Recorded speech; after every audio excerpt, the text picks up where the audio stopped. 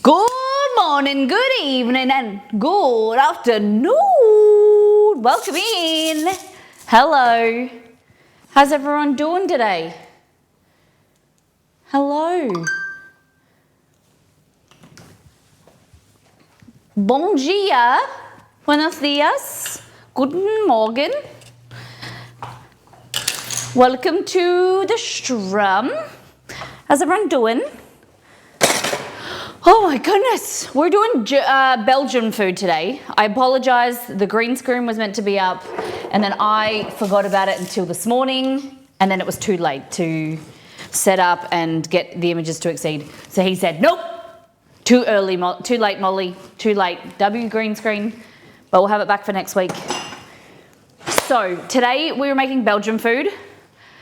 We're gonna make some foods that I've never made before. And with that being said, we were going to, this music's way too loud in my ear. There we go. That being said, I thought about doing waffles because they're obviously the most famous food from Belgium. I decided against it. So we're gonna make something different. We're gonna make homemade curd, homemade ricotta, and then we're gonna make that into, I think it's called a magentart or something. I put all of the recipes in Discord. We're making a regional Belgium, I think it's from, I'll have a look. You just need a splash of yellow on your apron for Belgian colors. Ooh, yellow.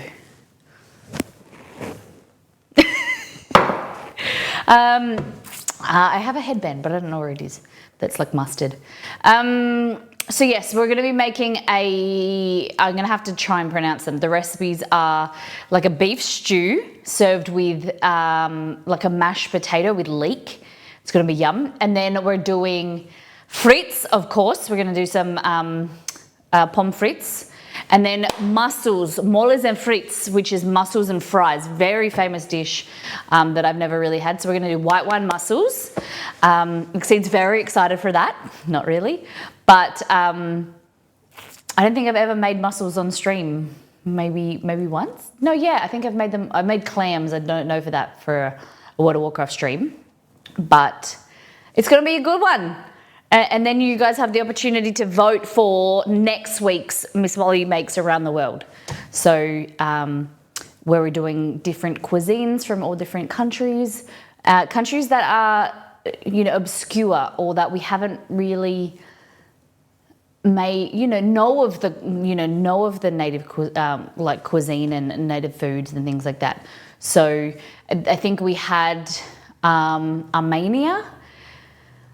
What was it last time? Armenia, there was Nigerian, there was like 4 different countries that we voted on, and then this was, you guys chose Belgium. So we'll talk about that. Any suggestions? But before we continue, let's go back to last time on, show what we did on the last stream. We did tacos, Monday was tacos. They were very yummy. Crispy chicken tacos with avocado sauce. I put that in Molly Test Kitchen, but I think I've hidden Molly Test Kitchen, so I need to ask Exceed to make that unhidden, make it appear for you guys. And then we did tacos al pastor, which are spiced pork that we pressure cooked. So we cooked in the pressure cooker for about 50 minutes, shredded, and then with pineapple, onion, coriander, and we had some crema. Very yummy. I took the tacos al pastor to my dad, my stepdad, and my brother and my mum that night, and we ate it before they flew out to Sydney yesterday. So, and then Exceed and we snacked on the chicken. The chicken was really good. The only issue with, I was saying that I've changed the recipe for the fried chicken and I've added potato starch. The issue is that potato starch doesn't taste very good when the chicken's cold. So you definitely need to reheat the chicken because it has this like film. Like if you've ever had potato starch before, it like kind of coats your tongue when it's cold, the chicken. So I really didn't like, usually like very common for us to make a big batch of chicken and put it in the fridge and then eat it from the fridge cold.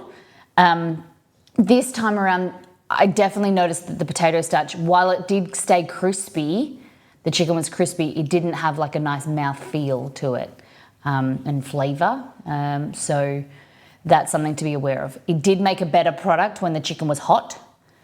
But if you're into cold chicken, omit the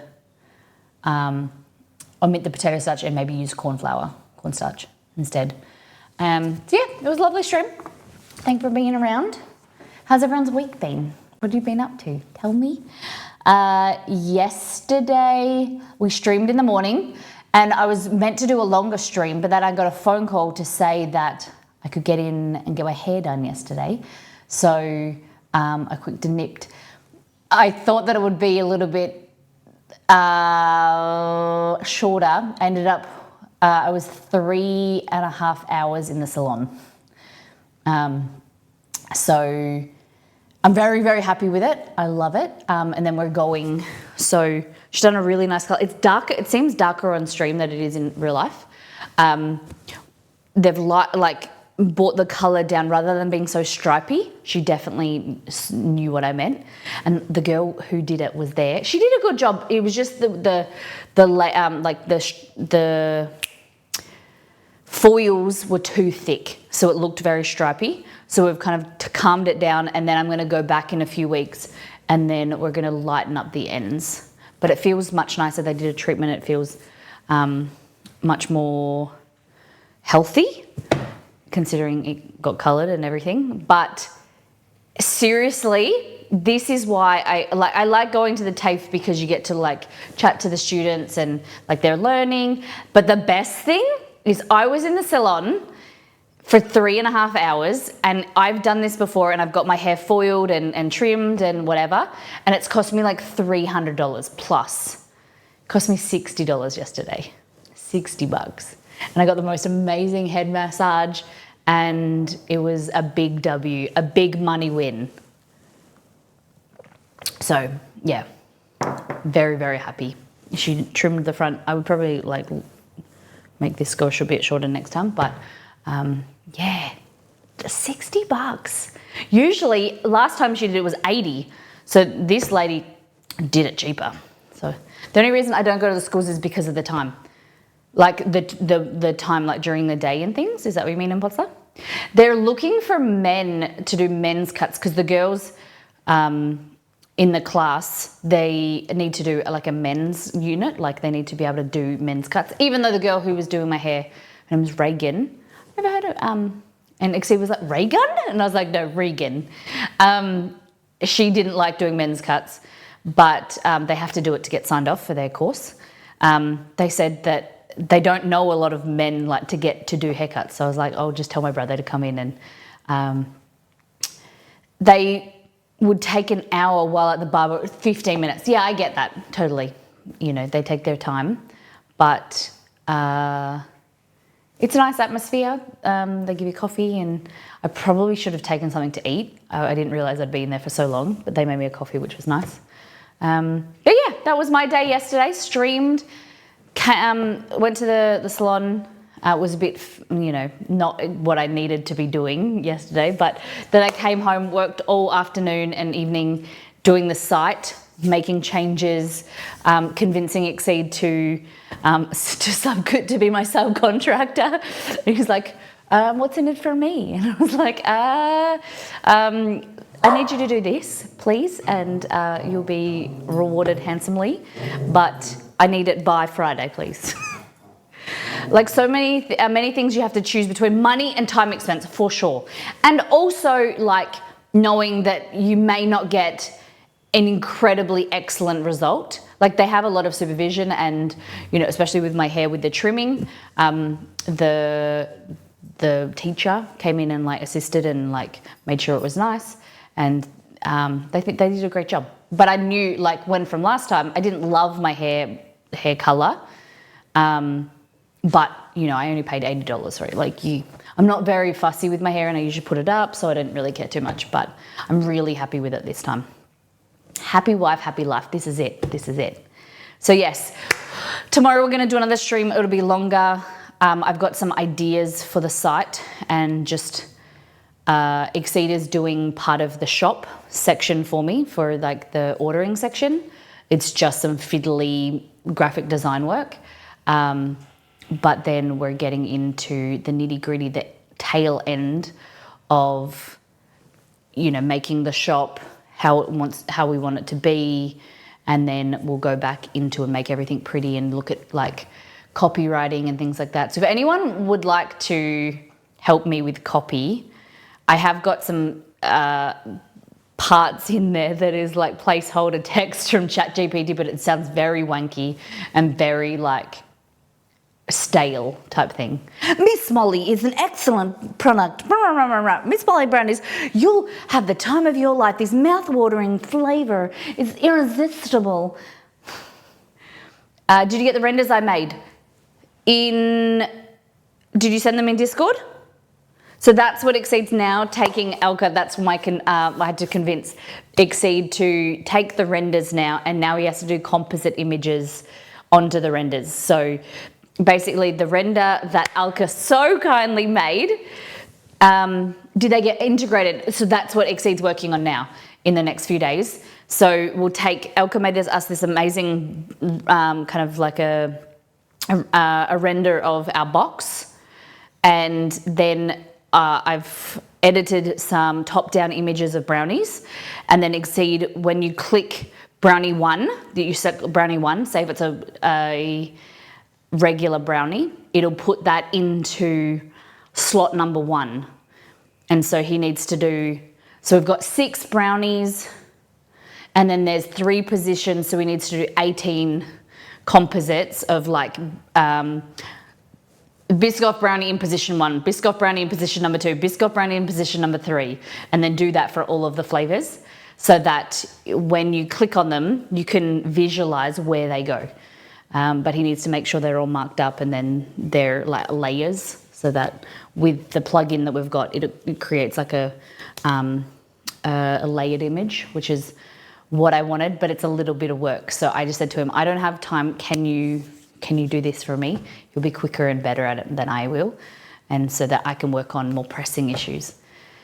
And I'm just so grateful for, so many people have been putting their hands up and offering me suggestions, offering me their advice and their expertise. And I just, I know that I'd start the stream like this last few weeks of being so grateful, but I want you to know that it is so appreciated. And I hope that when you come to the site, you'll be like, I did that. Like, you know, I helped out.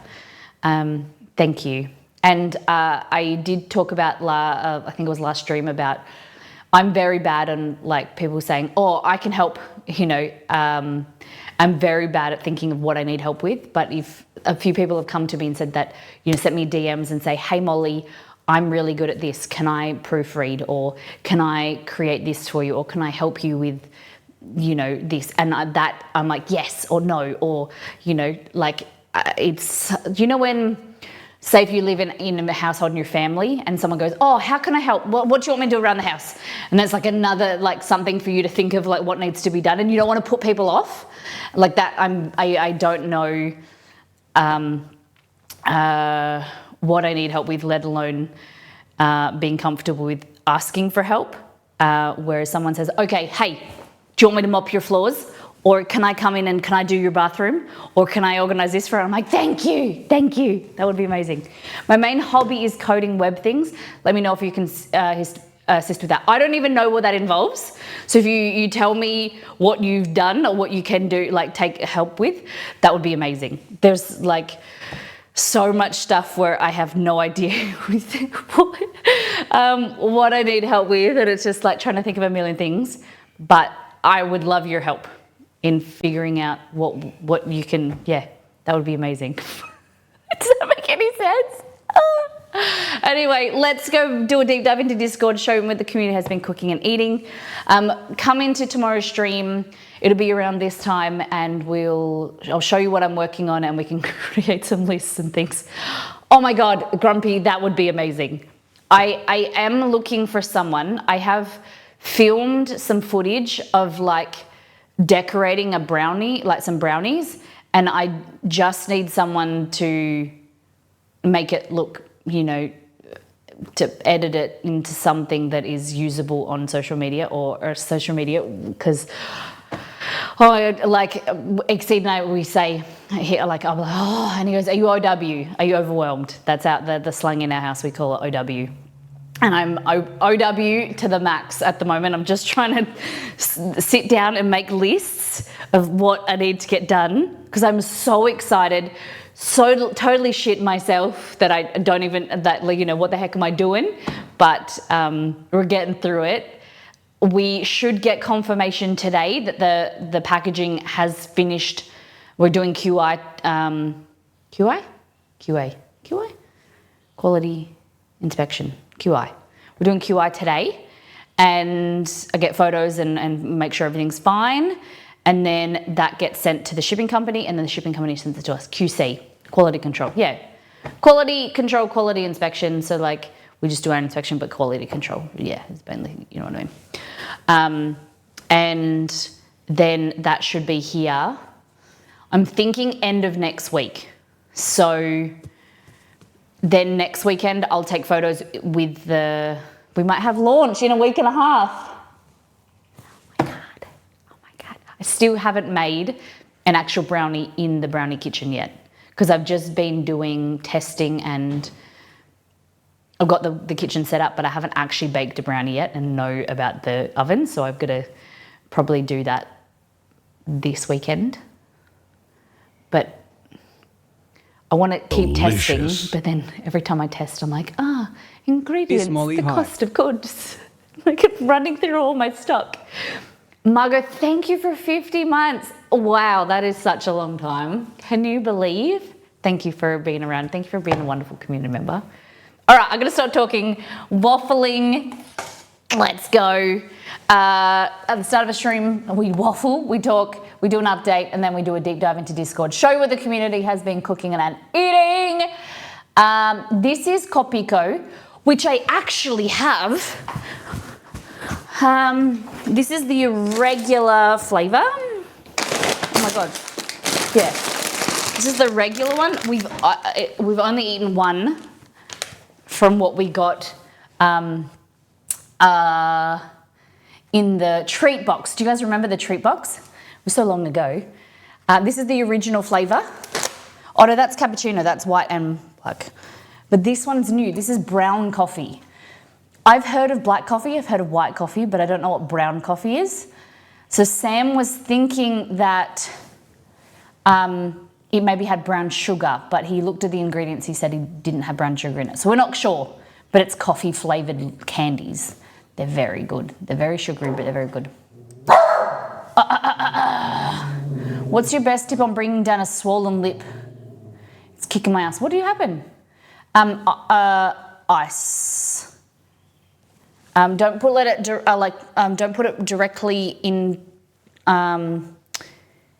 contact with your lip or your skin, because you actually burn. Ice should never come in contact with your skin. You should have a layer of like a fabric or a paper towel or something. Put that on your lip. That will help with swelling. You can take an anti-inflammatory, but I need to know what happened to your lip first before I give advice. If you got a bee sting, take an anti-inflammatory. The brown version has rich coffee flavour combined with a sweet caramel flavour. That's why we love you, Liz. Thank you for that information. Poor bee. Still haven't been able to see, like I went around there and there's no flowers, so I don't know why there would be a bee there. I was thinking maybe it was a plant that I pulled out at the same time and that it went in there, but whatever it was fucking excruciating. How long before you got the stinger out? So it happened on Friday. I didn't get the stinger out till Monday. I think Sunday night, maybe. It got to the stage where I had a scalpel blade because I have like this like pimple tool that's got like a basically like a end of a pin kind of on the end. And I sharpened that to try and make it sharp to then poke in there. But it was so painful every time you stabbed in that area because the stinger, every time you touched it, it would release more poison, or it was like excruciating. So I got to the stage where I got a scalpel blade, like this, a scalpel blade. And it wasn't very deep, but I was cutting my hand in like an area, trying to like open up so I could squeeze it out. I ended up like cutting my hand quite a bit, and that was painful as well. I put some numbing cream on it. It was really itchy. So I woke up the next day, which was Saturday morning, and it was so itchy. The Milk Squad, thank you for gifting to Lizalicious. Thank you very much. Appreciate you, the Milk Squad. Yeah, so I had to like cut it out because I couldn't stab that area, and the tweezers were too thick. They couldn't pull it out. It was like a really small stinger. So I was like trying to like get it out, but it eventually came out, and it's still a little bit itchy, but it's much better. Yeah. Oh. Scalpel blades sliced through pork belly rind like butter. Okay. Okay, I got dizzy on the way to the bathroom. Hard floors, socks, don't mix. Hit the tub through. You hit the tub 3 times. Bang, bang. Ouch. Hope you sure you don't have a concussion? Oh my goodness. I'm having a no spend Monday, Thursday week. We'll see if I last. Okay. No spend Monday. That's a good idea. I like that. All right, what have we got? We were talking about this black box membership and also something called Bunch. But both of they're like memberships where they send you can like trial products, they send them to you and things. But both of the memberships are full, of course. People love free stuff. Who doesn't? Sam's birthday was earlier in the week on Monday, I think. He got a brownie cake topped with meringue or marshmallow, one of them. Look at that. And then this was his feast with his friends at a place called Frango. Potato salad, Portuguese roast chickens and chips. Yum. That was good. Fantastic. Thanks for sharing, Sam. Hope you had a great birthday. Nido Burrito. She said, I adore having a partner who doesn't blink twice when I say what should I get my dad for his birthday dinner? When my dad's been gone for 9 years, we had delicious prawn pizza, grilled calamari, and garlic bread. Amazing. Very nice way to celebrate your dad. Happy birthday, belated birthday, Sam. Yeah. G'day. I was here 5 minutes ago, but had to mute you during stabby, scalpy, bee stinging removal talk. Okay, sorry. I won't talk about it again. Peach sorbet for a dessert for a grumpy gamer who's recently got herself a Ninja Creamy. I forgot the name of it. I was going to call it a NutriBullet. Looks good. Would you make it again? Any changes? Antamina, okay, I got to admit, I don't know what this is. Antamina said, "'Tis the season." Oh! It's a ghost. I thought it was hair. I thought that was like a... Okay, so I thought oh, someone here. Are we expecting mail? Oh, it's a fucking cat. Bloody hell. Okay, I thought this was a wig. The purple looks like a wig. And I was like, what is this? I can see it had now. I had no idea what it was. I was like, I'm assuming it's something Halloween related with the purple and the orange. And I'm like, what has a wig got to do with it? But can you see the wig? Yeah, it looks like Liz. It looks like that. Like a wig. So this is a very famous American cookie. You'd add some cream to like make it peaches and cream and some form of sweetener. Was it just peaches? Okay. They do them all for holidays. Okay. Is it a product that you get from the grocery store or where did they sell it? Pre-made drop and bake. Oh. So it's one of those like roll cookies and you just like cut it and then Pillsbury. Okay.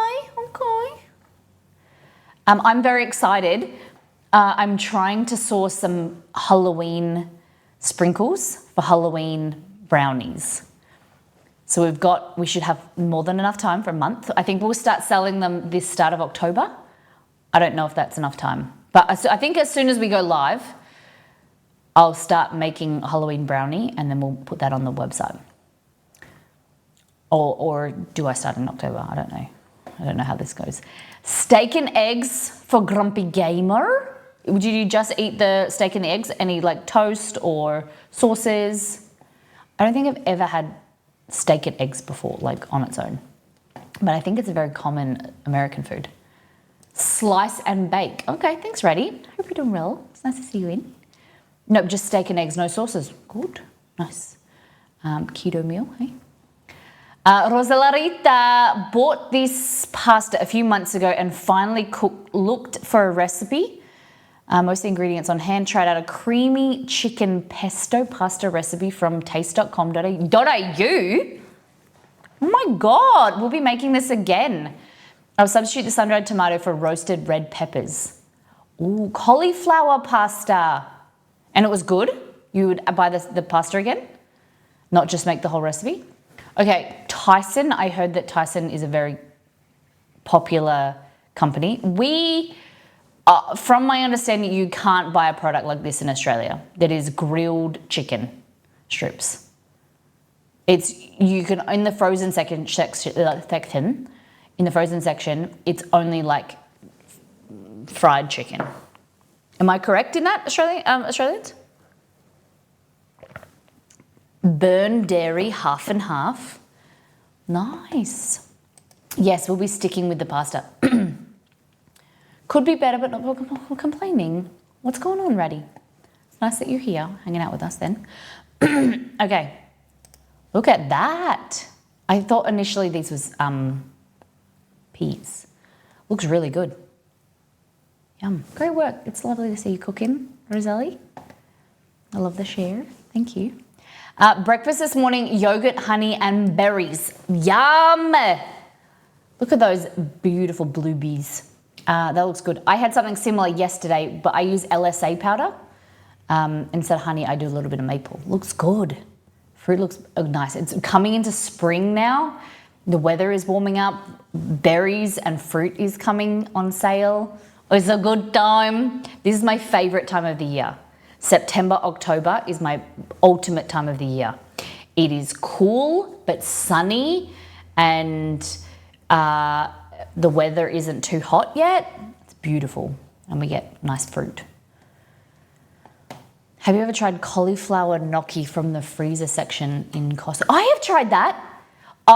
We tried that before and it's really important I don't think you're meant to boil it. We did something wrong and it turned it like into glue. Hell's bells, the cauliflower gnocchi at Costco. I think you're just meant to pan fry it or something. So the second time around, it was okay, but definitely try it out. Let me know what you think. Pan fried gnocchi, yeah. You're not meant to let it get too wet, or it turns into it dissolves into like glue. Just my normal pain and try not to take my pain pills as much. I can understand that. We're thinking of you and hopefully you can find something that helps ease the pain. I know if you know your pain level and chronic pain, you've been living it for a long time and it is hard. Do you find that like heat packs help? It's the sound of our doorbell, And this bloody cat next door. It's just walking around our front door. Yeah. So these are the recipes we're making today. So we've got, I'm going to have to, is Anne, I hope Anne's here. Anyone speak French? Stomp au pirot, which is Belgian mashed potatoes with leeks. And then we're doing moles frites, which is mussels and fries. So we're going to make some pommes frites and some moles. I think that's how you pronounce it, moles. My French isn't as good as my Spanish or Portuguese. Then we're making this, which is, I'm using French recipes, like from Belgium. So we're gonna have to figure out how we can pronounce it. It's basically like a beef stew. And then last but not least, we're not doing waffles. Up until this morning, we were doing waffles. And I thought, no, we're gonna make matten tarten, which is making our own ricotta, like curd. And then it's almond pastry. So it's a puff pastry tart filled with almond curd. It's gonna be good. Thank you, been going through this for almost 20 years after my injury. Oh my goodness, you're so strong, Raddy. You're so strong. I watched this video this morning on Twitter. How many people, I'm not shaming anyone, and I'm honestly curious, maybe your family does it. Who washes chicken? Who grew up washing chicken or knows someone that washes chicken?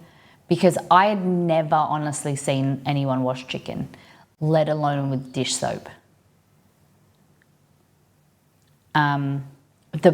Whatever she made was like rice with chicken and like a nacho sauce. It looked pretty good, but the beginning of it, she washed the chicken with soap. And I don't know if it was a troll, honestly, because she's like, this is the front, cover image. I may have family members that wash all their food with soap. Yeah, and that's the thing, is that people do it. You can't be like, oh my God, that's disgusting. Well, they shouldn't do that, whatever. People do it, and it's like they've been told by generations and generations to do it, and it's kind of like people are set in their ways. It's different. I rinse mine, but not with soap. Okay. Is that something that Raddy, is that something that you like your family did as well? Like you were told to do, and people, did it in the past, and you've people around you do it? I rinse mine under running water, but never with soap. Okay. Lady Lara, the same. I'm just curious, because I'd never seen anyone do it before. And it isn't a cultural thing that we do. My mum do the same. Yeah, okay. And I think that's it's like been passed down through generations, and people have seen their families do it. And I'm curious what the reasoning is behind it. Is to wash the salmon. The thought is reducing the salmonella risk, but I think it's an older thing. Yeah. However, if cooking a whole chook, I rinse, wasn't clear. Yeah, so sometimes, there's on the occasion, I don't in general, but there are sometimes if, a whole chicken, you kind of clean the inside of the bird if, there's remnants of, what do you call it, guts or anything? What's the gizzards, insides. The other thing that I do wash is corned beef, just to kind of get the outside sticky layer off. I always clean the whole bird inside. Yeah. When you get corned beef, corn silverside out of a packet, it's like jelly, and I kind of wipe that off, and I might just gently rinse it, but then I make sure I decontaminate my bench and my sink and things like that. the reason with chicken breast and chickens in general, if you're using a fresh product, you don't need to wash it because it's getting cooked and you're cooking to the high enough temperature that the salmonella gets killed. A lot of people who do wash their chicken and wash meat do it, but some people don't know is that when you're washing, and because it's invisible, like it's basically invisible to the human eye, you don't realize. But when you're washing, things splash, and so it hits the chicken and it splashes off way wider than you think, and so you need to decontaminate the whole area, bench top, because those splashes, the salmonella that you think you're washing off the chicken is now spreading onto your bench, and way further than you think, and you don't necessarily think to wipe it up, and then that's where you're getting contamination, and you're leaving to then grow and multiply. And so the intention where you think you're washing the chicken to save yourself from salmonella, you've actually spread it around your kitchen. But a lot of people who do this are good at decontaminating, but some people don't know. So something that we should talk about. Wouldn't the chicken taste like soap though? I'm not sure. I'm not familiar with it. I suppose in the same way that your dishes don't taste like soap, that you clean them and then you rinse it off, that it doesn't. But I don't think, I understand rinsing with water, but I don't think that cleaning with soap, I do not recommend that at all. Chicken tastes like soap, we call that cilantro. Giblets, yeah, gizzards. Anyone eat the gizzard? Part of the giblet package. My grandma, I think, older generation, my grandparents eat things like lamb's fry, like lamb brains and lamb's brains and more, what do they call the insides? The offal. So my grandma would eat that. I remember when we were kids, there was this meal that she cooked us and we loved, and we turned out that it was oxtail stew. I still love it to this day. But the thought of eating oxtail is a bit odd, but it's very tasty, and when it's slow cooked. My dad makes an amazing pasta sauce using chicken giblets. He peels off all the skin. They're very time consuming but tasty. Okay. KFC had good gizzards. Really? They served gizzards. Interesting. Hey Google, what are gizzards? So gizzards is like the intestines, right? The gizzard, also referred to as the ventriculus, gastric mill, and gigarium, is an organ found in the digestive tract of some animals, including archosaurs, earthworms, some gastropods, some fish, and some crustaceans. Yeah, and then you've got giblets. Hey Google, what are giblets?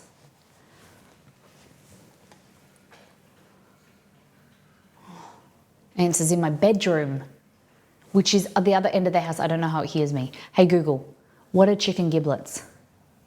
According to Wikipedia, giblets is a culinary term for the edible offal of a fowl, typically including the heart, gizzard, liver, and other organs. A whole bird from a butcher is often packaged with the giblets, sometimes sealed in a bag within the body cavity. You like chicken hearts? When I lived in Brazil, it's very common to eat chicken hearts on the churrasco, on the barbecue. This looks amazing. Yum. I initially thought that this was salmon, but it's carrot, I assume. Teriyaki chicken donburi from HelloFresh. This one was a real winner. It was supposed to be a bowl dish, but my flat bowls were in the dishwasher, so plates worked. Looks delicious. I kind of miss HelloFresh. It was just so functional and it's so good. The meals were yummy too.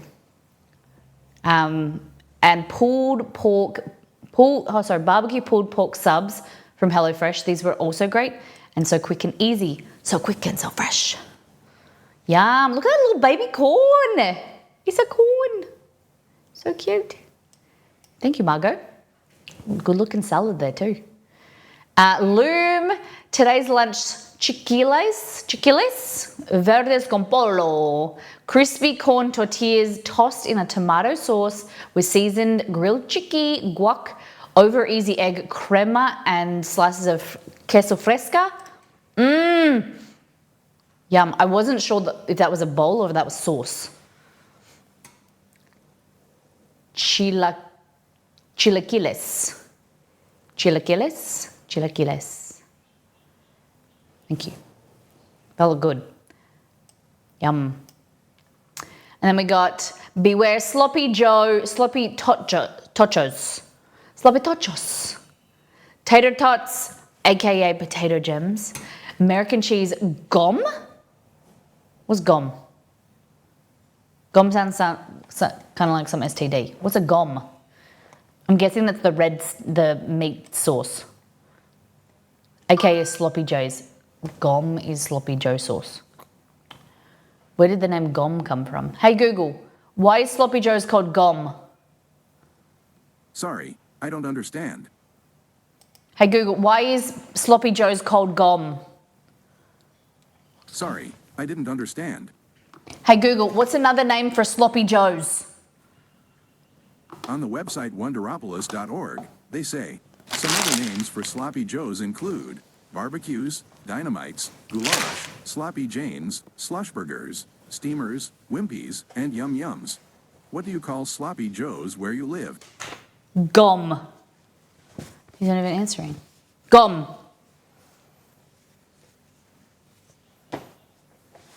Nah. Pretty sure if Google understands, he's gonna dox me. Oh, really? Hyperreach in your town, it's called GOM. Okay. Sorry, I won't ask. GOM, interesting. Does it stand for anything? Yeah, same, never heard of it. All right, well, what we have heard of is Belgium. Hey, Google, tell me about Belgium. Belgium is 14,181 kilometers away. 81. Hey Google, tell me about the history of Belgium. According to Wikipedia, for most of its history, what is now Belgium was either a part of a larger territory, such as the Carolingian Empire, or divided into a number of smaller states, prominent among them being the Duchy of Lower Lorraine, the Duchy of Brabant, the County of Flanders, the Prince-Bishopric of Liege, the County of Namur, the County of Hainaut, and the County of Luxembourg. Okay.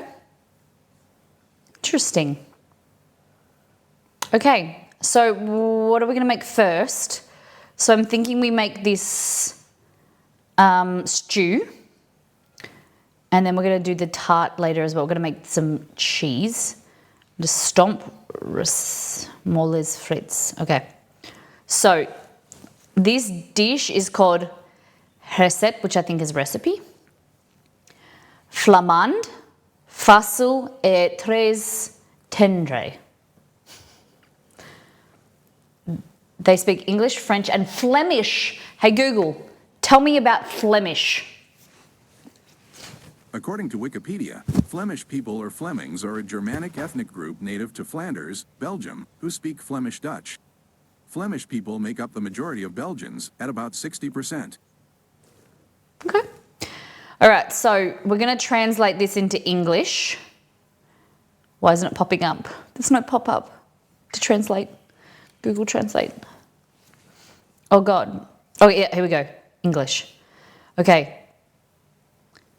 Carbonade. Easy and tender Flemish carbonade. This is what the recipe is called, okay? So we need some beef chuck, carrot, flour, amber beer, laurel. I don't know what laurel is. It translated to laurel. If anyone knows what that is, maybe bay leaf. Clove, salt, onion, butter, red wine vinegar, brown sugar, or blonde vergenois, dried thyme, and gingerbread. I don't really understand the gingerbread bit, but it says 160 grams of gingerbread. So, cut the meat into thick slices, peel the onions, carrots, and cut them into slices in a casserole dish. I'm gonna go, black is there, so we have to go red. Bonjour. Welcome in. We're about to make some, where's my red?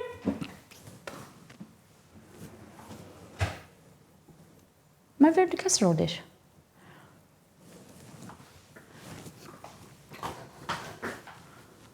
I've lost my dish. I would do this in my pressure cooker, but that's a bit boring. We're gonna be a bit more visual today. We'll have to do it this guy.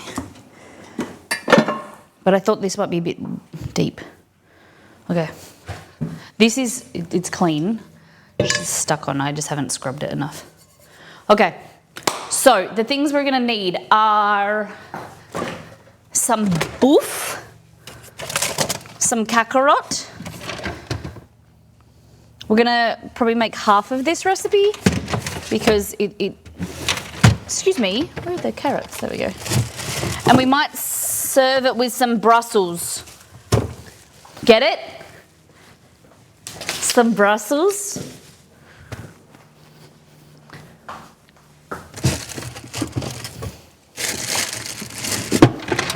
Okay. Okay, beef. Flour we can get in a minute. Carrot, 3. I'm gonna get 2. I see what you did there. Ba-dum-tsh. And I've also got some green beans. I thought that'd go as well. To serve with it later. Green beans, Brussels, carrots, flour, laurel. Do we know what laurel is? Laurel. We need onion, red wine vinegar, and brown sugar from the back. So let's go to here. So I look like I'm on Little Home on a Prairie, do I? Just trying something different. My hair's so, they blow dried my hair straight yesterday, and I don't ever have straight hair. So I was just taking advantage of it being nice and straight, so I don't have to, try and avoid putting my hair in a bun all the time. Okay, we've got brown sugar, we've got flour, we've got red wine vinegar, and an onion. Oh God! The dishwasher door is out, and I just tripped over it. Oh, fuck, that hurt. Oh my goodness. Instead of brown onion, I'm going to use red onion because I like it. Okay. Stop, I'm getting dizzy from rolling my eyes so hard. What do you mean? What are you rolling your eyes at? I hate when dishwashers open themselves and attack my ankles. Well, it was my fault because I was stacking it earlier and I thought I'll just leave it out. A knife. Okay. So we're going to chop the carrot and the onion. 6 onions? What the heck?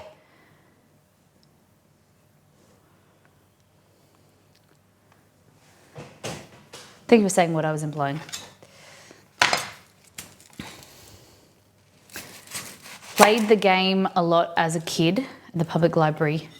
Where in the World? Where in the World is Carmen Sandiego? Got to go watch the felon debate to this prosecutor. It's on now, is it? I've never watched a presidential debate really, but I'm interested.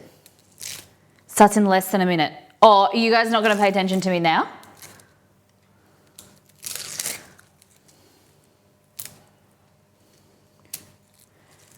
You can watch it later. It'll be recorded. Pay attention to me. Okay. Has anyone been to Belgium before?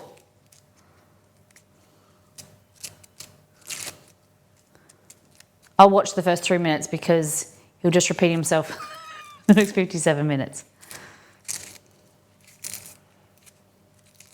Loom, you've been to Belgium?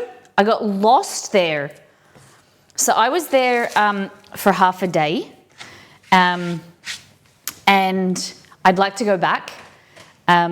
Maybe Exceed and I will go try some fresh frites. I went to Godiva to try some chocolate, of course. Ate fries. We were only there stopping over on our way back from Germany, back to the UK. It was very nice. I don't really drink beer, but I'd like to go there and try some. When I went to Brazil on exchange, one of my friends, she went to Belgium, and she was saying that they have so many different varieties of beer, and they've got like syrups you put in beer to make them sweeter and flavored. And she was like not a beer drinker, and then she like started drinking beer. So it was really, really lovely.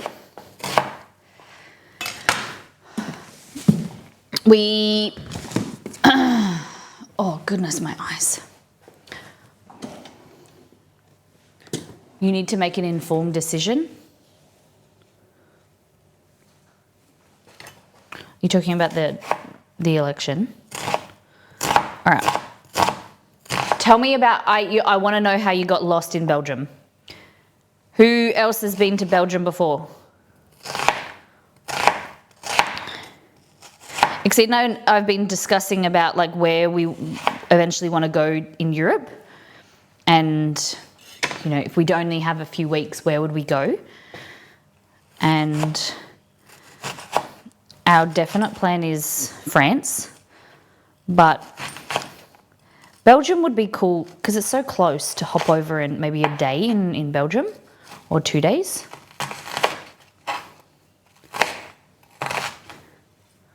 What are your suggestions? Had to switch trains, but so I flew to Paris and tried to get a train to Switzerland, but there was a train strike. Only option was to go to Amsterdam. Amsterdam to go down. My goodness. Switched trains, but translating, navigating was so hard. Ended up on the wrong train multiple times.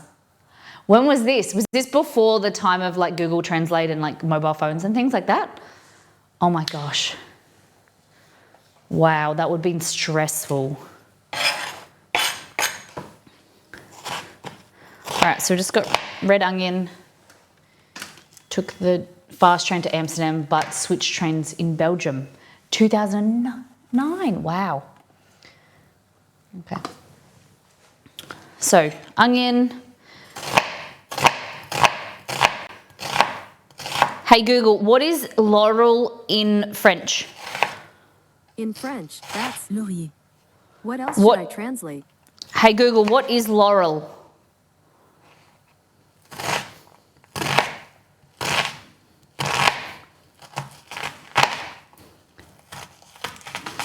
Oh God, this is like killing my eyes. Oh fuck. Oh my God. It's translating me, isn't it? Stop. Oh my goodness. Oh, I've got something in my eye.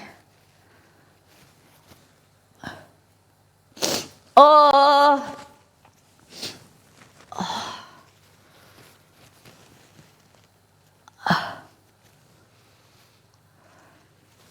Problem with having mascara is like you don't want to make your mascara run, or you don't want to push your mascara into your eye.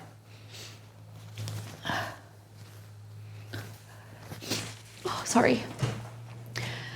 I backpacked Europe for 22 days, 7 countries. Wow. I think in 2011, bay leaves. Thank you. Laurel leaves are bay leaves. Thank you, Kerry. One moment.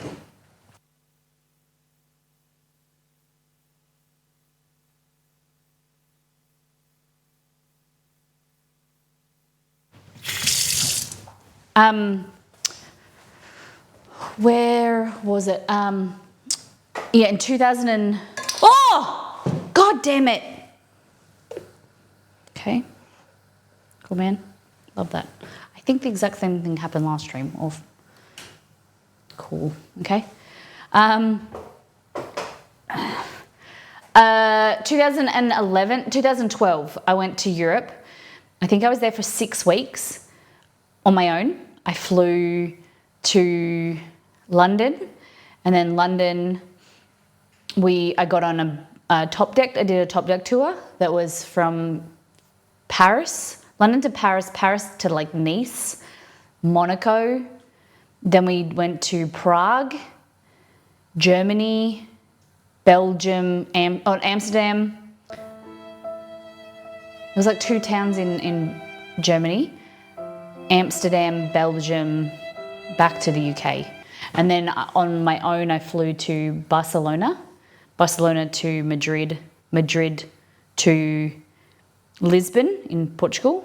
Portugal took a flight to Ireland, Ireland to Manchester, Manchester to London, London to home. That's the only places I've been. The only.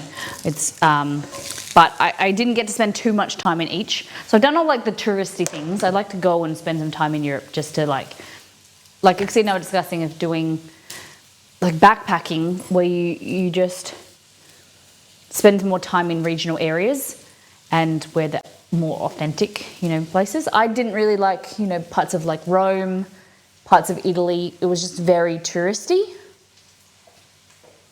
Oh, I think you're right about it being bay leaf. My Google says the bay laurel is also known as sweet bay, bay tree, true laurel, Grecian laurel, laurel tree, and simply laurel. So my name, I'm pretty sure Lauren, means laurel. So that means my name means laurel, bay leaf. Isn't that what, when you have a bird? No, is that rosemary? That like a piece when you have like a pigeon, not a pigeon, a dove, and they hold something in their mouth for peace. Is that rosemary or is that bay leaf? What do they traditionally hold in their mouth? It's like a sign of peace.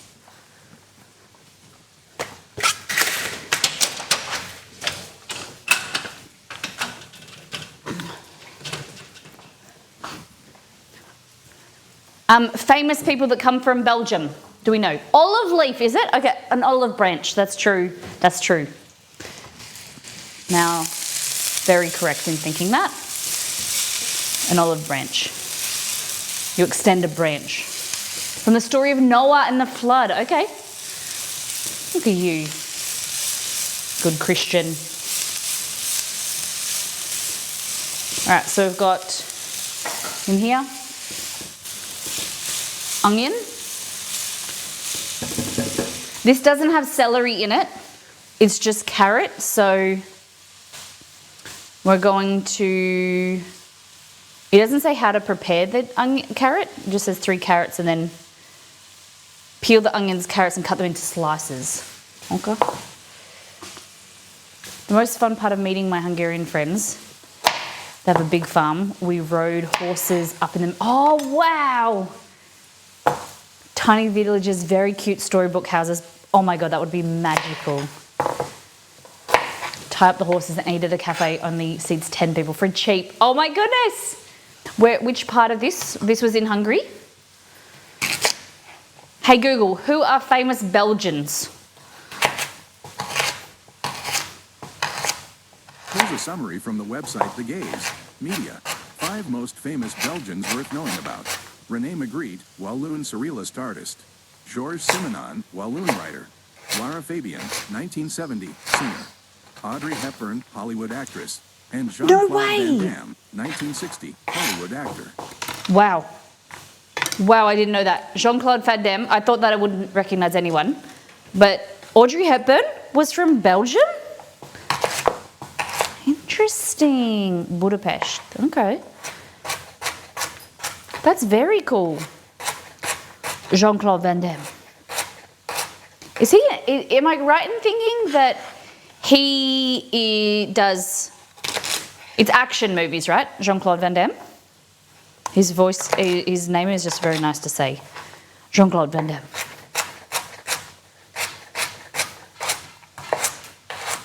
Okay. Hey Google, what movies does Jean-Claude Van Damme do? Jean-Claude Van Damme is credited in more than 60 movies. Here are the first 3: Bloodsport, Kickboxer, and Lionheart. Okay. Don't know either of them.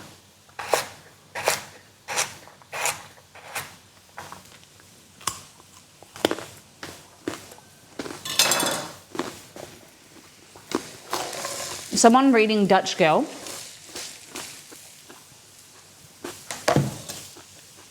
Is that a book about her life or?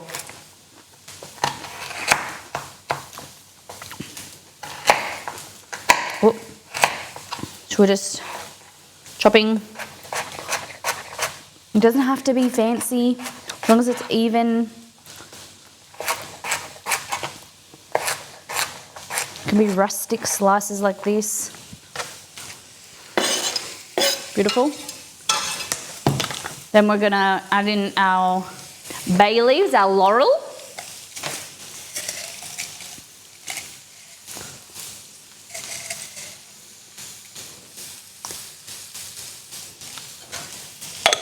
Hey Google, what is the government system in Belgium?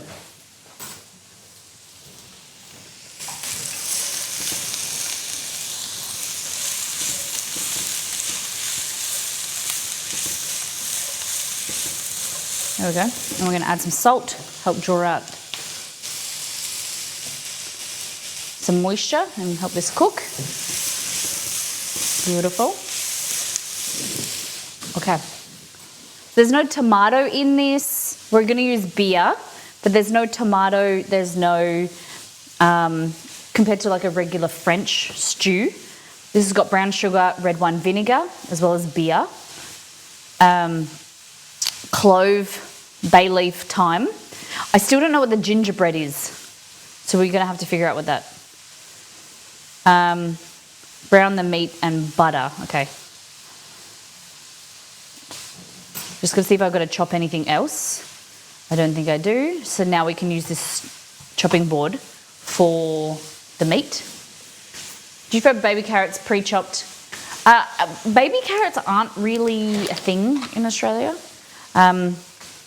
I just buy regular whole carrots, always. I don't even know if you can get them pre-chopped. If anything, it will be more expensive. So I am very budget conscious with shopping, especially on stream. You get snack carrots, okay, but that would be expensive, wouldn't they? Yeah. Anything like pre-chopped in Australia is super expensive. Hi dogs, fancy seeing you here. Okay, so this is chuck, and we're just gonna chop it up. So you want it to be smaller, bigger than you think, because it's gonna reduce down. It is going to lose moisture. So we're looking for like larger chunks of beef. Cubes. And as I said, it doesn't matter really what size, as long as it's even. You've got to chop it evenly so it cooks evenly. Take off some of these like large fatty pieces, because they won't really cook down and they're just adding fat into your food. Hello, Chuck. Such a good cow, Mr. Chuck.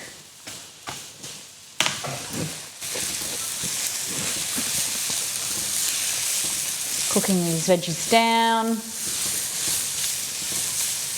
What you can do if you want to see, like in a stew, if you want to have some smaller chunks of carrot, they'll cook down and you won't be able to really see them. And then you want some larger chunks so that they'll be more present and visible in your stew. You can do that too. And Potsdam, thank you for gifting to Kaziz. How do I say your name? Welcome in. Thank you, Pots. Appreciate you.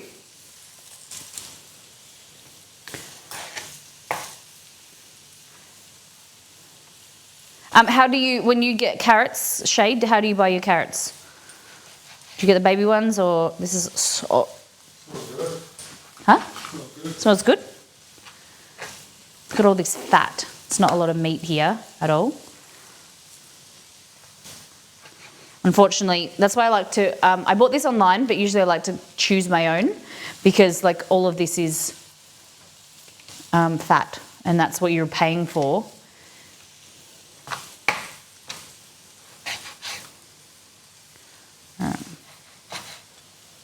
Okay, so this is about, it was 800 grams, but when you really think of it, it's probably like a pound by the time you cut off the fat and the heavy bits, big chunks of meat. Left with big chunks of meat, you lose a portion of fat. Some people, it's depending what you're doing. Like with this stew, it just means that your stew is going to be very fatty. Some people like that, but not for me. I still like a nice amount of fat, but okay. So what we're going to do here is I'm going to take this out now. I did it in a reverse order. Usually you would brown your meat off first, take it out, and then do your veggies, so then you can add your meat back in. The issue is that the reason why I did the veggies first is that I could chop them, use the chopping board while it was clean to then do the veggies and then do the meat last, because then now this is contaminated and then I'd have to get a new chopping board and things.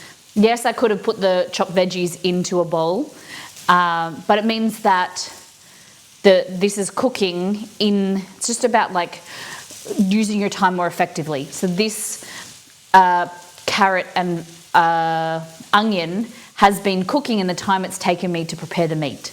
You know what I mean? It's like the things that you learn and you do when you become more confident with cooking, you use your time more effectively.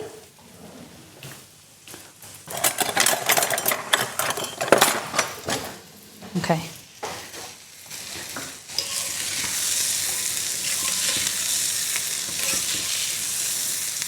Usually if this was a smaller saucepan, I'd tip it up, but it's quite heavy. So just scoop it out.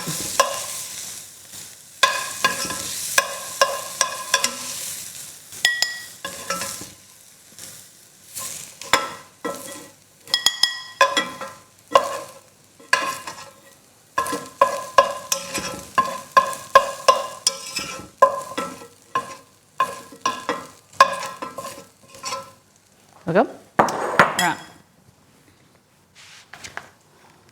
Exceed said it smells really good already. All right, so that's your beef. Take this chopping board and knife and put it around the back, out of the way so we don't see it.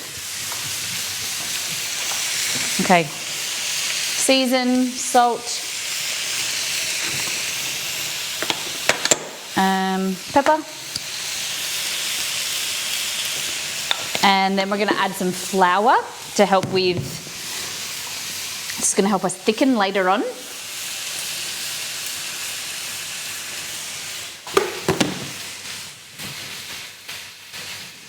Okay.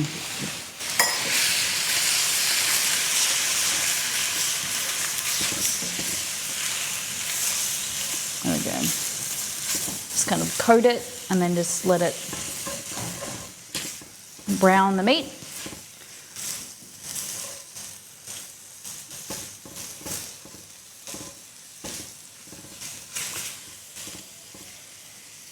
There we go. Okay, I'm gonna grab some beer.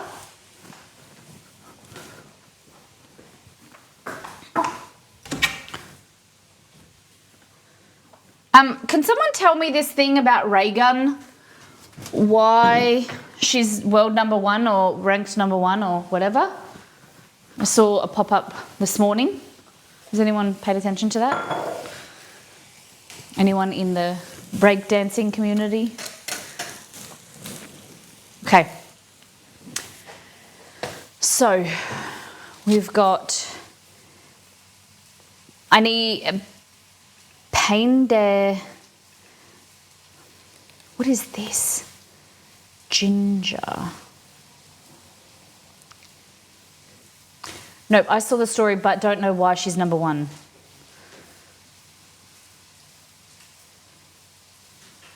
Okay.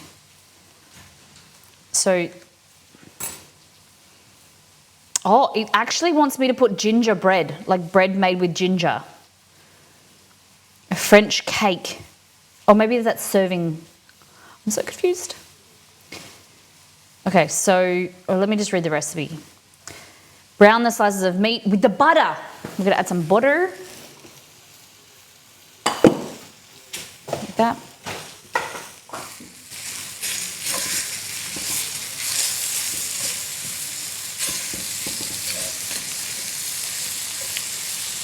So this is a really nice cut of steak, of beef, but Chuck needs, it's like a good adult activities, you got to cook it low and slow to get the love out of it, okay? So it's a hard-working muscle, so you gotta treat it right. Just like a hard-working partner, you know, you gotta treat it right and take it slow. Do you have a butter drawer just there? I do. So here I have all my spices, like this. And so I have here salt, garlic, butter, chicken stock, beef stock, and then I have all my spices in alphabetical order, except for pepper is here because I use it. It was here, pepper, but now I just put it closer so it's easier to use. Then I've got vanilla bean paste and everything seasoning. Yeah, keeps it all together.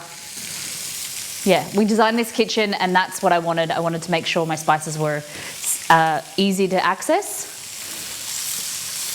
I've made brownies, nice. Nice to see you, red burrito. Okay. God, that scared the jeebus out of me. So we've got this fond. All right, so we want to make sure this is nice and brown, which looks good. We don't want to burn this. We don't want to cook it too much. It's looking nice. Fabulous. Okay, so soften the onions without colouring them. Add the vinegar. We need some water, then brown sugar. Okay, so to here. Do you have any other hidden neat features in the kitchen? I do. So this is a knife drawer. So all my knives sit in, I don't know how you can get them out, hold on. Well, this one's empty at the moment. But they sit in like this. So my knives sit all like that. So a whole drawer of the front section is knives, so that they don't like bump against each other and whatnot. This is like a little container of like for pens and clips, stainless steel clips. When I'm cooking, I like clip the edge of baking paper. And then in here, there's a hidden drawer, which has my scales, calculator, dog treats for streaming, and then like stuff for streaming, so like pens and texters or markers, you guys call them. Yeah. Then I'll just pop this in here. Our veggies.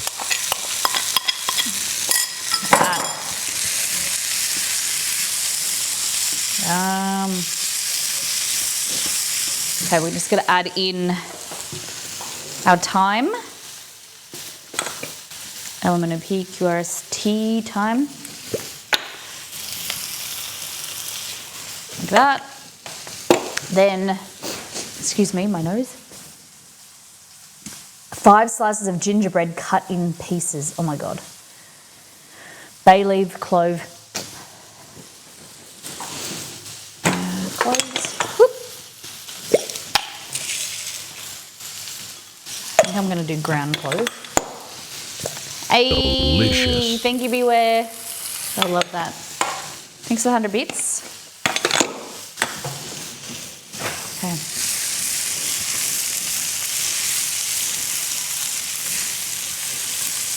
Oh. Okay, beer. I don't know if this is, there we go, screw top.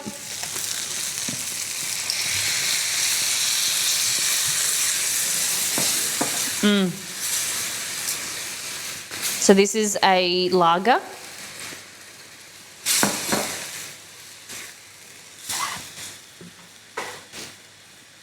Look at that.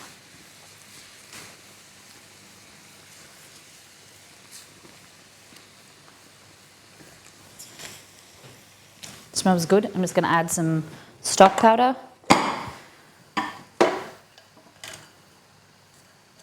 On. Then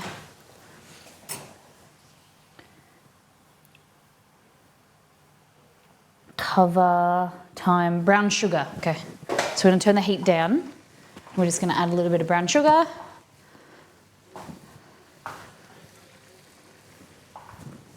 It smells amazing. No worries, Chester's around, but when you come back, then I will give him a treat. So we're just going to simmer this.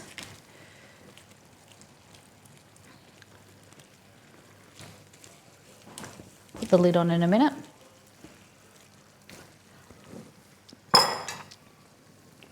A nice lager mobilises the wonderful fond. Yeah, that's it. So we're just getting kind of just, as it starts to warm up, it'll bubble off the fond. So we're just scraping the base slowly. And then add more flavour. And then this carrot will start to break down as well. Could have chopped it a little bit smaller. Look at that. Have a little taste. There's a little bit of meat here. Oh.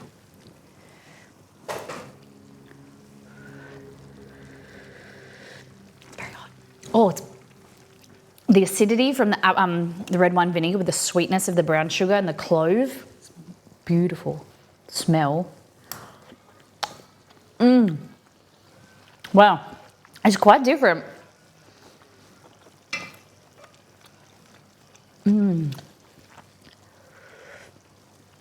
Wow. It's very aromatic, very beefy. That is yum. Wow. I never had clove in a stew before, I don't think. Okay. We're meant to put some water in there as well, just because the steam. We're going to put the lid on. But to keep it nice and moist, got to find the lid. Yeah.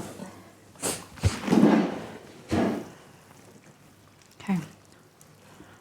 This will probably end up going on the other burner, but wowee! I'm excited for that. Move stuff out of the way. I didn't put the bread in there, but maybe I've got some sourdough I could put in there. Because it says 5 slices of gingerbread cut into pieces. Let's maybe think, toast the remaining gingerbread slices and cut into cubes. Serve the carbonara with fries and toasted gingerbread cubes. Okay. Yeah, well, let's try that. So I've got some sourdough here that's sliced that I made on the weekend.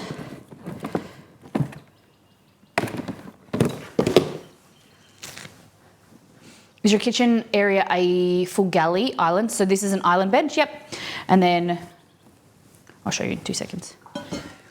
And then we have we call it a scullery, but it's actually a butler's pantry because we have a dishwasher and a sink in there. But behind there, we designed this kitchen. We renovated, we pulled out the old kitchen. It was awkward shaped. And then we built a stream kitchen for like a purpose-built area.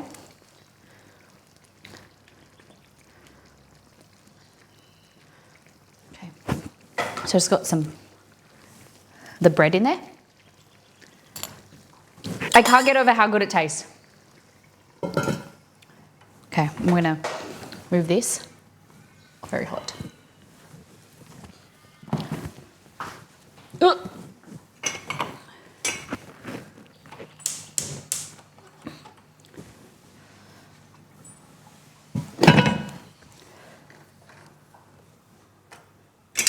Okay. So, HS. This is the kitchen, so it goes like that. Fridge is there.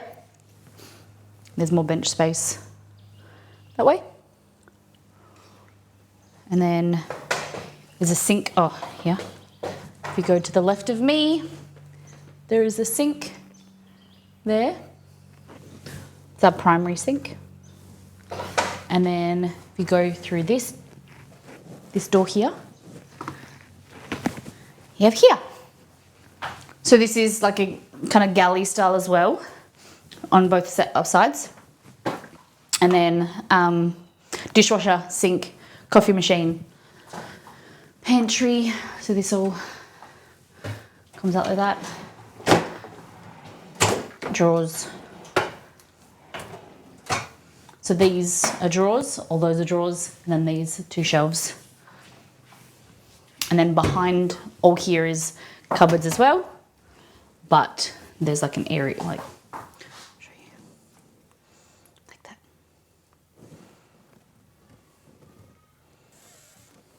Yeah. They even have a camera in the fridge. No, we don't. No, we don't.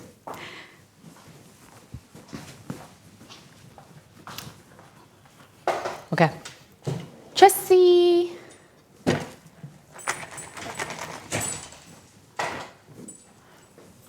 This is Chester. Romy, come on. Romy heard me call Chess. Look at this little guy. Hello. You can't see Chess's tail. What's this? Sit.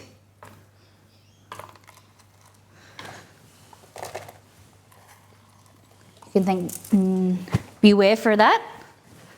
Fill up my container. Thank you, Beware, for the 100 bits.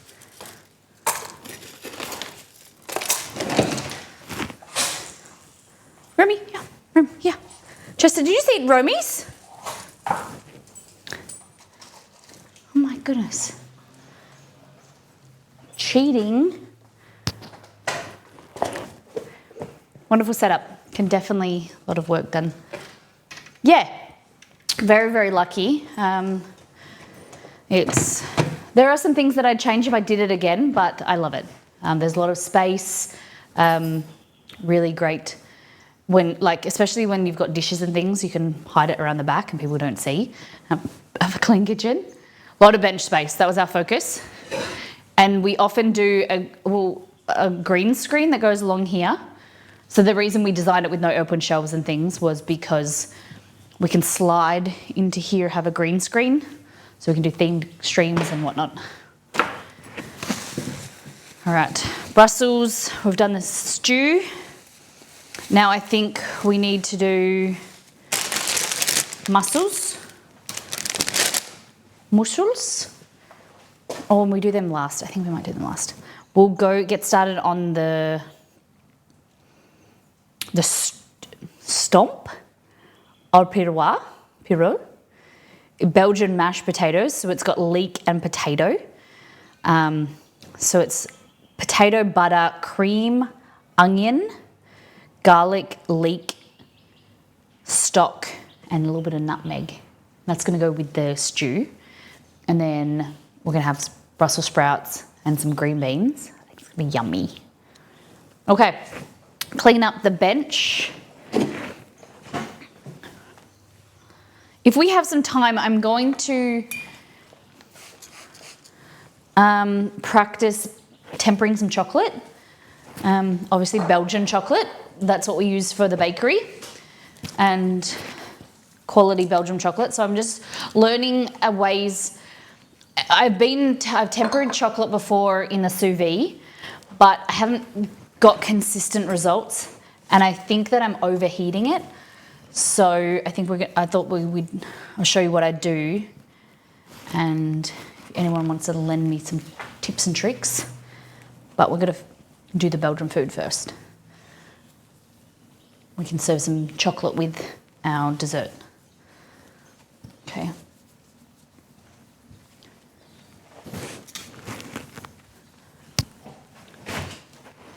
He played crumb cleanup for sure. Chester, Listy. He's a bit naughty, that guy.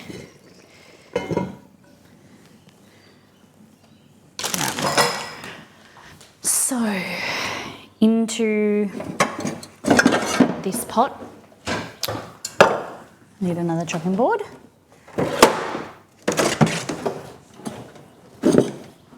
Okay, so we need potatoes, leeks. Keep leeks in the fridge. Well, it's funny that this leek, we checked off our grocery order. What day was, oh my goodness. I checked off my shopping order that arrived on the weekend, and we were down a leek. No leek had arrived. And we thought, oh, we're gonna have to put in, you know, get a refund because we need a leek and it didn't arrive, so we're gonna get a refund. And then maybe about an hour later, our neighbour came over with a leek, and turns out the delivery driver dropped it on the driveway because it was nighttime. We didn't see, and so she brought over a leek. A leek. So that was a good save. So we're gonna have to wash this leek extra good. All right, I'm just getting a knife. Maybe the bag he was carrying had a leek in it, but okay. Then we need potatoes. Do you want to attempt to make homemade fries today, or do we want to use store-bought fries? Because I've got both, and I'd give you the option. I groaned for everyone as I typed it. You laughing at yourself? Okay. So we're using red royal potatoes instead of royal blue, just something different.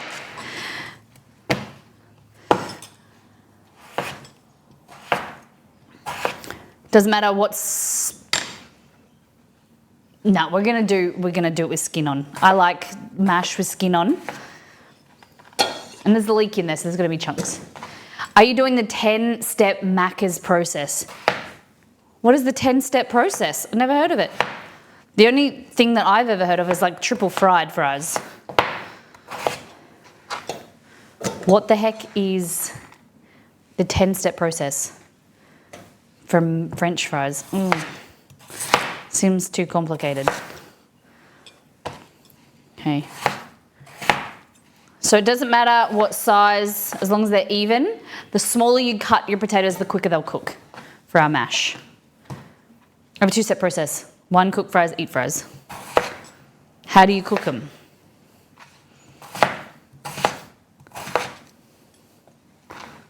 There we go. I think we'll do the leek. Oh, I don't know. Do we do the leek together?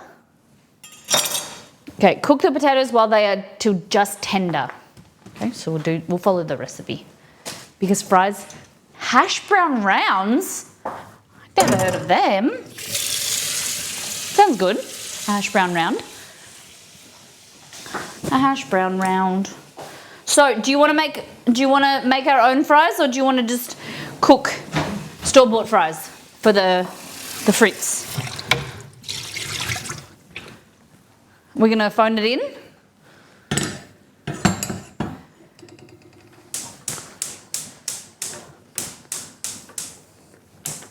What's going on?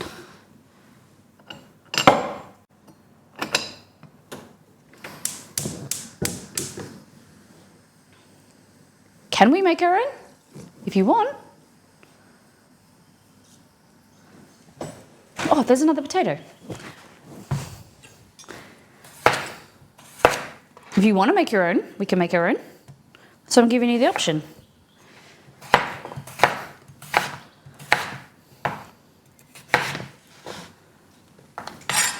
Well,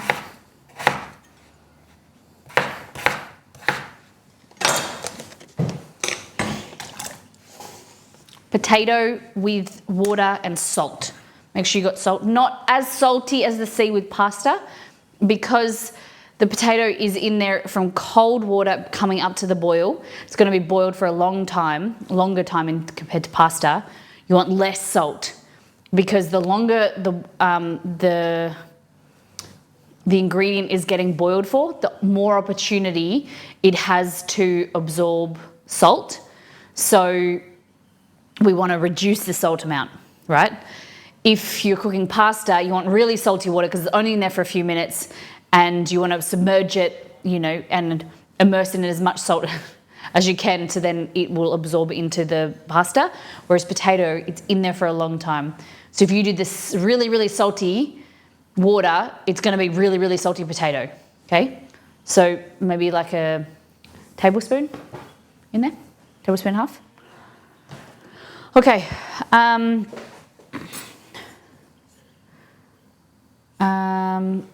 Belgian fries.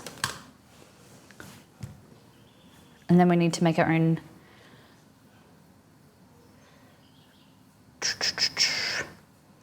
We're making matten tartan. So this recipe needs,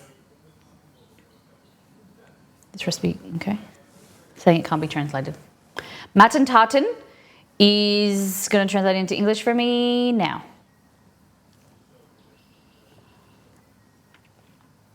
Try again.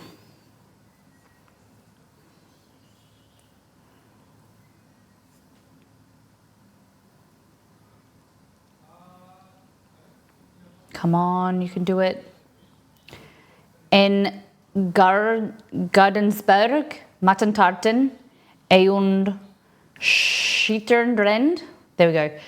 Something Mattentarten. It's from the area of Geraardsberg, I think, is a wonderful regional product. Makes its own version. Okay. So we need milk and buttermilk. We don't have any buttermilk, so we're just going to make our own. And then we're going to curdle that. Then we're to make our own ricotta.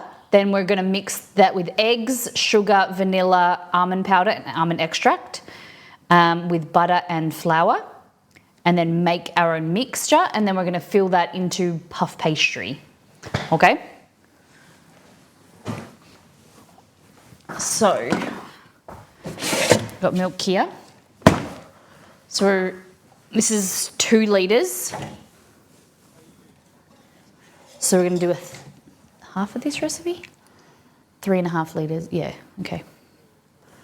So what we want to do is we want to bring this to the boil, and then we're going to curdle it and let it sit.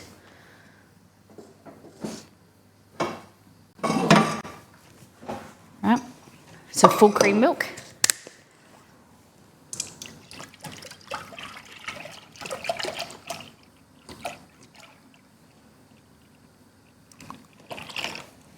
Oh, we've done this before on stream.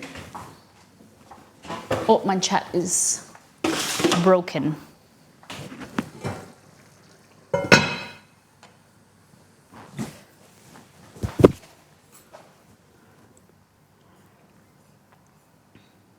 What's going on with the chat? Is Twitch down? Write in chat if you can see me.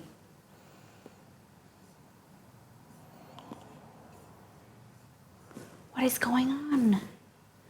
We can see you. Yo. Okay. I know what's going on. Odd.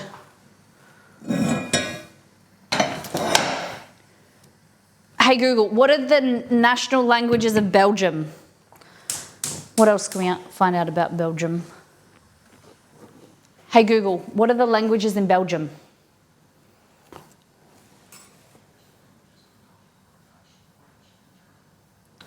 Dutch, French, and German. Is that right? English as well, maybe? Something went wrong. Try again in a few seconds. Is our internet down? You guys can... I'm having issues. Now I can't see that chat. That's connecting to chat. This is connecting to chat. You guys, I can't even see if you see me. Hello? Okay, let me know in chat now. Can you see me? Romeo. Chat in chat. Saying there's a network error. Oh, God.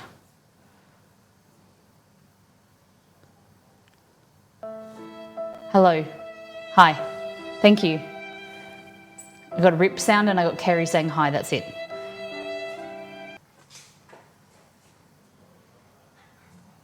Is anyone else having issues? You can see me. The stream hasn't gone down. There's no stuttering or anything. Weird. Hello, Lord Chester. Give me some beef.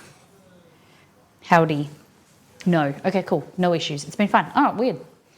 So my laptop is like having issues with chat, and then I refreshed it and it said there was a whole system error on Twitch, and then this was refreshing. Couldn't see anything. No stuttering, perfect quality. And what about the stream? Okay, I'll stop. So into here we're making. Don't get a black or don't get gas. I like gas, but this stovetop is terrible. I'll tell you again how bad it is. So it never looks clean. It's hard to clean. I hate it.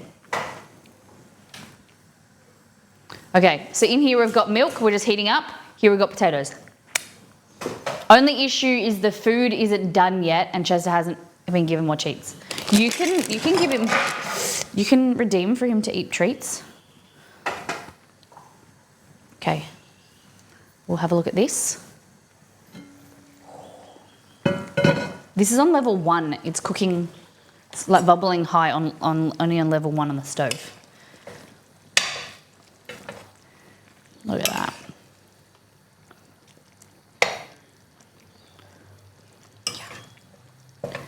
If I was me and we weren't doing this on stream or doing it properly, I would put this in the pressure cooker because it would be done by now.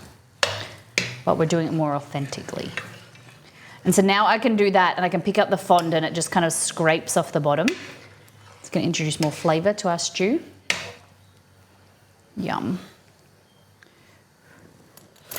Can't wait to eat this with mash. Yum. So the meat's very firm and then it will start to soften up. Little bits of bread here, they'll soften as well and break down. It's very, very tasty.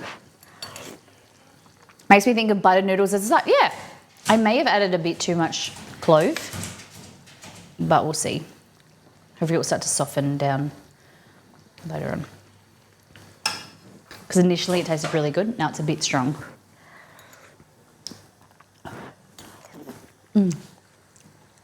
Divine. Okay, so cover that. Now we've got that. Get the rest of the stuff for the tart. Romeo. So I'm going to get puff pastry. We're not going to make our own today.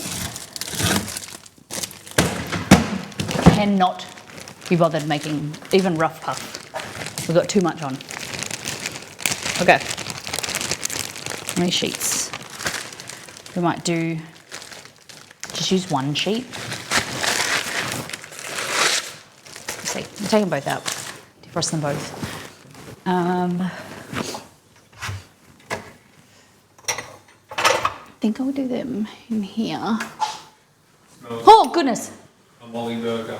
Smells like a molly burger. Yeah, because you make smash burger with the same onion style. See, it reckons it smells like a burger, the beef. With the onion. With onion, yeah. Oh, what soup did you make, mate? What soup? Yeah. Broccoli and cauliflower soup. That was the other day. You could make better soup. Have a taste of this. What is it? It's a bit of the stew. It's good. It reminds me of the Elder Scrolls pie. Oh, yeah. That's on the website, the Hunter pie. Yeah, that's good. Exceed jump scare, not this time. He didn't get me this time. Okay. So when we make our ricotta, we need to add egg, almond flour, it says, I got almond meal. Enough? Good enough? Almond meal, almond meal, almond meal. There we go. And then eggs. We'll go with 3 eggs. Almond extract, which are just behind here.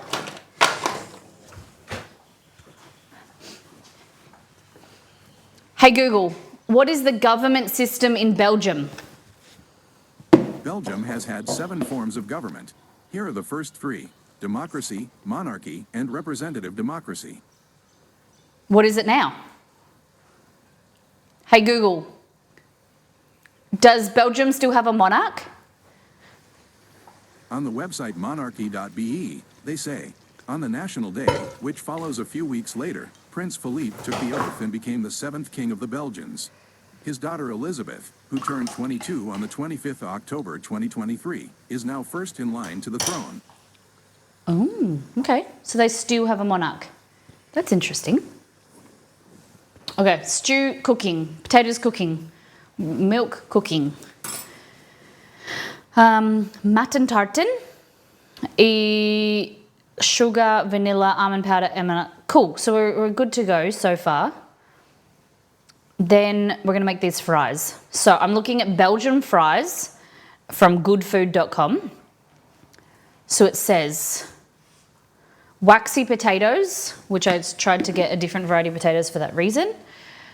Corn oil, okay, and we eat it with mayonnaise. Do you want to learn how to make a mayonnaise? Do you want to learn how to make a mayonnaise? Whole egg mayo? Is that something that interests you?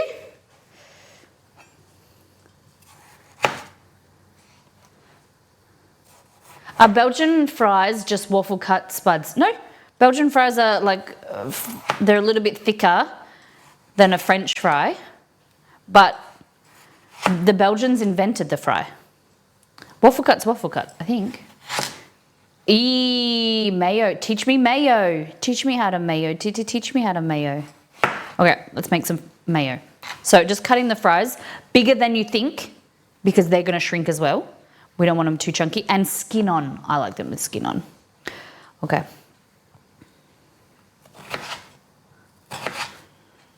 Like that into like larger batons. Yep.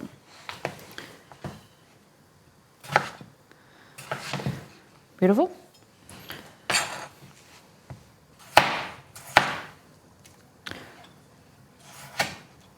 You want to make garlic mayo or regular mayo? Whole egg, whole egg.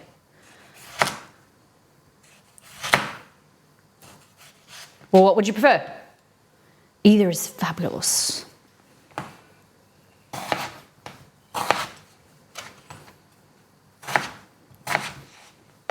Okay, so potatoes. Tend to use like a more of, when making fries, a white potato. It tends to be waxier than starchy.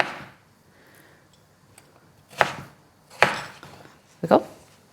Okay, slice the discs and then into rounds. Dun, dun, dun, dun, dun, dun, dun. Meanwhile, bring a pot of water and then we're gonna cook them in water, boil them. I think whole egg is the way, reduces wastage, yeah. But the thing in our house is we don't really have egg wastage. Have you been paying attention? Why in our house is it special? Ice water. Meanwhile, a large pot of water to a boil and bring another to, okay.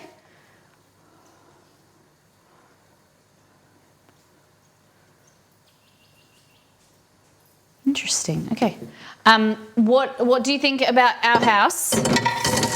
I mentioned this a lot, why eggs don't go to waste in our house. There's someone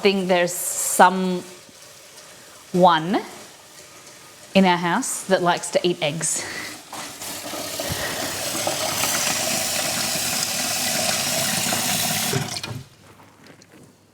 Romeo.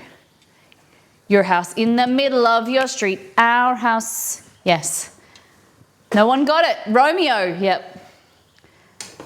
Yep. Romeo is an egg fiend. If half of egg wash, you don't use it all, give it to Romy. He likes whole egg or egg yolk better than egg white, but he will eat an egg white with some coaxing. Okay, I don't have enough big burners.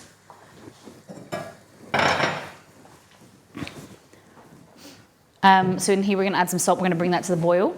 And this recipe wants me to blanch the potatoes, like bring it up to boil, blanch them, and then put it into cold water. My nan used to give her dogs eggs for the shiny coat. Yeah.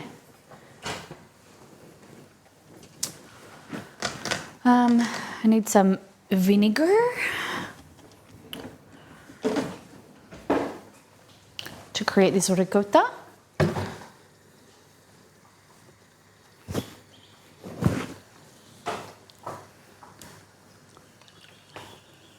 Did you have Dalmatians? Oh, when was the last time you saw a Dalmatian? I said to Exceed, I think it's very rare. But when we went on our dog walk last week, there was that lady in a car with 2 Dalmatians. And I said, oh, you don't see them very often. And Exceed says Cruella killed them all.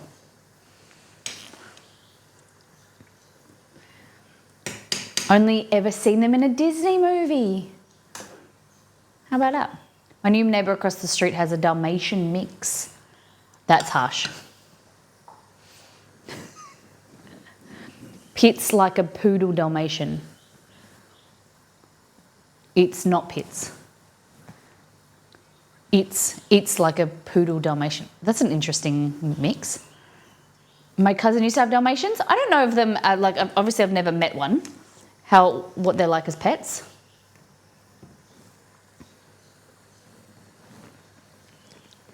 I'm just waiting for this milk to start bubbling. From me.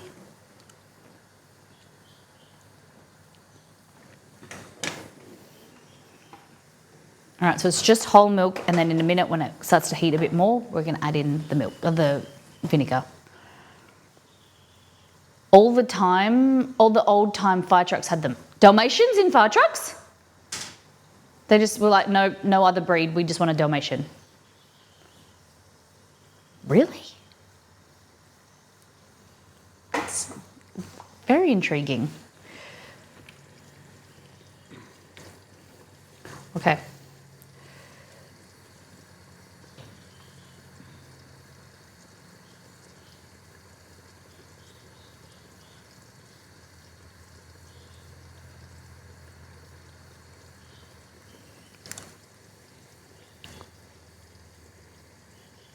I don't know exactly what temperature to bring this to, so I'm just going to do it just under the boil.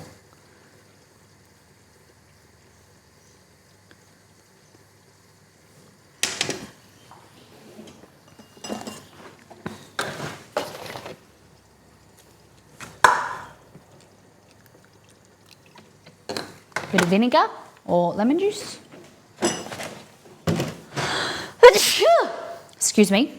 Dalmatians and horses are very compatible so the dogs are easily trained to run in front of engines. Oh, wow, okay. Interesting.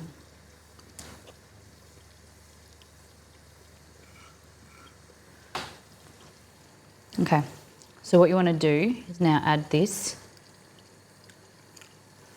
Give it a little mix so it curdles.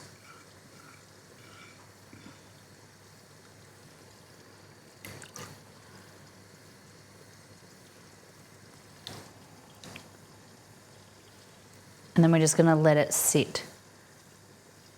Starting to curdle.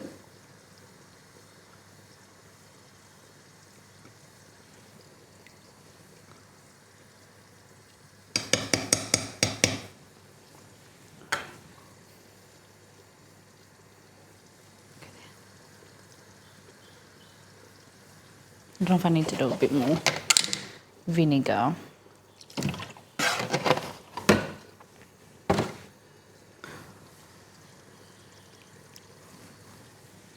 I don't want to add too much because I don't want my ricotta to taste like vinegar.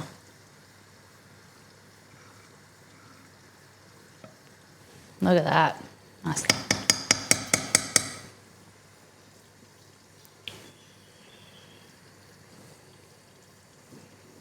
Then we got back when the fire trucks were horse-drawn. Nice, clippity-cloppity down the street. Interesting, the more you know. Hey Google, what inventions are famous from Belgium? Here's a summary from the website thebulletin.be. Made in Belgium, and we're darn proud of it. 1. The contraceptive pill. 2. The Mercator projection. 3. The JPEG conversion. 4. The saxophone. 5. The praline, and the bulletin's honorable mentions. Wow. Damn. I don't know many of them. I need to probably see them. The JPEG conversion's pretty cool. The contraceptive pill, good. I don't know what else he said. Didn't hear any. Hey Google, what is Belgium most known for? According to Wikipedia, Belgium is famous for beer, chocolate, waffles, and French fries. The national dishes are steak and fries and mussels with fries. Many That's what we're highly making ranked Belgian today. restaurants can be found in the most influential restaurant guides, such as the Michelin Guide.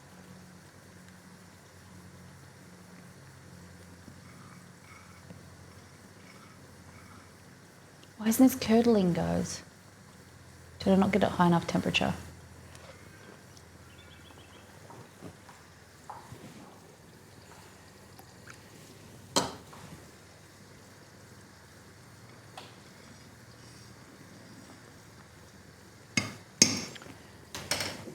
Okay, that's boiling. Hey Google, repeat. Sure. According to Wikipedia, Belgium is famous for beer, chocolate, waffles, and French fries. The national dishes are steak and fries and mussels with fries. Many highly ranked Belgian restaurants can be found in the most influential restaurant guides, such as the Michelin Guide. Hey Google, why is Belgian chocolate so different? On the website chocolatecountry.com.au, they say, real Belgian chocolate must be produced in Belgium, however. The cocoa beans themselves can only grow in equatorial regions of the world. The Belgians source beans mainly from Western Africa. This is then paired with Belgian milk and sugar to produce the distinctive flavor we all crave. Hey Google, what's the difference between Belgium and Swiss chocolate? On the website quora.com, they say, Swiss chocolate often emphasizes a smooth and creamy texture with a focus on milk-based recipes. Belgian chocolate, on the other hand, is known for its rich and intense flavor, often achieved through using high-quality cocoa beans and a high cocoa content. Okay. Thank you.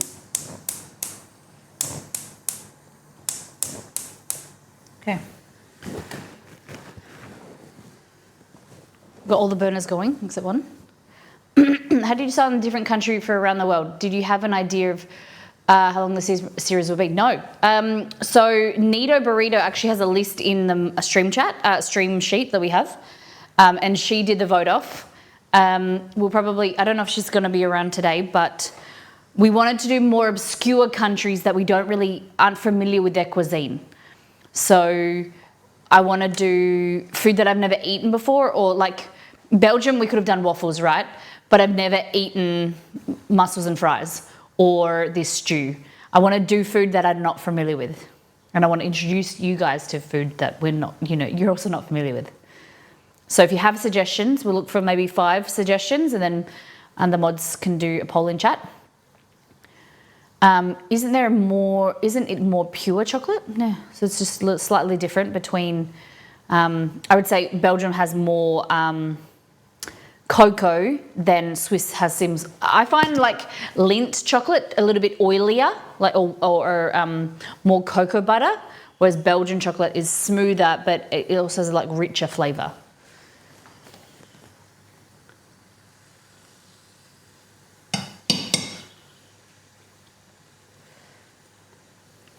I don't know what's going on with this curd. Like it's not,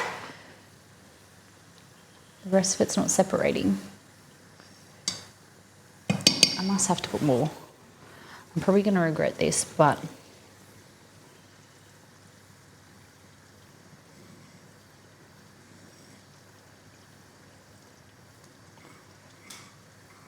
Maybe didn't get the milk hot enough.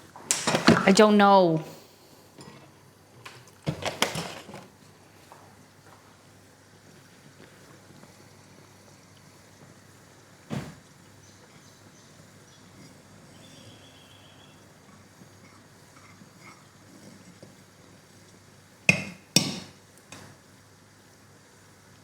All right, I'm going to turn it off now and let it sit. It's off. Polynesian food would be cool. There's a lot of Polynesian, some, Samoan food where it's a little bit hard to replicate because they use, like coals and they cook under. That's better. I need to just heat it up more. They cook with the coals, they cook underground, things like that would be hard to replicate. But I think the recipes should be fun. So what countries would you like to do next, guys? We need some options. So we had Armenian. What was it last time? Nigerian. We could do, is there a specific Polynesian country that you think? Maybe have a look at some recipes. Iranian would be nice. I'm not too familiar. I've done an Iranian lamb dish before. Just check out this here. All right, that's good to go. So we're going to take that out. I'm going to try and keep some of the water if we can. Strain this. Hot pot would be fun. Yeah! Some a specific region of like China would be really cool. Like if we did more regional foods. Samoan chicken looks amazing. Oh, okay. I know it's not a country, but I do think African would be interesting, Western or Southern. Yeah, so I think Ethiopian, Nigerian, I think definitely we can break Africa into different countries, and Ethiopia, there's Tanzanian food. What would you like to do? Korean hot pot would be, like Northern Korea. Oh, well, I suppose we don't know how different Northern Korean and South Korean food is. But if we did a country that we know of, like, say Korea, eventually when we get around to that, then we have to do something that food we've never heard of and never eaten before. But I don't want to do Italian, French, Spanish, very common South Korean food.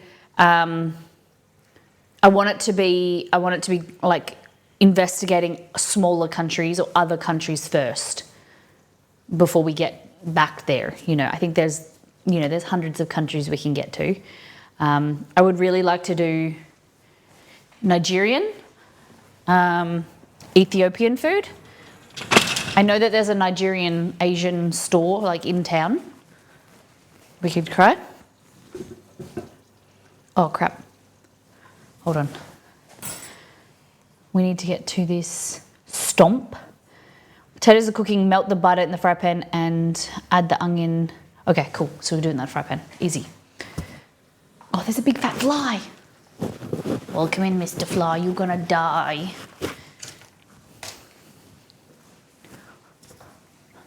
Who remembers this? Injera is seriously so delicious. Okay.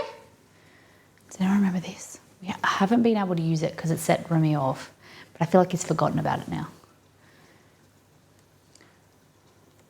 It's basically a fly catcher that electrocutes flies. You go like that.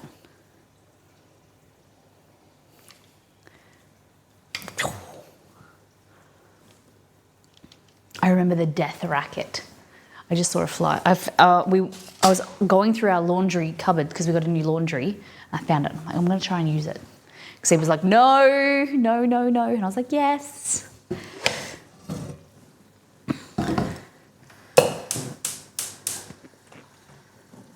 All right, we've got a few things on the go.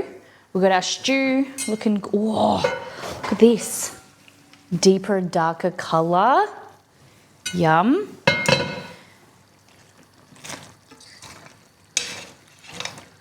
Meat softening. Yum. Oh God, that looks so good.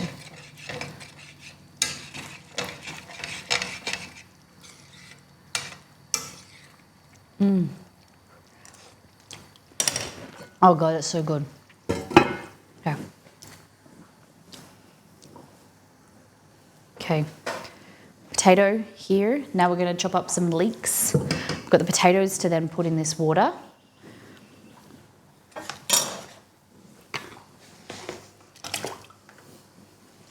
said blanch them, but I'm just going to boil them. Bring them up to the boil and then put them in cold iced water. We need onion and leek. So leek, very, very, very common to be sandy. So what you want to do, run your knife like through this, like that, and then rinse it, especially this end bit, with water and get all this dirt out.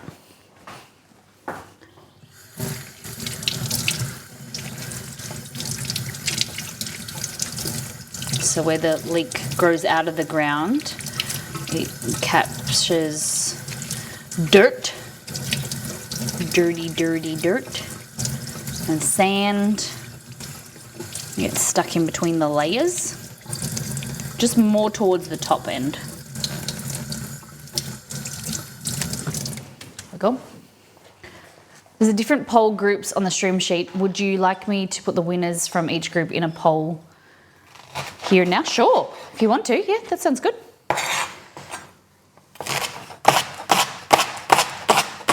So this leek is going to go into our mashed potato. We're going to cook this with butter and onion.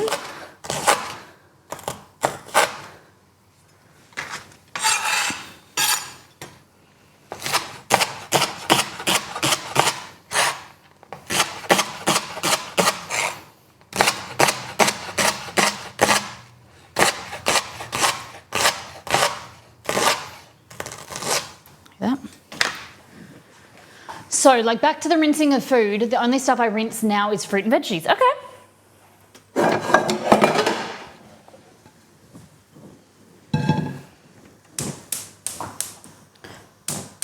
Oh, there's a piece of potato there. Go in.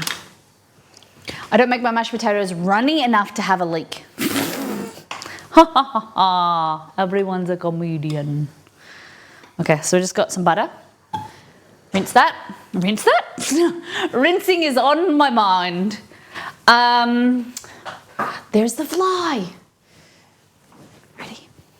Go into the pantry so Romy can't see in here. So you turn this on like that. Where's he gone? There he is.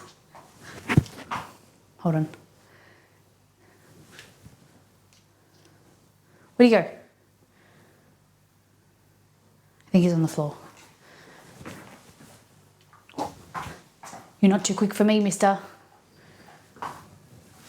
Oh, yes. He's stuck in the racket. He's dead. Eco-friendly. Eco-friendly racket. Oh, I didn't even see me. Sorry, I moved the camera away. See my beautiful wave panels, exclamation mark Elgato. These are wave panels, functional art. I love them. Oh, then you can see the dishwasher. There we go. Yes. All right. Leeks. Oh, I came in here to get an onion. Or I might use a, what do you call these? A shallot.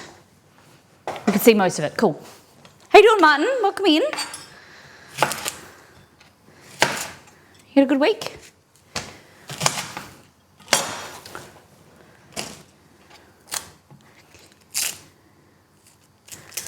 All right. It's just a shallot. an echalot, some people call them. No, echalot's the green one, right? I get confused. We call them shallots. I hate them because they're really annoying to peel. Okay.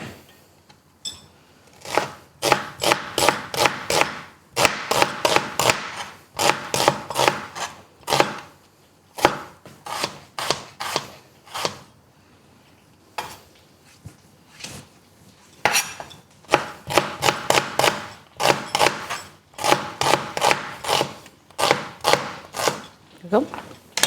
Beautiful. I think it was a medal list, not previous voting. Okay.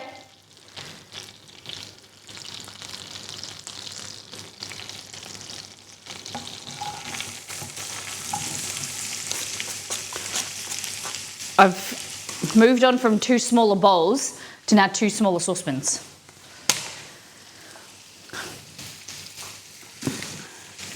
Is there a way you can message Nito in Discord to see what she was meant to be doing?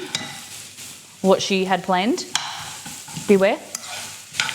Thank you. Just cooking that down. That's ready to go. Now we've got our curd here. Oh, look, it's so good. Okay. So potato there. Don't want to mess up her hard work. Dear Nito, what you talking about, Willis? Okay. Look at this curd. Look at that. So grab this, put this on there, and then we'll get paper towel or Chuck's cloth. In Australia, we call it refer to this type of cloth as Chuck's cloth.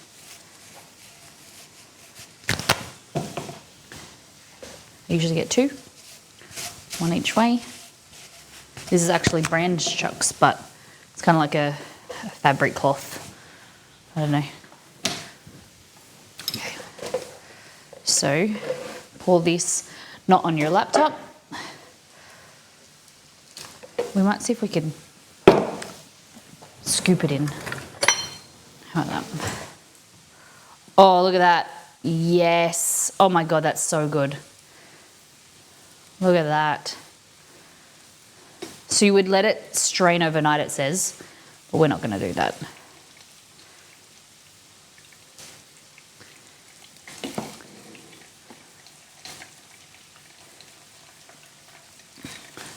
So this is just 2 litres of milk with a bit of vinegar in it.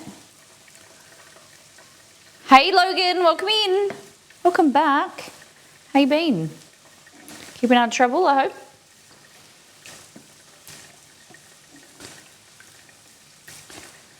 A little bit of something there. Cool. Been okay? Good. Good to hear.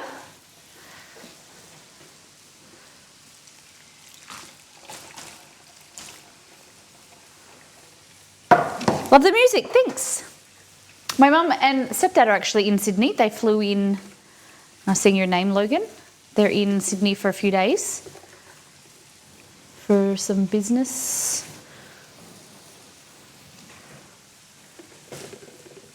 I'm not in Sydney. I'm in Perth. But well, you know how guys we're talking about Loon. I asked my sister, sorry to hear, wouldn't want to live in Sydney. Sorry. It's an okay place to visit on occasion, but not a fan. I love Perth too much. You born and raised in Sydney? I like New South Wales more. But anyway, talking about my stepdad, I said to him, because they're doing they've got a course, not a course, but like an event. My mum's running an event in Sydney, and they're this weekend, and then next weekend they're in Melbourne. And I was said to my stepdad, I was like, can you do me a favour? Can you give me some Loon croissants? He's like, you just tell me what I need to do, where I need to go, and he's like, I'll get it for you. And my mum started laughing, and she goes, you don't know what you got yourself in for. And I was like, don't have to like go too early, but you know, you might have to line up for a little bit.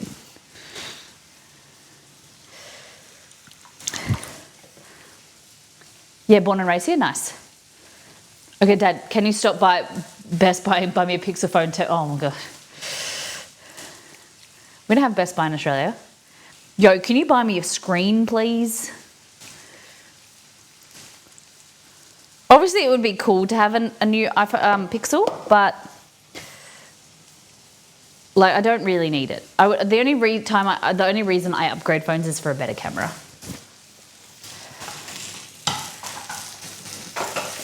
But mine's at the moment's pretty good. But just my screen.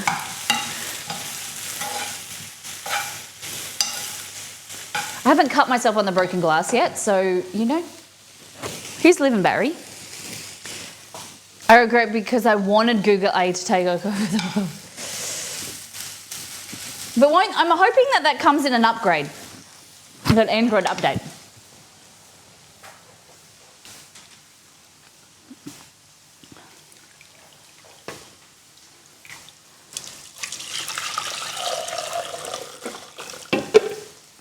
Okay, water everywhere, but I don't know if you can get anything more out of this way.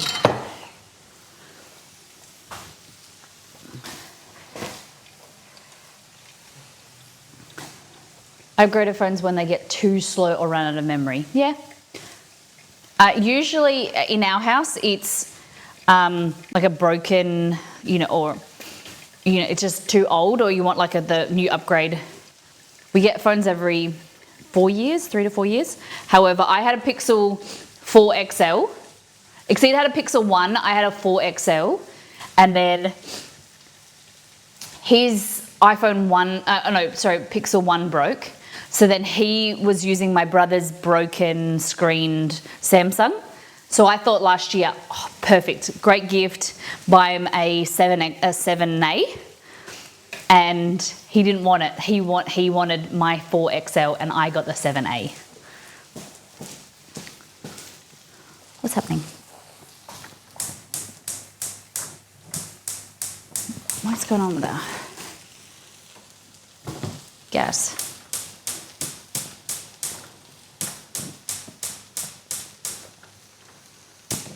What is going on?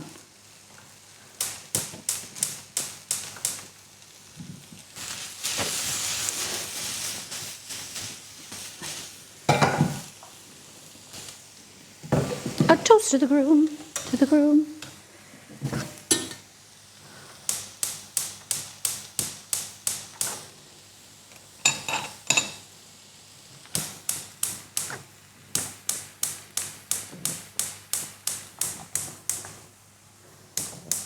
What the fuck is going on?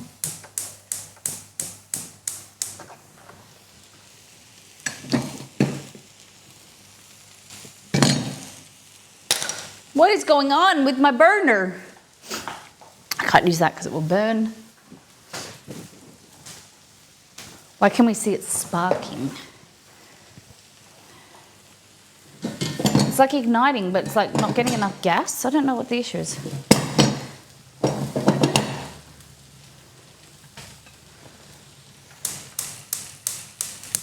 It's like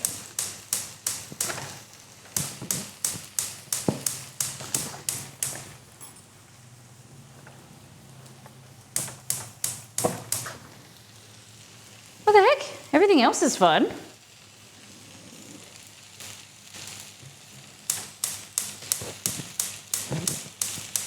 It's like it's ignited, but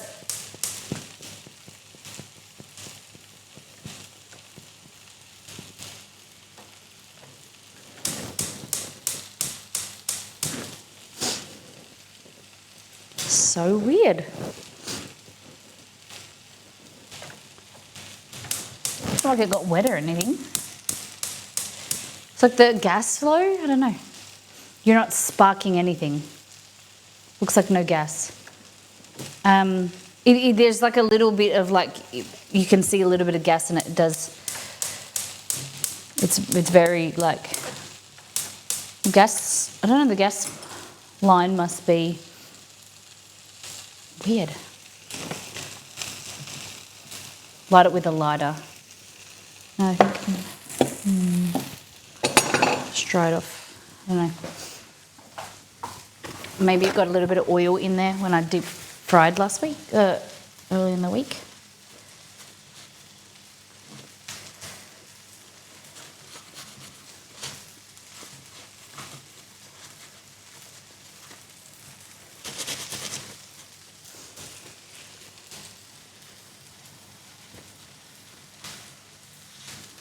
Weird.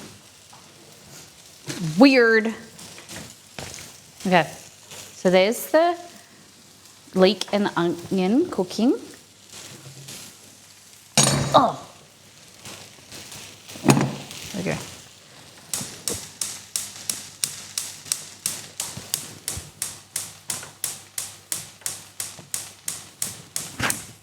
Weird.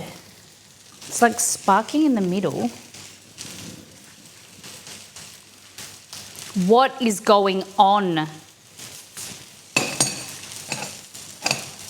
And it's my bigger burner as well. It's a gas. Okay. Cool, man. I love that. The other two burners are working. No, it's sparking. It is sparking.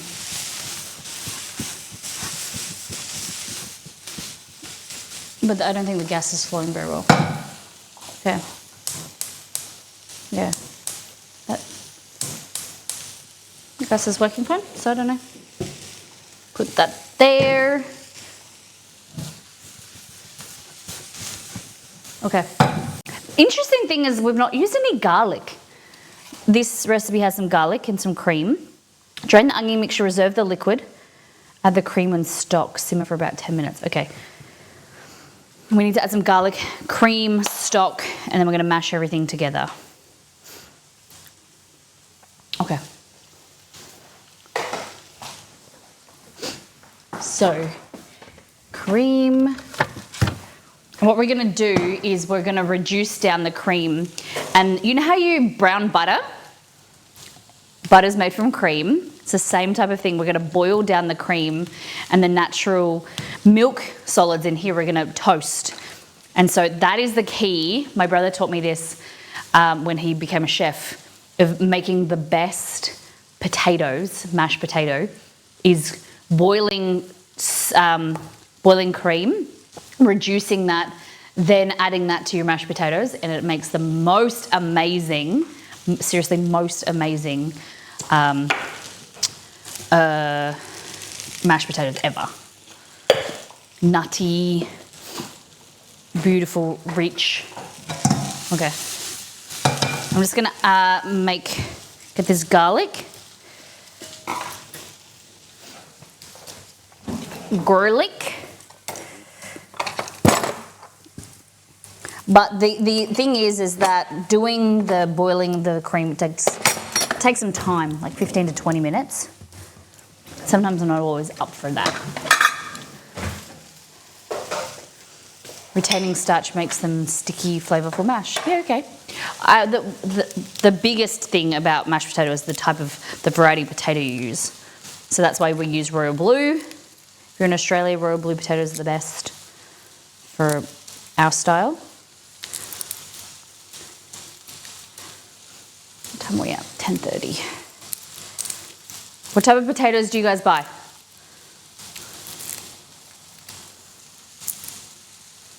Any potato from the shops. Amy, $2 a kilo. Oh goodness, okay.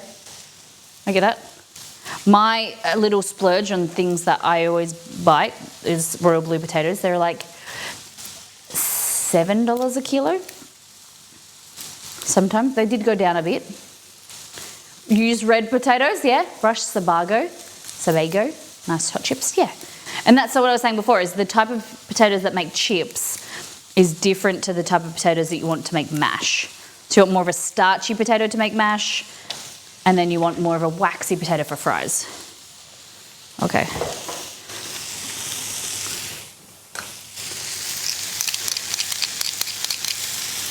Like this.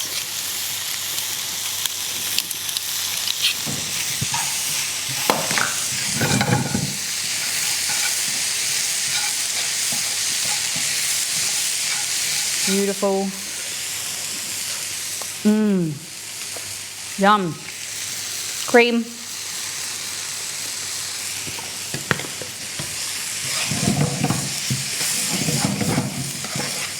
So you could serve these on top of steak and it would be amazing.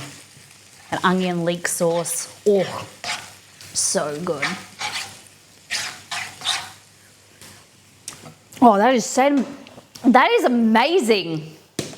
Onion, leek, shallot, garlic, stock powder, cream.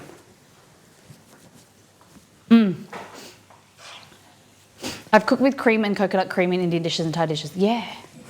This is just regular dairy cream. Heavy whipping cream. Thickened cream. Look at that. Oh my goodness. We're going to keep cooking that, caramelize down and brown the milk solids. Yum. Okay. Then we're going to go over here.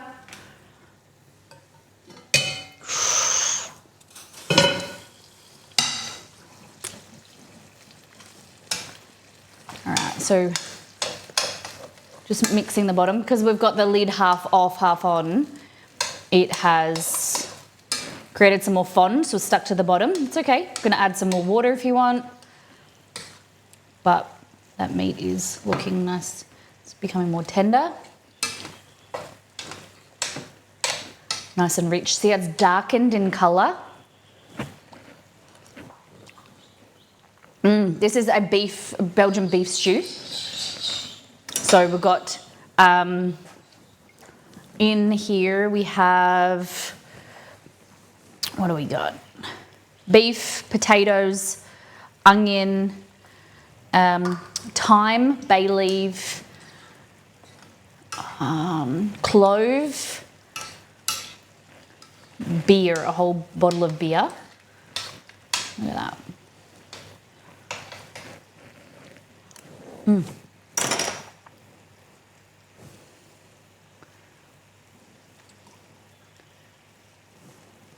See, I cook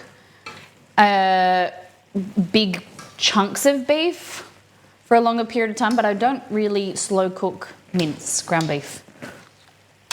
There we go.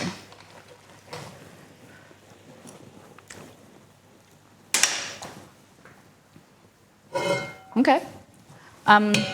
Is there a reason? Why do you keep the ethanol? Because I find that, like, then you have the flavour, like the alcohol flavour. Not for me. Ethanol boils at 60. I know, but why do you want the ethanol flavour?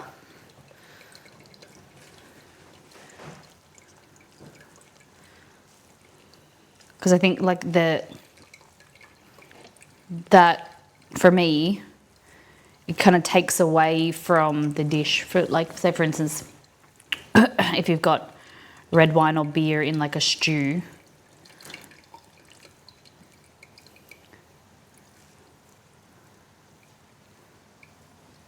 beer doesn't taste nice, and red wines, if I cook them off, I see no reason. Okay.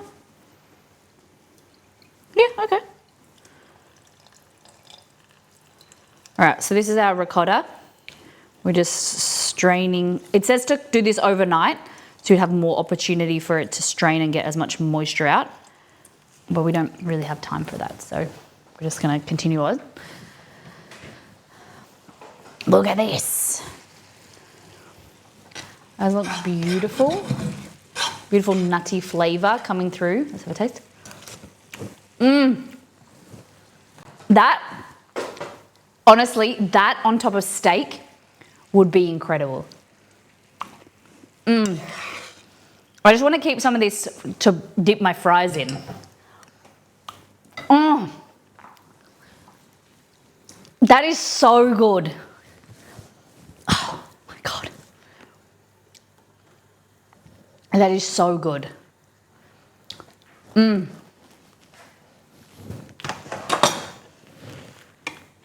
Smash or pass? Smash, smash, smash, smash, hard. Oh, my nose. It's very hot, so it's giving my nose. Oh. Okay.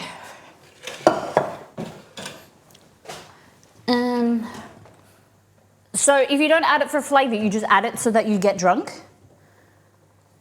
If you don't see the point of adding it, why do you add it? Okay. Okay. Each of their own. All right, so potatoes.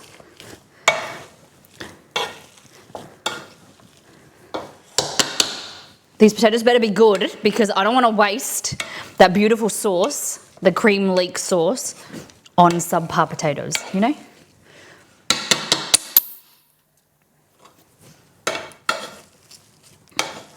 Ugh.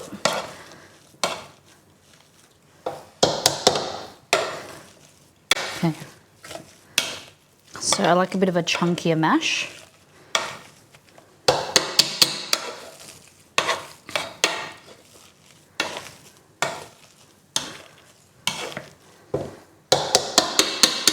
Like that.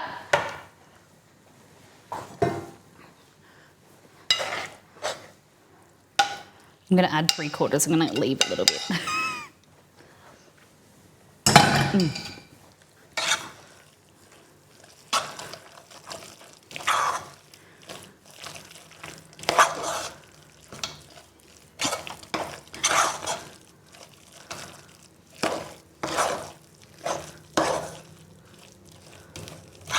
All right. Moment of truth. Moment of truth. Potatoes with leek, cream, garlic, onion, or shallot.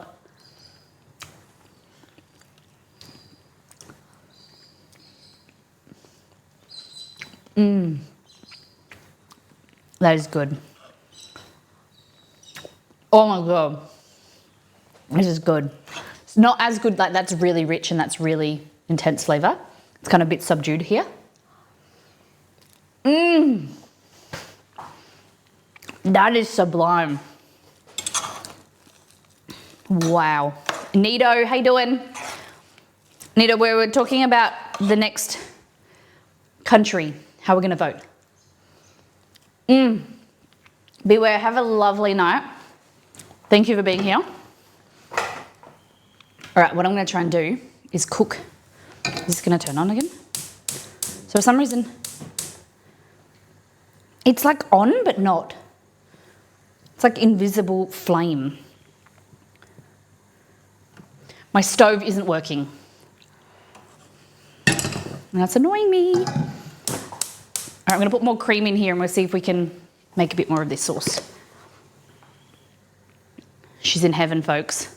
Called by Lake Gate! Welcome back! How you been, friend?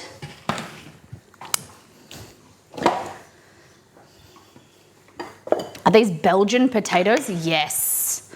It's a Belgian mashed potato. Hey, Stace!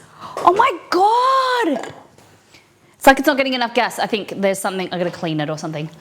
I've missed you, how have you been? If he's been hiding you from me. How dare you leave us for a while? And Kopite, it's lovely to see you. We just made fresh gnocchi, yum. Okay, so this, we're just cooking the cream, browning like you would brown butter, you want to boil the cream, okay? Trust me, it's so good. What a bit of chicken stock. Oh, you can turn your stove on. That helps. Okay. Okay, I mean, well, thank you. 3 sick kids have kept me busy. Oh, you poor thing. Okay, so next we are making our dessert. So into here, it's called mutton tartan. Mutton tartan. So let it drain overnight. Loosen the curds with your fingers. Separate the eggs. Beat the egg whites to snow in the food processor. Add half of the sugar, then the egg whites. Okay. 4 eggs. Separate the eggs. Beat the egg whites to snow. Put the egg whites into the curds. Okay. We're doing like a tart that's got like an almond curd inside. It's going to be good. If you're just joining us, we're doing Belgian food today. It's Miss Molly Makes Around the World. Unfortunately, we didn't do I left it too late to do the green screen. And that was my bad.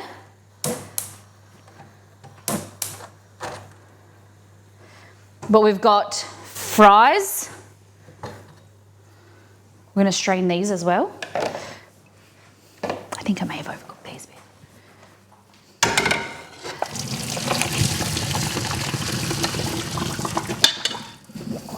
And I'm meant to be putting this in ice water. Oh, I don't know if they are overcooked, but then we're going to boil them.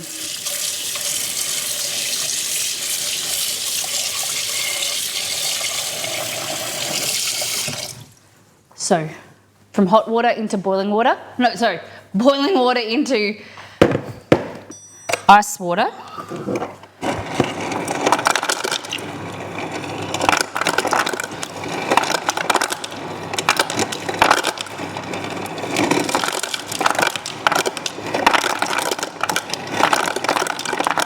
Slows down the cooking process, it firms them up, I'm assuming.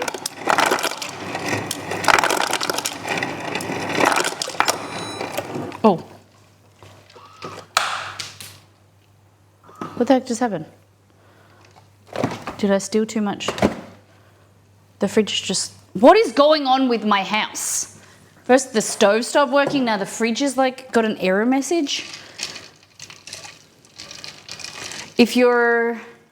Got your stream on the TV and my mum is struggling to understand. Hello, welcome in. Hello, it's lovely to meet you. So my name is Molly. I'm a cooking streamer. So basically we cook on stream. We've got different cameras so you can look at different things that I'm doing, like here or here, and you can watch along, you can ask questions. We want it to be as interactive as possible. You can't smell or you can't taste the food, but you can learn, we chat about different topics, and it's just a bit of fun. Food, fun, fumbles. It's, for me, I'm passionate about showing people, like, teaching the rules of like the proper way of cooking, but then like when and how you can break the rules. It's good to know them so that you can bend them, and you know, if you want to do like a lazier version or a quicker version, you can do that. And from, you know, how I like to cook home style food, it's not fancy, but it's yummy, and you know, we can all share and teach each other.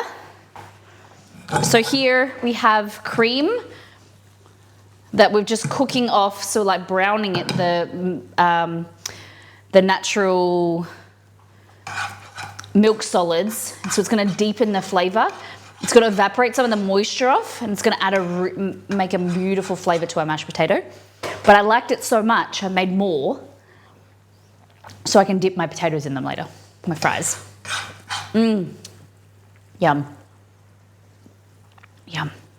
You can always cook however you want, if you're the one eating it. That's it. Totally true.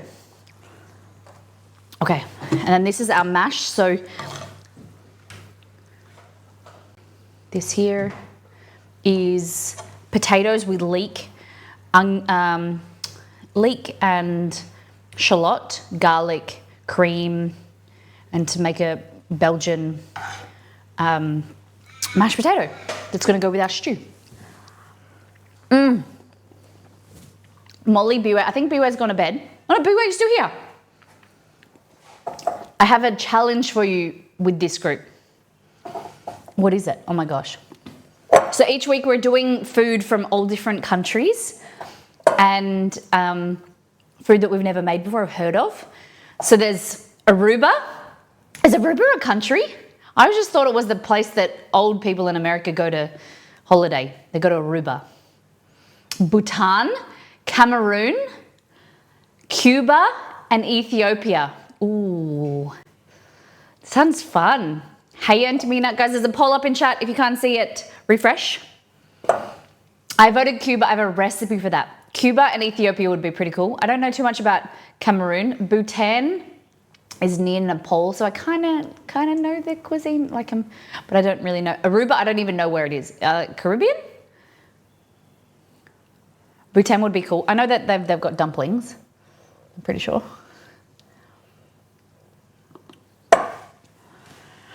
Guys, poll up in chat, vote. All right, so we need to separate eggs. So here, yolks in here, whites in here. I'm making a little bit less than this recipe calls for. I think I might do half. Or half the recipe.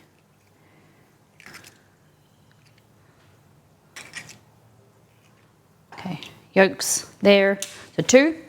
And now it wants me to add half the sugar. So the sugar is 200 grams, that's half. I'm halving it to 100 grams, so I'm gonna add 50 grams. Make sense?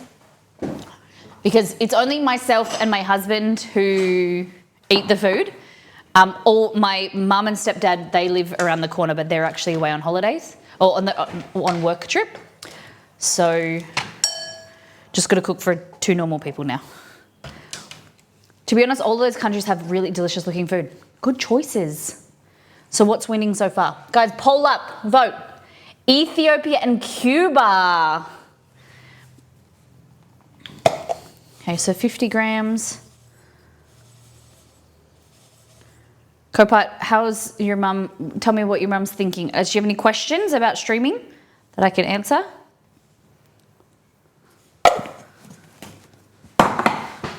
Okay. Looks like Ethiopia's going to win. Okay. Grab this. Oh, bang. Serves me right for not looking. Okay.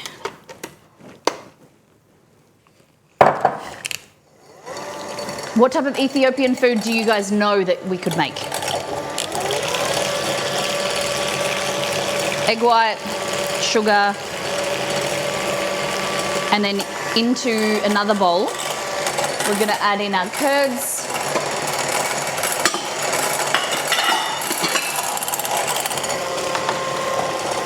our flour, so curds, egg yolk, curd is here. We had a lot of Ethiopian restaurants in the suburb we used to live, but never tried it. Okay. In Melbourne. Cuba for the comeback. Oh my God. Oh my goodness. We can do Ethiopia again. We can vote for it. Don't worry. So this is, I just took 2 liters of milk and, which is about, hey Google, how many fluid ounces is 2 liters? On the website Just homework.study.com, they with some say, vinegar. answer and explanation. There are 67.628 ounces in 2 liters of liquid. There we go. We won't use all of it today.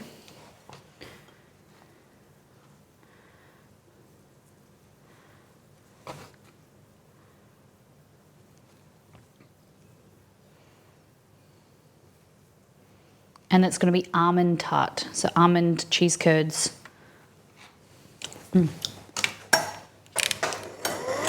There'll be another poll for losing countries. So when will we see Ethiopia come back? Will that be a few weeks, or how does that work? Homemade ricotta, yeah. 2 liters of full cream milk, bring it up to the boil, add 2 tablespoons of vinegar, and then stir it till it curdles, take it off the heat, sit it aside for about half an hour. Okay, So then into here we need another 50 grams of sugar. Where's the sugar? 7 groups together, okay. 50 grams. 57 grams. Could be a little bit sweeter today. All right.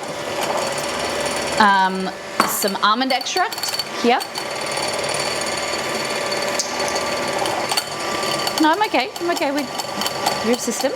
I appreciate that you've created a system. Then we want almond powder, so almond flour. We're gonna get 40 grams of that.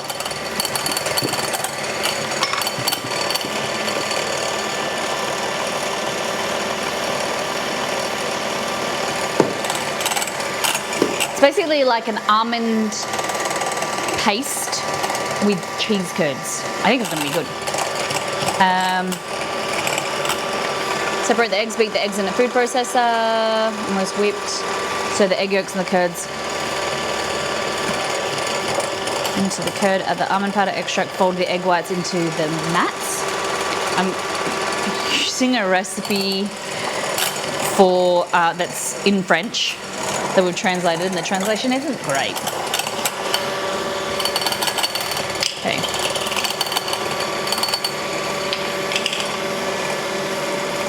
Stace, how are the kids doing now? I cannot believe Jacob is so old. It's just like you grew him yesterday. What the heck? Do you think you'll have any more? Or are you done? Done and dusted? It's okay if you don't want to answer.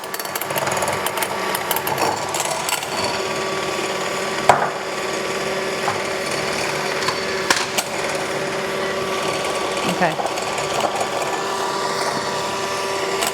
So with my right hand, just mixing the curds into this.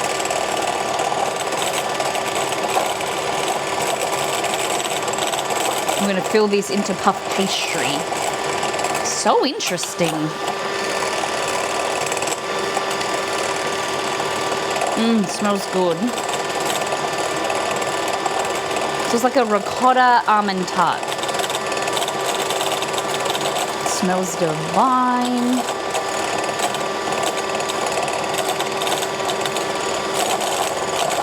Homemade ricotta is so good.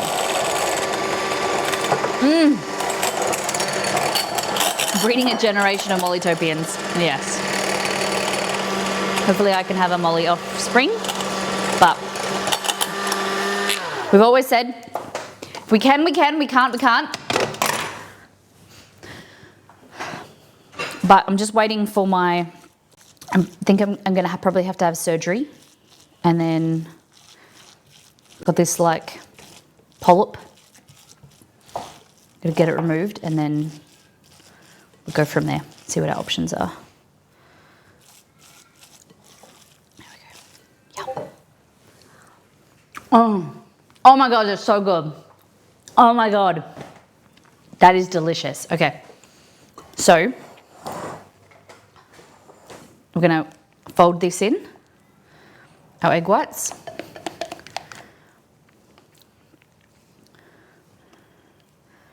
But if at the end of the day, I'll just live vicariously through you guys. And we'll just travel and do Miss Molly around the world, literally. Stream from different countries. Oh my God. So this is our filling for our tart, or our, oh my God. Yeah. Do you think the polyp, it's possibly one of the issues? Yeah. But the doctor said we haven't been trying for that long, so. But, you know, some people it just takes longer, but he said that that could be an issue. This is delicious. I know people get freaked out about raw egg. These are fresh eggs, very fresh. I just eat that by itself. I love almond. Okay, so For this, we're gonna make 2. And then I'll figure out what I'm gonna do with the rest of the filling, what I can do. Jacob has a cough. I know he was 2 in July, crazy. It's just amazing.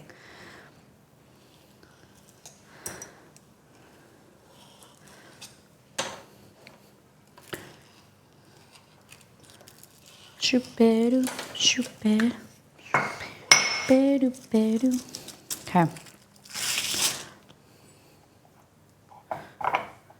Oh, made this one a bit small. That's okay.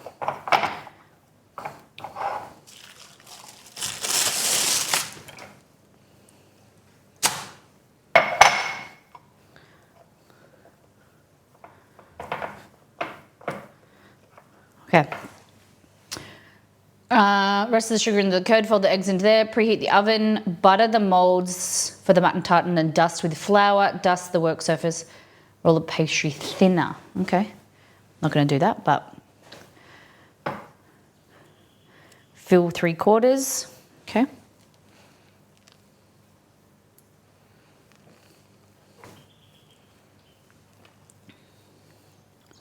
So excited for this.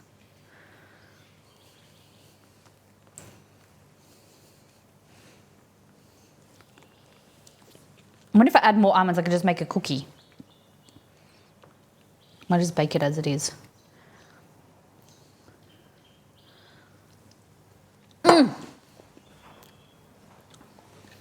Okay.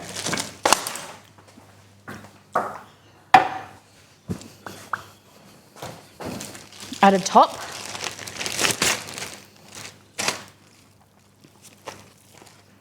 Puff pastry. How many people, have you guys been sick? Anyone had the flu recently? Because it seems that a lot of people, especially in Australia, because it's been winter, a lot of people have been sick. You're sick right now? Oh no. Okay, so just grabbing something that's roughly that same size.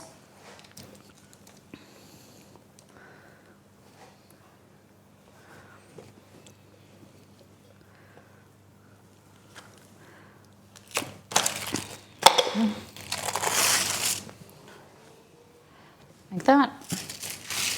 Not the flu, but cold. I might add this a little bit more.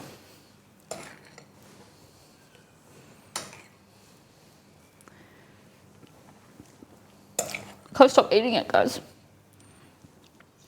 There we go. Right. I can get scissors if I have any scissors. No scissors. It's okay. Just trim the edge. This, rotate.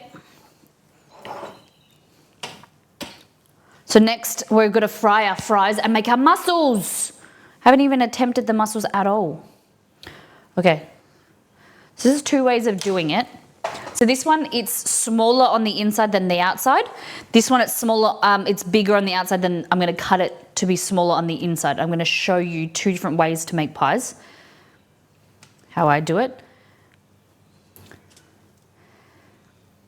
Usually I'd get scissors and trim this, but I don't have any at the moment at my disposal. Okay, so here, what we're gonna do is we're gonna put this on top and we're gonna tuck this underneath, try and grab onto this piece underneath, like that. We tuck on to here, like that. Try and pick up, kind of pinch it onto itself and then tuck underneath, okay? Pick it up, like that, pinch it onto the top one and then tuck this underneath.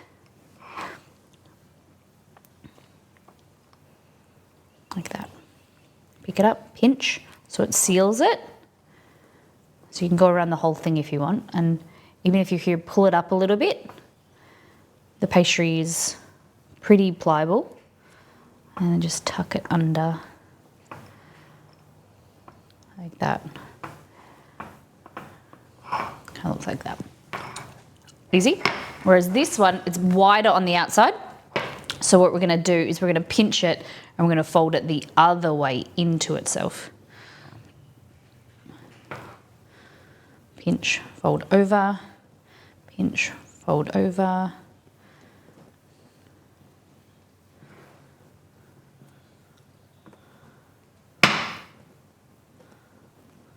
Kind of like how you pleat a dumpling.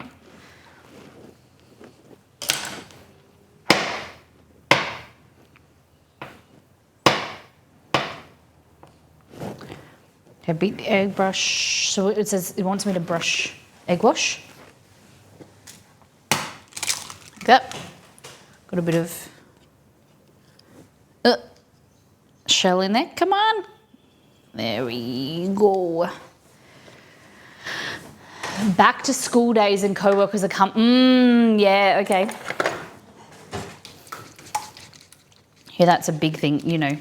Kids get sick because their immune system, they go to daycare or they go to school, they get sick, then they bring it home to their parents, then their parents get sick and then they have to take time off work.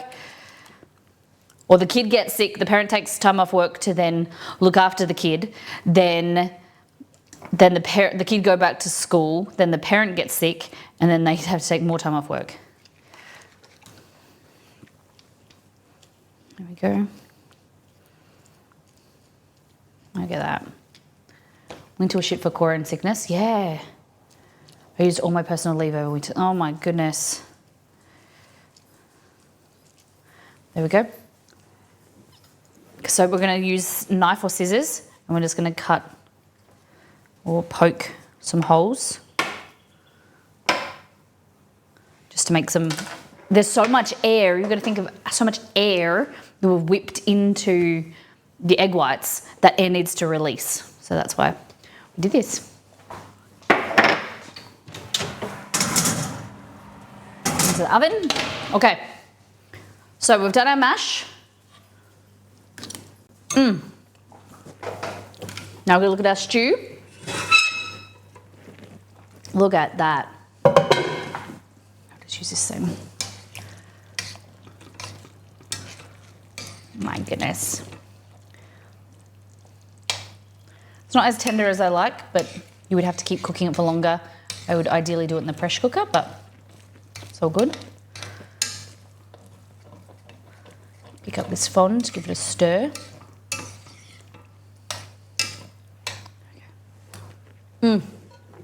Delicious, that's nearly ready. We need to do our fries, and then we're going to do our mussels, okay? Muskels. I'm seeing what I can do with this rest of this almond mixture. What do you think?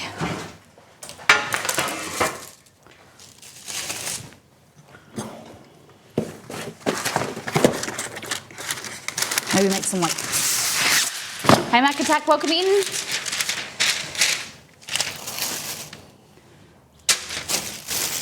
Pastry. Should make some like hand pies.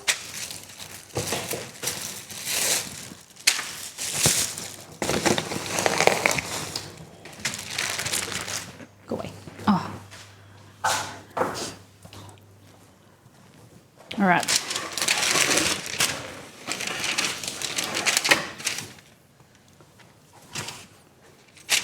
How's she doing now?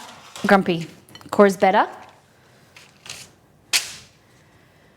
My girlfriend, her kid is sick at the moment and teething. She just turned 2, she's teething. And, you know, it's just so hard to see them in pain, right? And not being able to help them.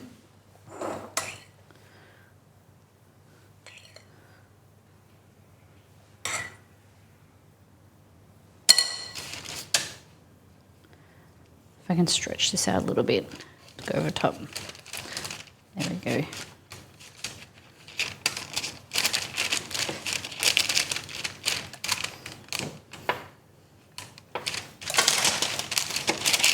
Or ham pie. Pinch around.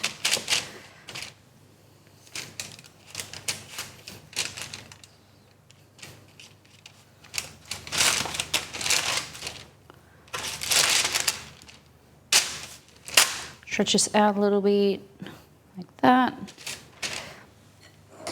Almond mix. The Belgian's got it going on. This is delicious. Sniffles, but she's either teething or having night terrors. Oh, is that common with kids, night terrors? Like what, is it because their brain is growing? Like what causes kids to have night terrors?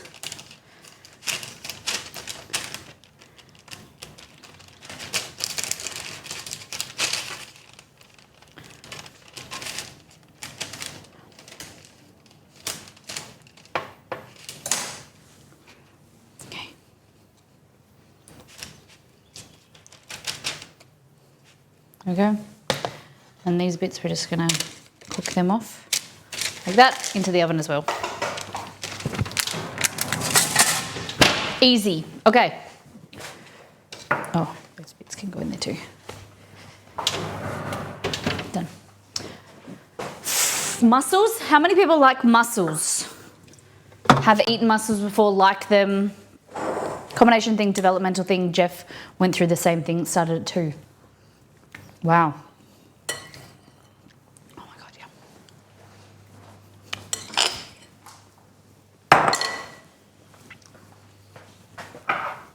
Okay.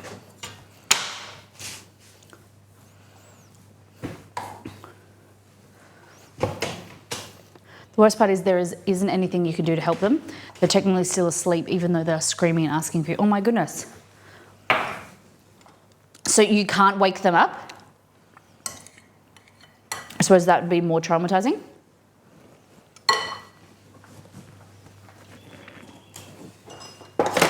Sauteed mussels in garlic butter. Yeah. So the mussels that I bought, green shell mussels from New Zealand. Come frozen like this. Except we will not eat these. Nope, you just have to ride it out. Oh my God, I couldn't do that. Okay. So, moles frites. So, fries and mussels, the national dish of Belgium. So, mussels, spring onion, shallot, carrot, garlic, chili, parsley, olive oil, white wine, creme fraiche. Okay? So,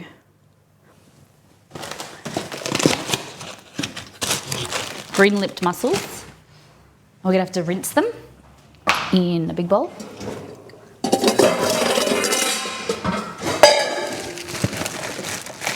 Wait for Cora has calmed down enough for me to pick her up. That said, she was sobbing.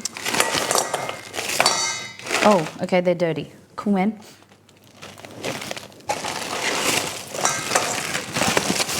Oh no, oh my God, so many.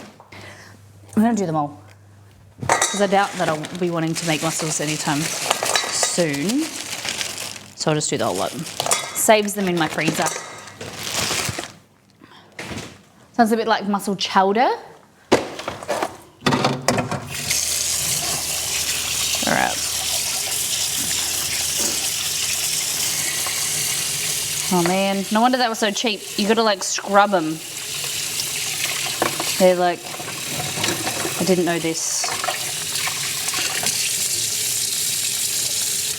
Oh man.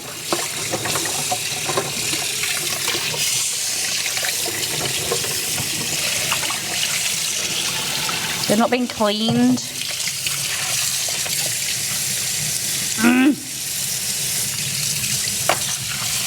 All right, we're gonna defrost them and then we're gonna clean them.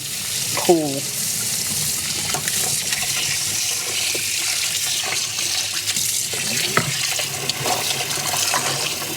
I don't know why I didn't defrost them in the first place, but they've got the beard and everything on them. It's gone from smelling nice in here now because he's going to come in and say it smells disgusting.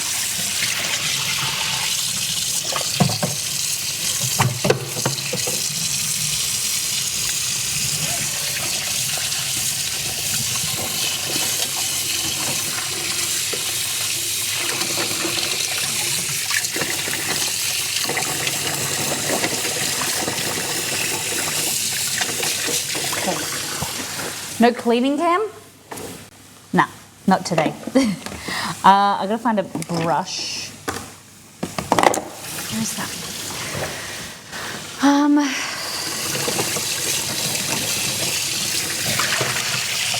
I'll just keep replacing the water so it warms up. Oh, smells like a fish yard. Okay, if I was looking for, I've got a scrubbing brush. Where'd I put it?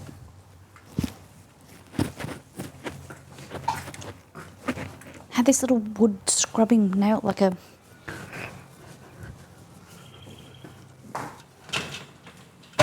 Florida, one hell of a drunk. Okay, so in the meantime, what we'll do is we'll get our fries going so that we can fry our fries. Heat up the oil. That is, Lord's not on anymore, but yeah, coincidentally, listening to Lord while cleaning New Zealand mussels. Okay, so this is the oil from the stream on Monday. I strained it yesterday, and you need to pick up all of this stuff. This is just like oil, flour. So I've strained and cleaned the oil, and now I just need to clean this out. You just have to, like that. So I let it cool overnight. So you have to heat the oil back up so that it's liquid, because this is animal fat, and then you have to strain the oil, and I probably could have just poured this off, but I let it cool so I can just scrub it out like this.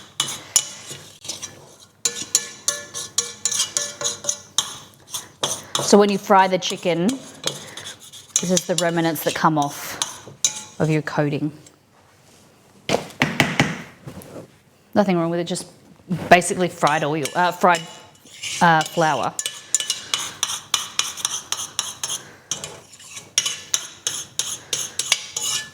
So I wouldn't, the oil that we used yesterday, on Monday, I wouldn't reuse to make donuts, but I will reuse it to make savoury like fries, because we cooked, we fried chicken.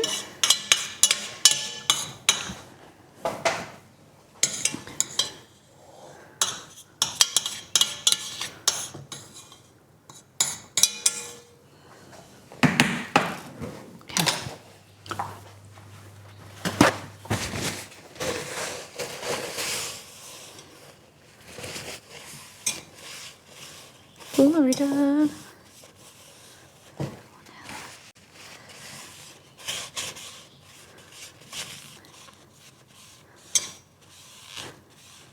Okay. And then get your fat here. Oh.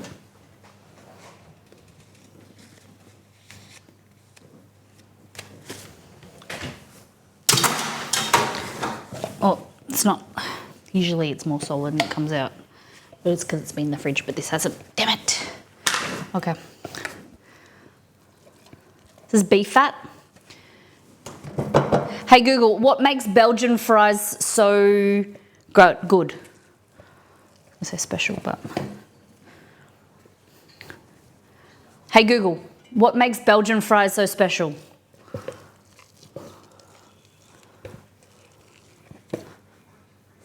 Answering in my room. Hey There was a Google. glitch. Try again in a few seconds.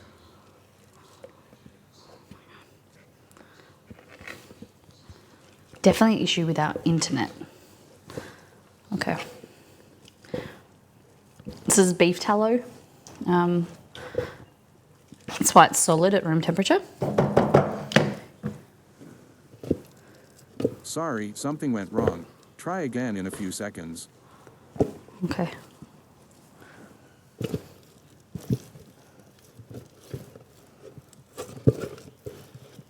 All right, that'll do. Google says no. CAD fix it. And then fix my stove while you're at it.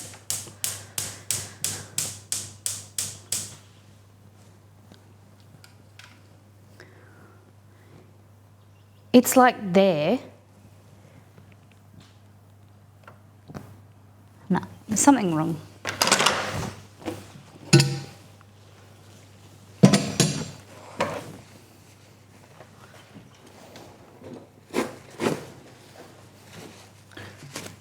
Where would the gas flow? So that's the igniter. The gas comes out of there. What's causing an issue? So that's the igniter. The gas must come out of there. It didn't get wet or anything, did it?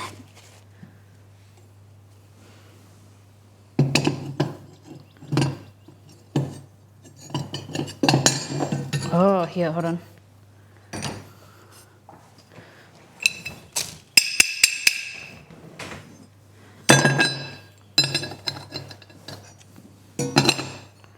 I'll reset that. You can't hear any, like...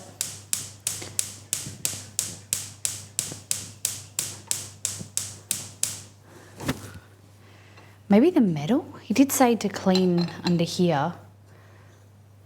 Yeah, I would say that. Let's use a brush. Metal brush.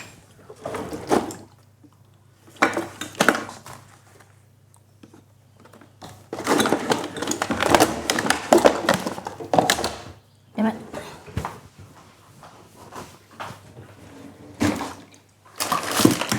Sorry, guys.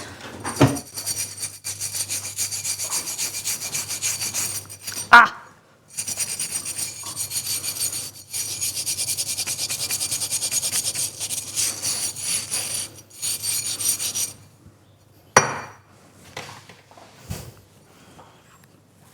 Cleaning stream? Oh God.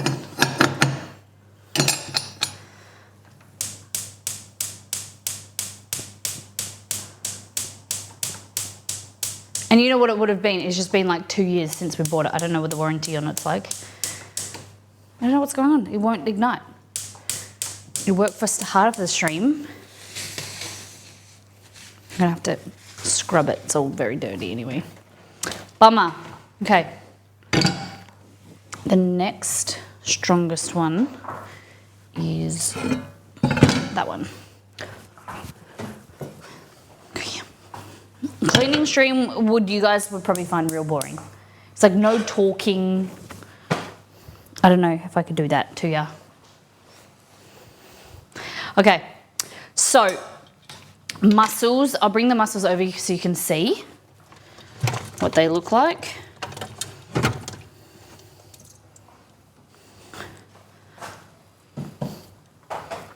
Okay, this is what they're very pretty. Look how colourful they are. So they're green lip mussels. So you want to grab, I just clean it off. Like these are quite dirty. And you want to pull this up. You should have a scrub brush and you scrub them.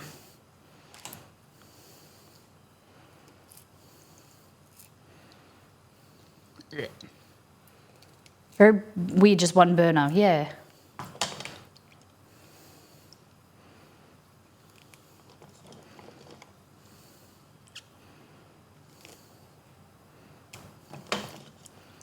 I just don't want this in my sauce.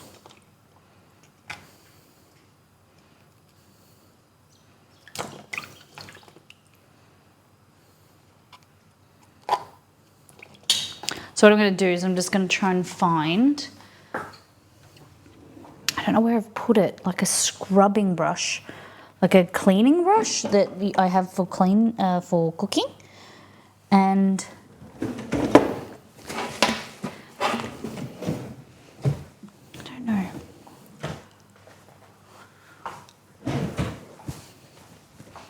If I can't find it, I'll just have to use this.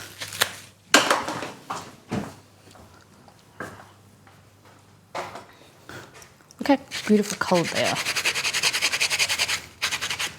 Yeah, that will do. Put them in here.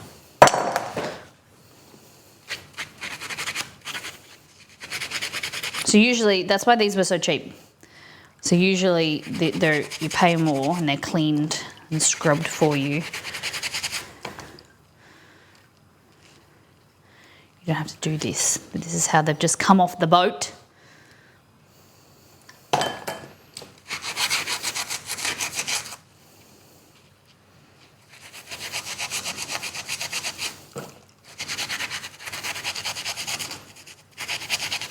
Just try not to get water or smells everywhere. Mussels, I'm right here, Molly. Thanks, Cad. Is the gas coming out? I can light it with a match or lighter. The igniter is going off, so there's not enough gas in the burner. We can try it with the lighter so I can show you.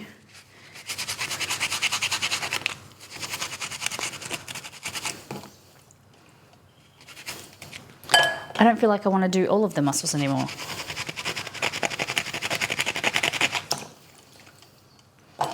Clean all of these.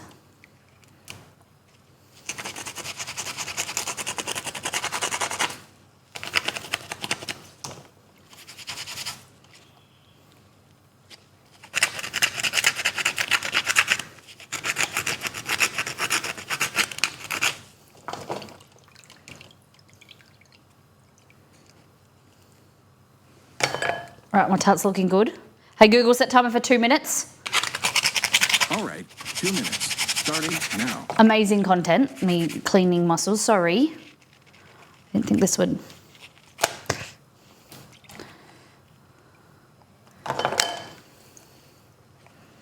It's really clean.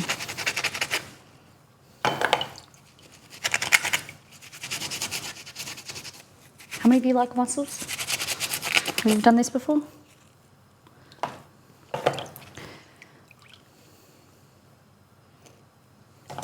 I just don't want any of this in my sauce. So the beard, like this, you grab onto it and you pull upwards and out because it will open the mussel up and you clean it out. Who spend the whole time showing off mussels? Not us. It takes too much time and effort. Yeah, me too. I like mussels mostly when prepared by someone else. I'll probably take this to Belgian if I don't eat it all myself. After all this work, I might eat it all myself. Exceed won't eat any.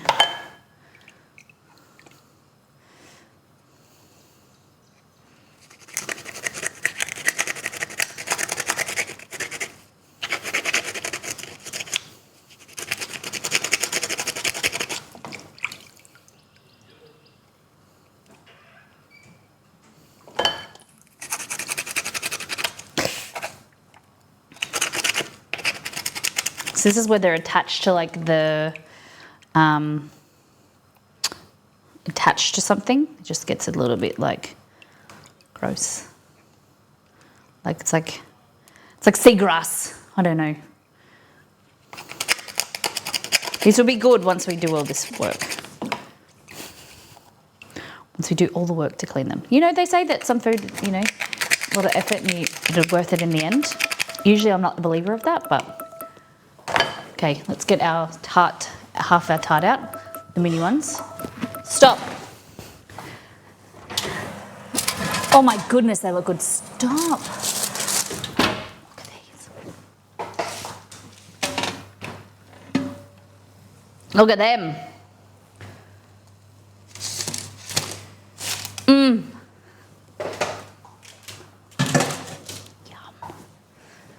Okay, back to this. So they are little hand pies. The proper pies, the tarts, Matten Tarten is a regional dessert that we've made, which is kind of like a pie or a pastry that's filled with whipped egg whites, whipped eggs, ground almonds. So it's, I wouldn't say it's gluten-free because the pastry's gluten on the outside, but it's filled with puff pastry. It's kind of like, if you like almond croissants or almond frangipane, I think you'll like it.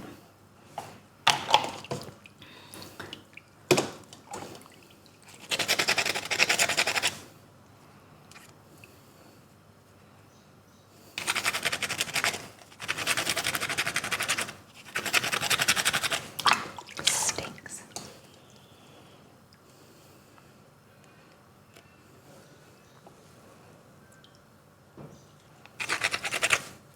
So mussels, you know how oysters grow on the side, like, how do mussels grow? They grow like an oyster? Hey Google, how do mussels grow? On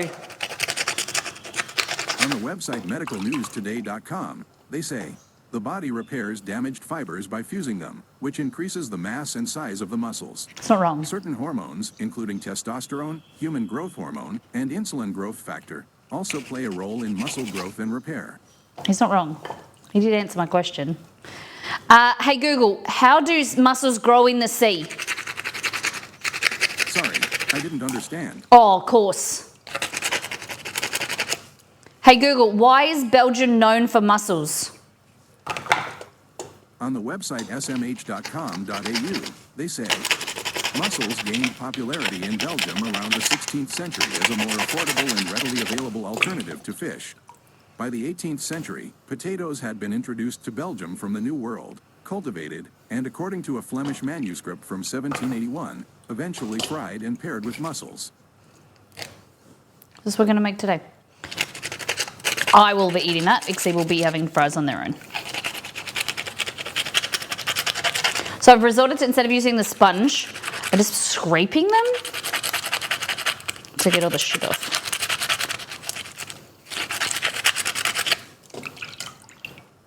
And these will be rinsed again.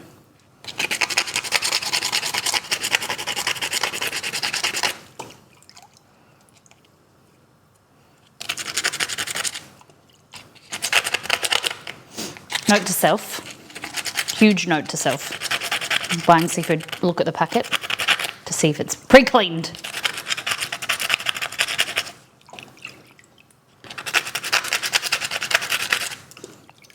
Like if you steam the mussels and then just took out the inside, you wouldn't need to do this because you're eating the inside, but this is going to go in our sauce, and then I don't want it to be contaminated by this gross stuff. This as it comes off. A bit worried about cutting myself, but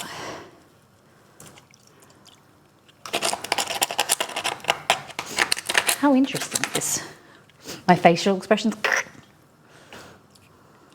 We're nearly done. Last 3. That's pretty good.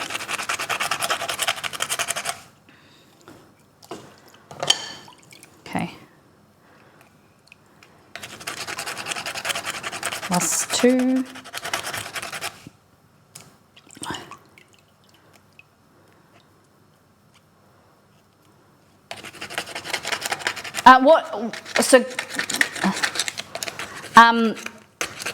So Cuban food is next week. What kind of Cuban foods do we know? Rosella, you said that you knew some that had a recipe. I have made mojo pork before. I'm pretty sure that's Cuban. That's the dish that Stace and Iffy like, that I made the Cubanos. A Cubano is, I think a Cubano is actually from Miami. Hey Google, what is Cuban food? According to Wikipedia, Cuban cuisine is largely based on Spanish cuisine with influence from Taino, African, and other Caribbean cuisines. Okay. Some Cuban recipes share spices and techniques with Spanish, Taino, and African cooking, with some Caribbean influence in spice and flavor. This results in a blend of several different cultural influences. Hey Google, what is the national dish in Cuba? On the website tasteatlas.com, they say, ropa vieja is the national dish of Cuba, a hearty stew made with shredded beef, tomatoes, onions, and peppers. Okay.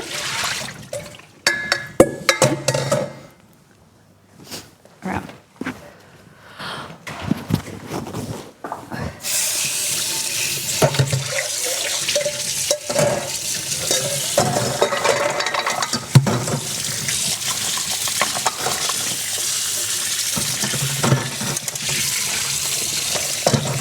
so I'm just going to drain these mussels, let them sit in water more until we're ready to use them. Just a bit warmer water.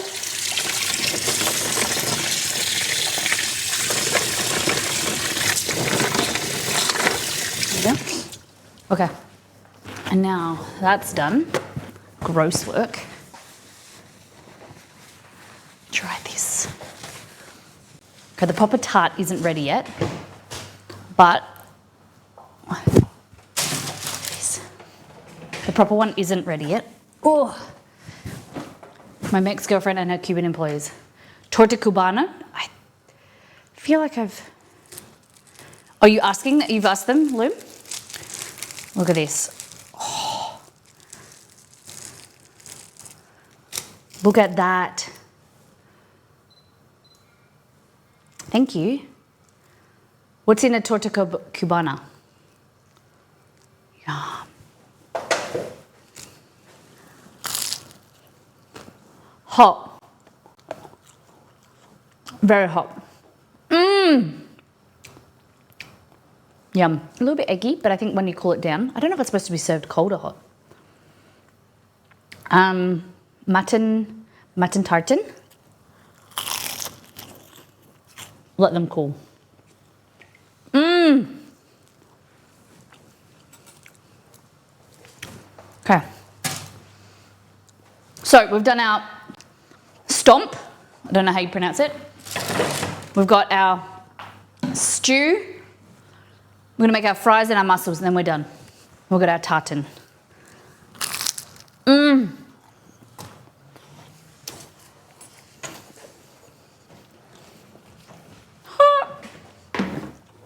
I guessed that's what you meant.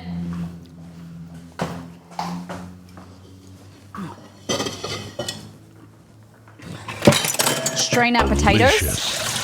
Delicious. Who's that? Hey, Raji. I didn't know you streamed. Raji, thank you so much for the raid. Did I know you were streaming? Thanks so much. What were you doing? What were you doing today? Hold on. So, to make our fries, we've boiled and hot water, then cold water, our potatoes.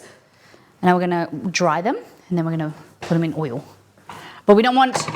Why is it important we really dry these off? Shh, I don't. But I'm hungry, so I bought friends for dinner. Hello. Welcome in, guys. My name's Molly. We're a cooking stream. We're making food from Belgium today. So we're about to fry some fries and make some mussels, moles and frites. And we just made this. Have a taste of this, Succeed. What is it? This is what's it called? Mutton tartan. Mutton? No, Martin tartan.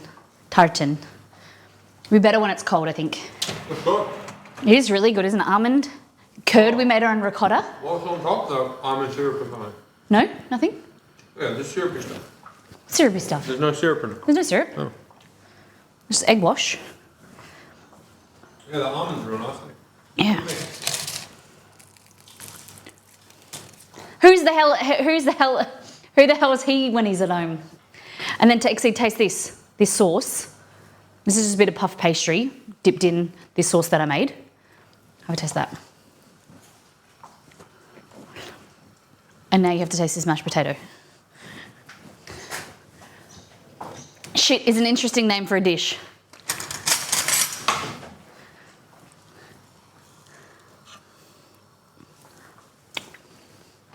Oh. I'm just stuffing food in his face. Okay. Need to get that out of the oven. So the sauce reminds me of a meatier version of the sauce you get with poutine. Okay.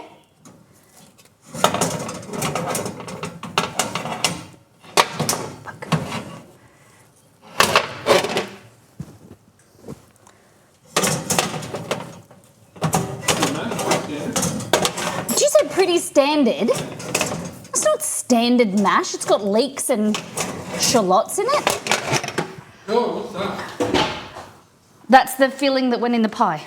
I thought it was cream. You thought it was cream. Look at these. Look at the hide on them. Don't they look beautiful? It's our mutton tartan. What are snot blocks? I need to know. Vanilla slice. Vanilla slice, which is basically like a French millefeuille. It's a bit hot, that oil. Oh, this, our burner stopped working, Exceed. What did you do to it? I don't know, it's just won't work. I don't know. I didn't do anything. I would never. So what's shit on a shingle? So shit on a shingle, my mum never used to make that. My mum used to make shit on a stick. Shit on a stick. You used to ask mum what's for dinner and she would say shit on a stick. Was basically whatever, don't ask. But some other people have shit on a shingle, which is like cream. What do you call shit on a shingle? Like meat on toast. Shit on toast. No, we shouldn't say shit on a stick. She used to say shit on toast. You know when you like creamed beef on toast, yeah.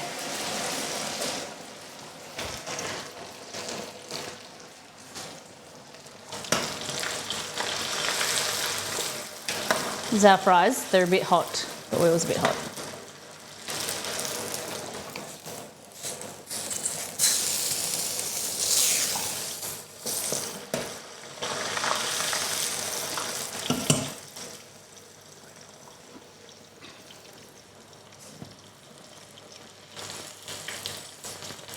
Oh, we're going to make our own mayo as well. I did say I'd make that. Once we get these chips going, then we're going to make the mussels. It's only 11:30.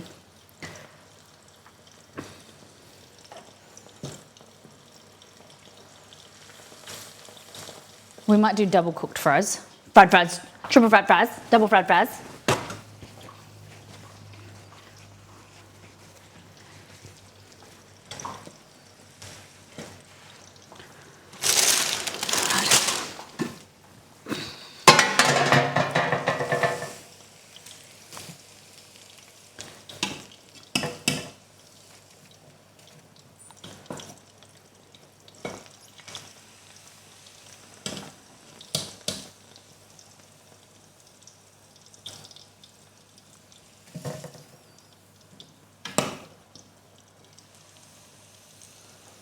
There we go.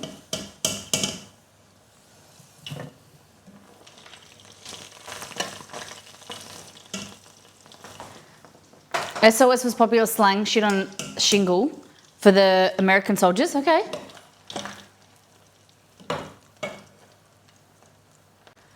Guys treated your soldiers pretty good then. Kidding. I'm kidding. They named it that, I'm assuming. Creamed beef. Chipped beef, is it the same thing? Chipped beef and creamed beef the same?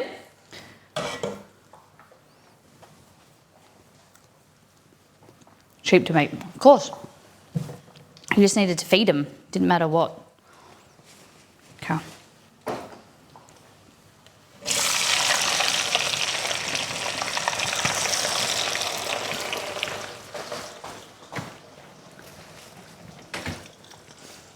Okay.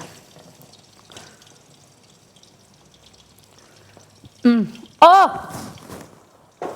I'm down my top. Oh! Hot. Not sure, but my mum would always add sliced shredded beef to white gravy. Okay. Okay. Are you okay? I'm all right. I just got a burnt décolletage. It's okay. I will survive. Hey, what's that? Who's that? Hello? Hi, Mum.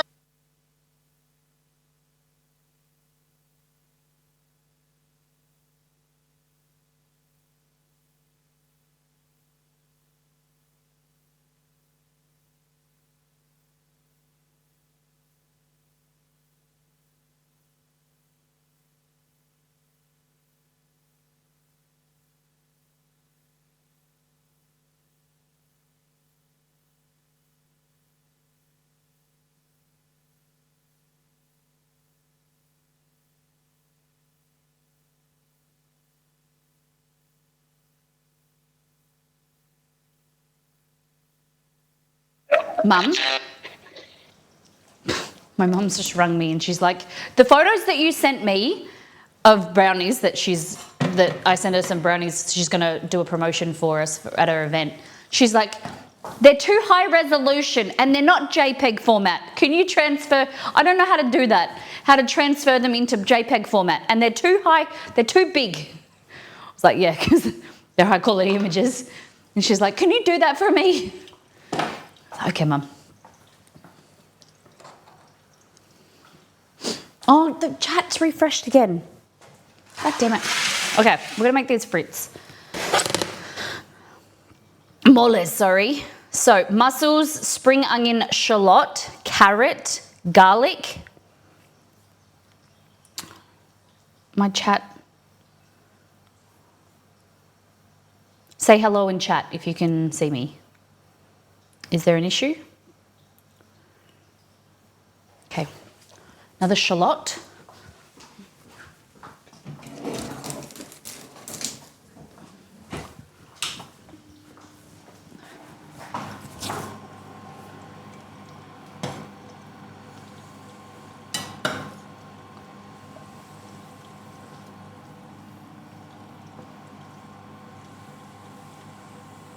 Okay. Hello? Did we get cut off? Yeah. You went all weird, like it started making weird noises. Oh, I don't know. Okay, so if you can just make them smaller, about 1,500 would be good. 1,500, okay. Megapixels. And some of them are in a different format, like probably like HCIC or something like that. Okay. If you just do JPEGs, then I can put them anywhere. Okay, no worries. All right, thanks, sweet. Love you. Bye. Bye. Love you.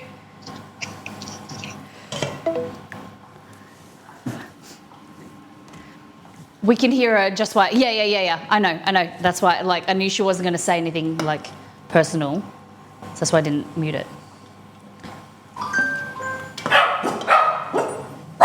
Stop.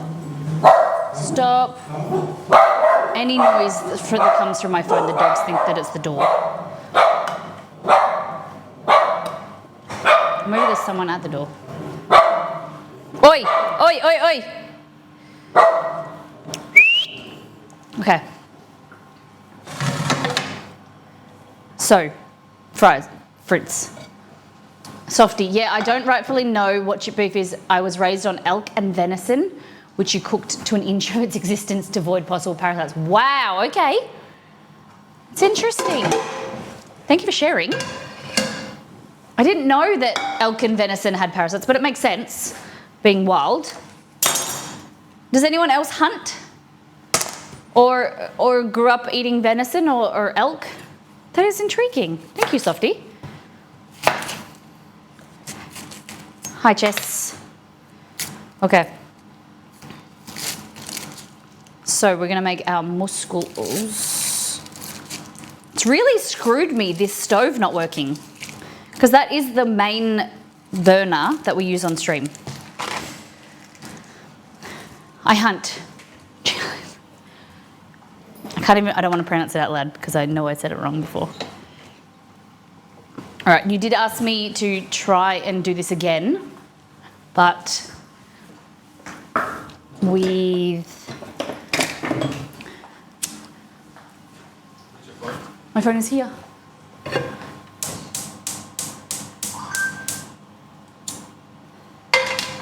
Fuck.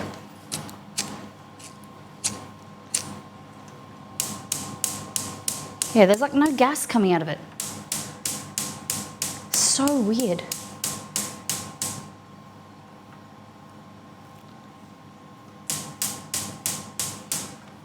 Damn it.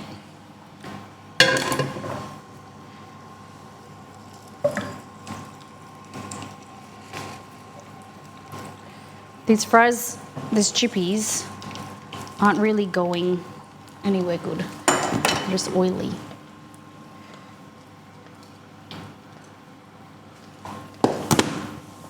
I need 100 pound So imagine my surprise when I had a beef burger or steak in college and kind of freaked out the good taste. Yeah, I can imagine. And you'd be like, why is this undercooked?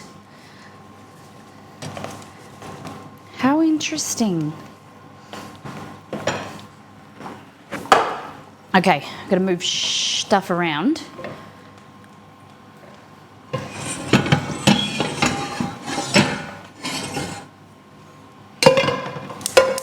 Okay. Excuse me, Jess, that way. So, shallot.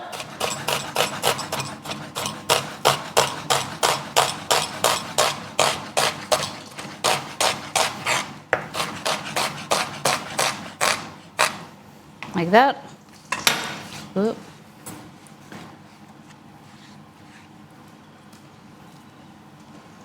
Okay, I'm gonna add butter. Butter.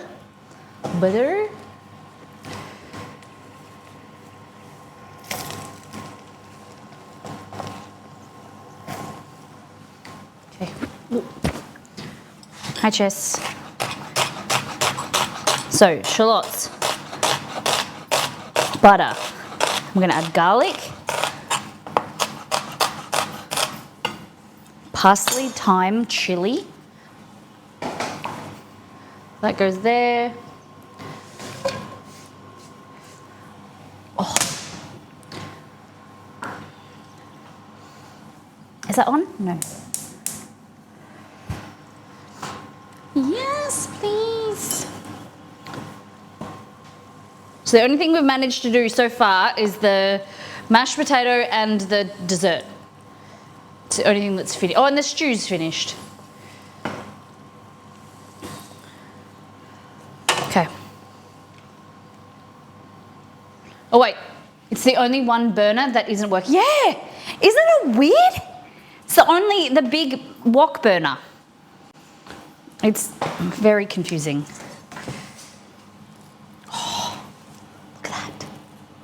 That's our dessert. Yum. I'm gonna probably put it in the fridge. Cool it down a bit. I'll just put it over here.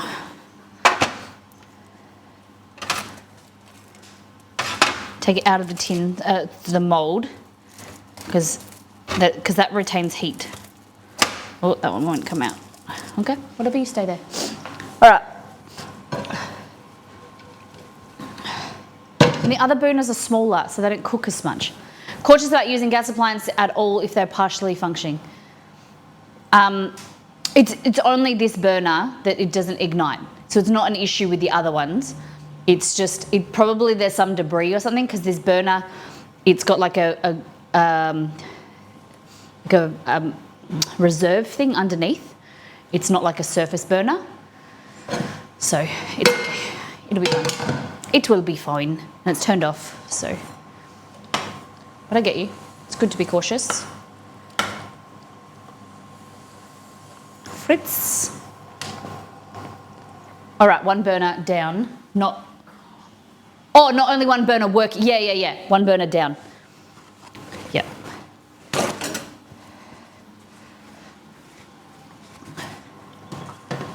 Okay. Fresh paper towel.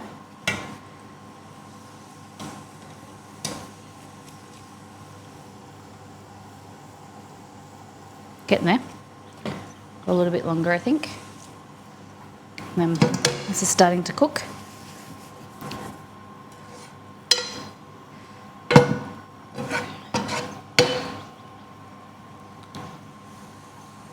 So these are double fried. I'm going to toss them in some chicken salt.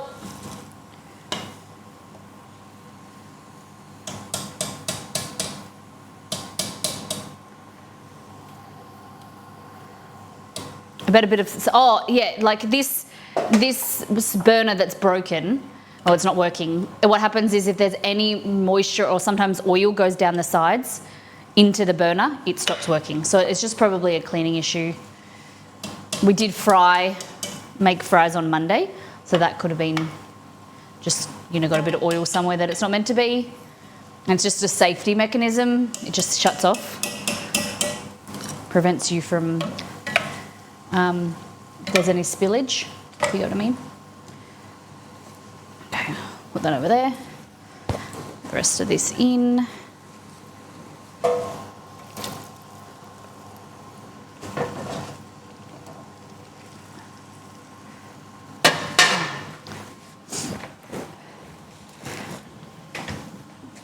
And then chicken salt. Excuse me, my nose is running. There's all this onion cooking. Okay. Chicken salt's there.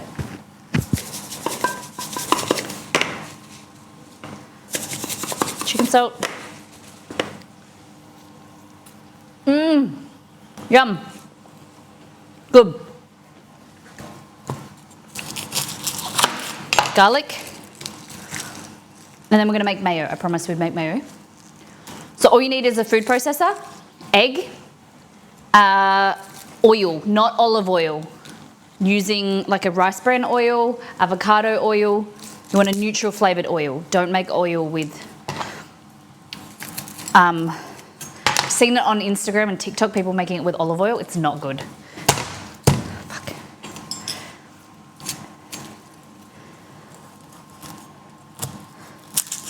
Oh. Usually the cloves are easy to break apart, but this one's been difficult.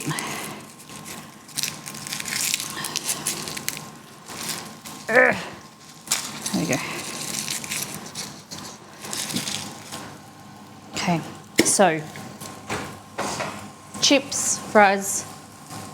Here we go. The shallot. I'm going to add some garlic in there in a minute.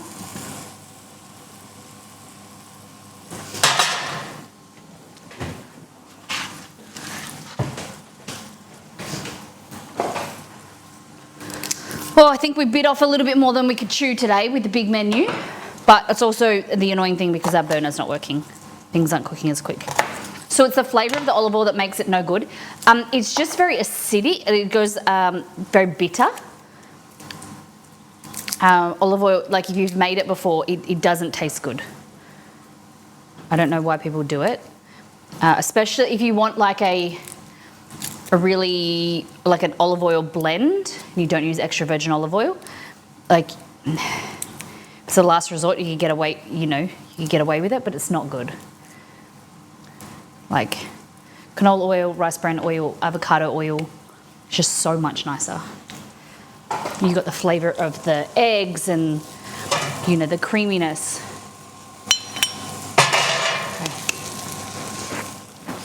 Okay. Okay.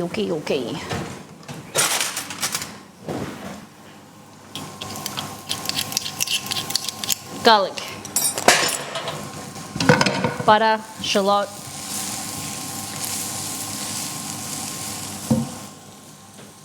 salt. Then what are we going to add? It says carrot, but I'm not going to add carrot. Chili, thyme, parsley. Fresh thyme. Oh, sorry, dry thyme. Like that.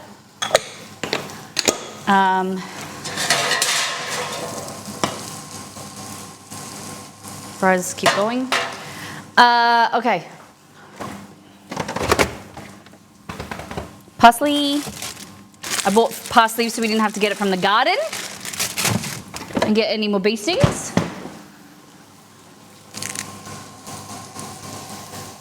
There we go.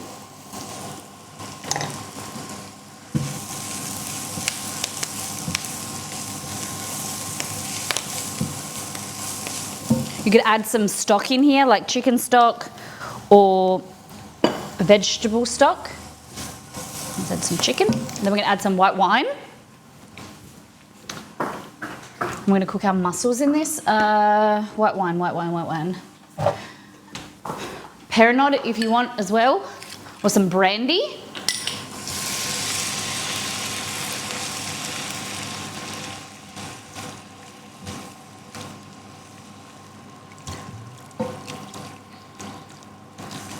Look at that. Why no carrot? I just couldn't be bothered cooking it down. I'm kind of in a hurry now. I want to eat.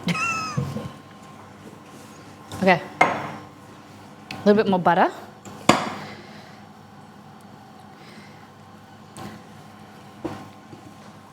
Bit of pepper. Because you just have to cook the carrot down. It would be nice. I would prefer it with there, but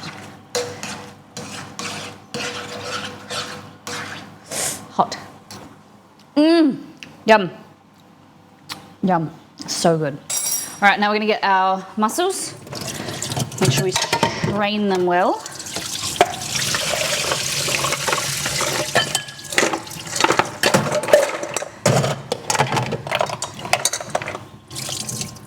Just gonna do one more rinse.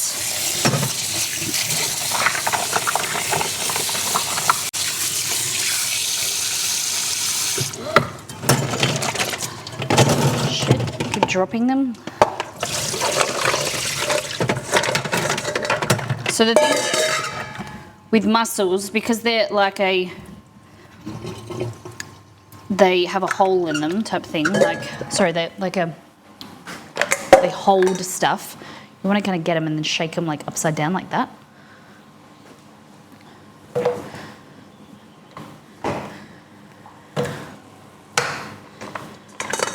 Just so that they are dry. Drier, not holding so much liquid. And we're just going to cook them until they start to open. Put a lid on top of them and let them steam.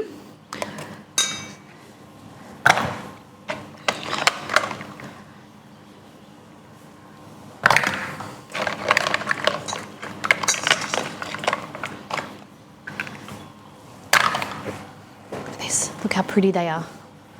Look how pretty they are!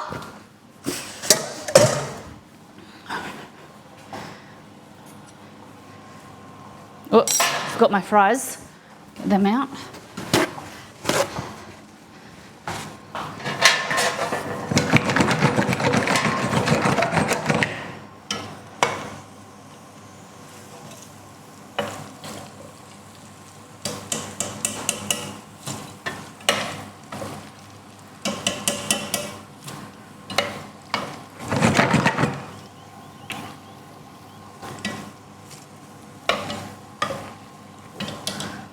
See how these ones are going.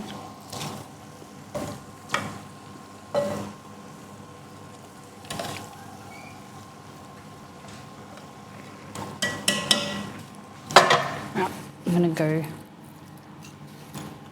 fry these for a little bit longer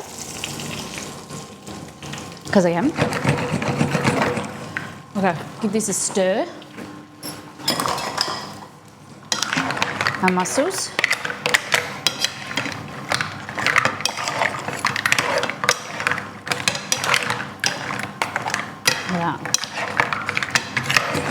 White wine sauce.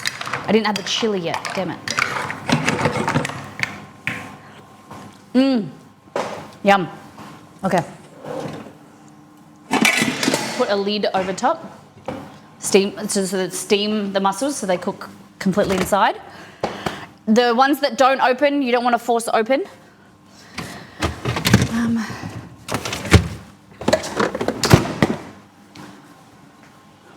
Where is the US Australia known for mussels? I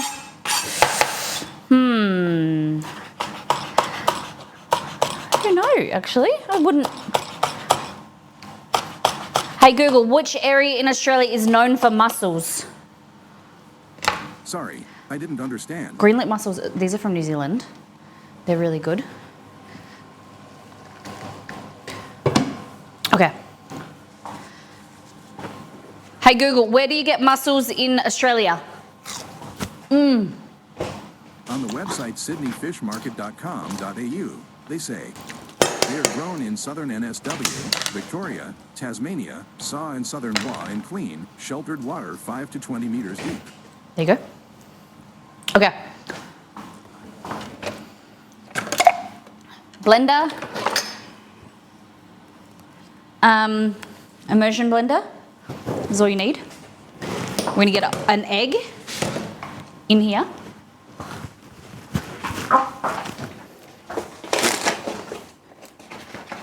So 1 egg in there, okay? We're gonna do a garlic. I just had a garlic clove, where'd I put it? Yeah. Garlic mayo. Paying attention, we're learning how to make mayo. There we go. Magic mayo. All right, we're just gonna roughly chop it a little bit, like that. A little bit of vinegar. Okay. So that's 1 egg in there. Where's the lid? God damn it.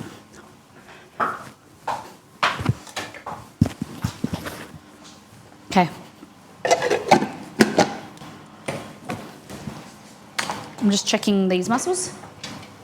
Looking good.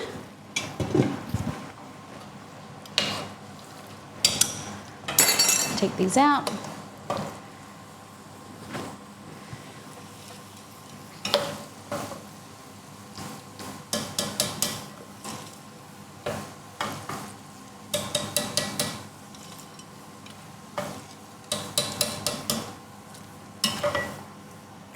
Girls in white dresses and sleeping with...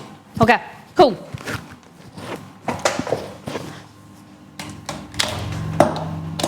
So, back to this. Ready? So a little bit of vinegar, garlic, with 1 egg, okay? So what we're gonna do is we're gonna slowly drizzle in. This is a little bit hard with this container because you've got to keep putting a little bit in. Put a little bit in, blend. Put a little bit in, blend.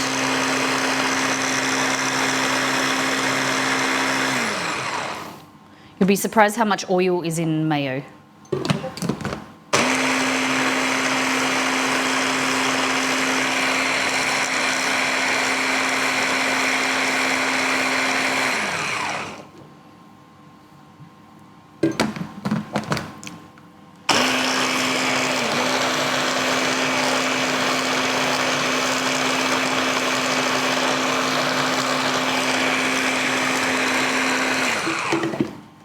Getting there? Look at that.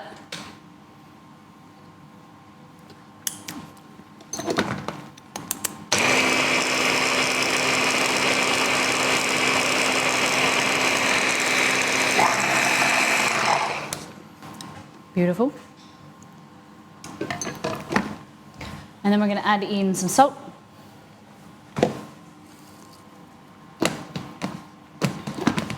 We added garlic, remember?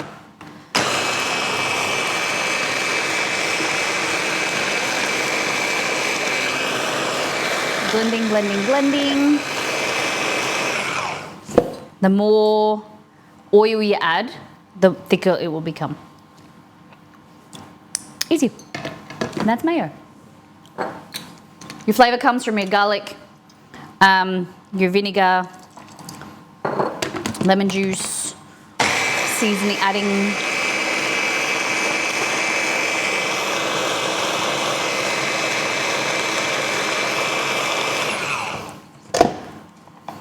oh shit.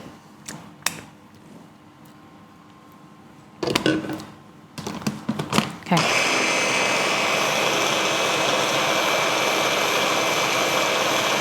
Probably I might add another egg just to make it. I might even, you could add an egg, just an egg yolk, if you want to be really rich. Try chests.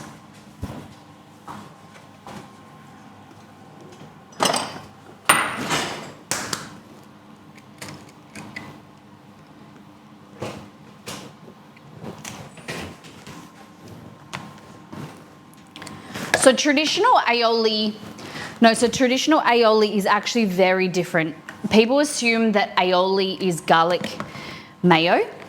Aioli actually is garlic mixed with oil. There's no egg in it traditionally, and it's trickier to make. But traditional, like these days, it's just people associate aioli with garlic mayo. Hey Google, what is traditional aioli? Alioli, or aioli, is a cold sauce consisting of an emulsion of garlic and olive oil. It is found in the cuisines of the Northwest Mediterranean. Type, sauce, place of origin. So yeah, homemade mayo, if you're putting like something in it, like if you put garlic in it, people just assume, or even Kewpie, put garlic in it, people call it aioli. But aioli traditionally is you need to blend oil and then you add garlic to it. It's very more simple to similar to like a toum, T-O-U-M, which is a garlic sauce in Middle Eastern culture. Lying. But look, that is your homemade mayo.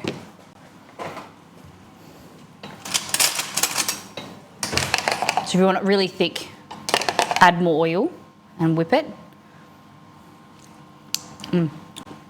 Very nice.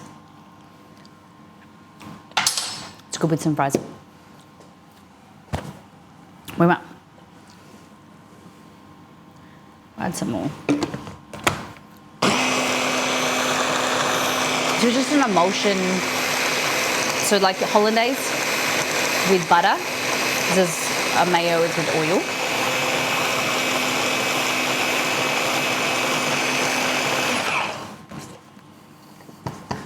See, add a little bit more oil, it's thicker. I might add the rest of this egg so I don't have to do anything with it.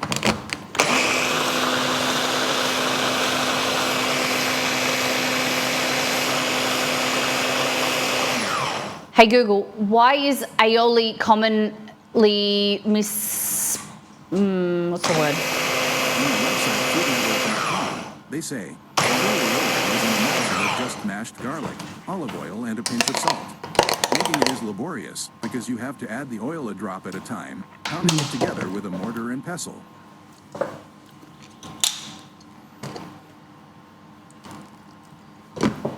Mistaken with garlic? Yeah, that's what we were just saying. Yeah.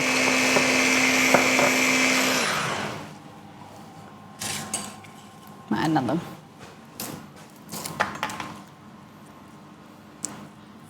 So that's how you make mayo. Any questions?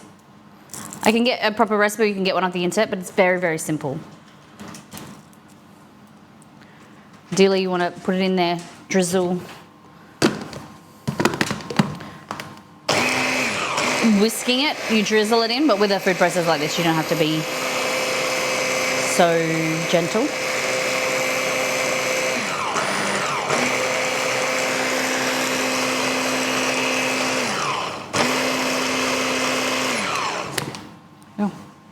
Oh, it's gone thinner. What have I done?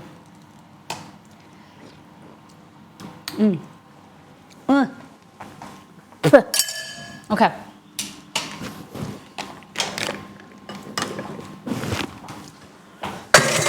All right, fries, I think we're ready to serve up. Consider something else you were add herbs and juice. Oh yeah, of course. Something else if you were to add, is it considered anything else? No, I think you would just call it a herb mayo, garlic herb mayo.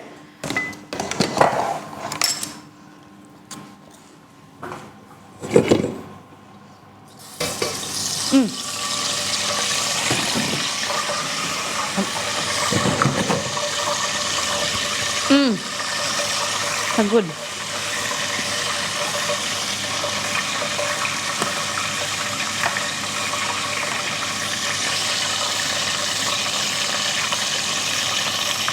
think we'll probably add them.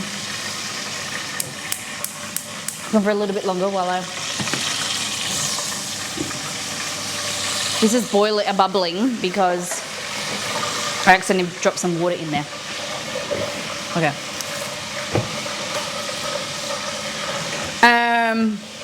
There's my coffee I didn't drink.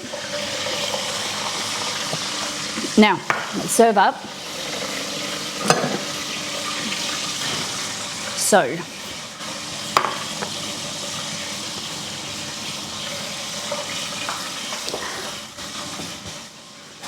I would heat this back up, but I don't really have a spare burner to heat the mash back up. Okay. Look at this. We'll put a big chunk in there. Look at that. I trust you when Google backs you up, but if I were to Google, I'd feel it's a lie. Okay, I understand that. All right.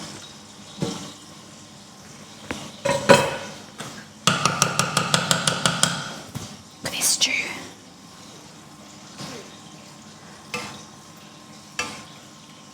Look at that.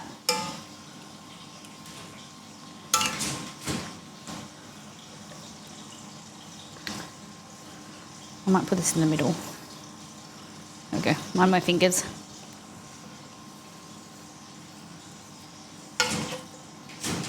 Look at that. Be eating well for the next few days. Holy dooly. Holy dooly. We'll take our laurel out, which is our bay leaf we learnt. What do you think? Yum.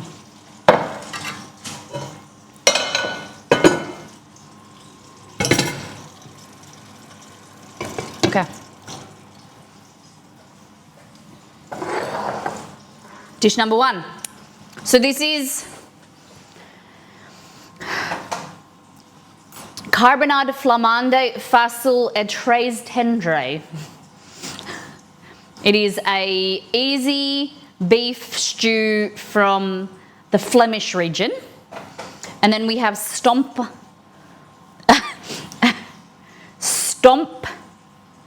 S-T-O-E-M-P, stomp au pirois. So it's like mashed potato with leeks. Rolls off the tongue easily. Okay.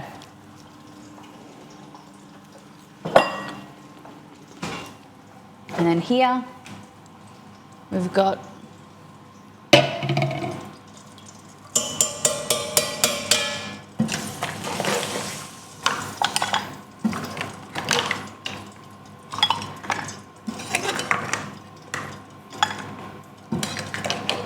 how much moisture they've let off.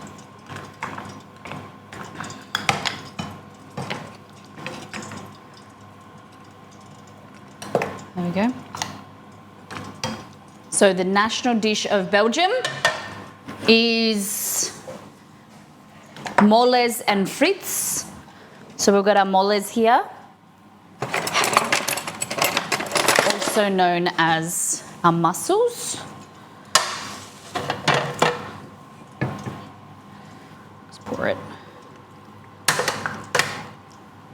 There we go. You know, white chili white wine sauce. Look at that. And then there's a fly. Let me get me the. Where's my thing? Ready? Where is it? Where's the fly? There he is. He's gonna die. Problem is you can't really see him.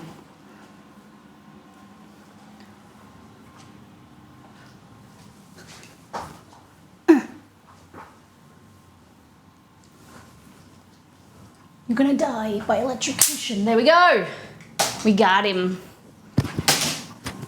Got him. Okay. What do you think?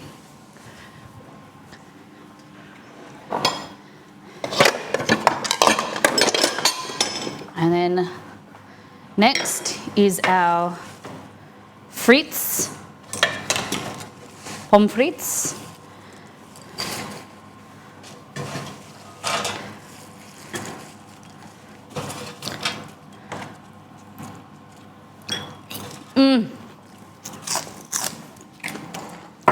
Hear that crunch?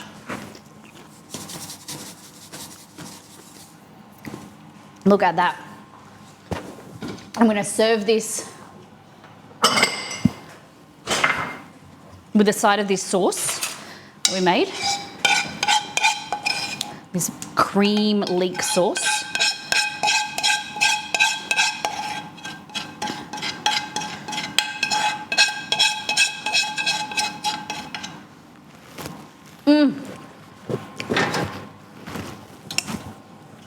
And then some of this mayo.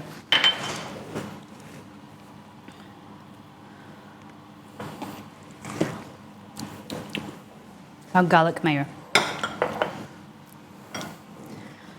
What do we think so far?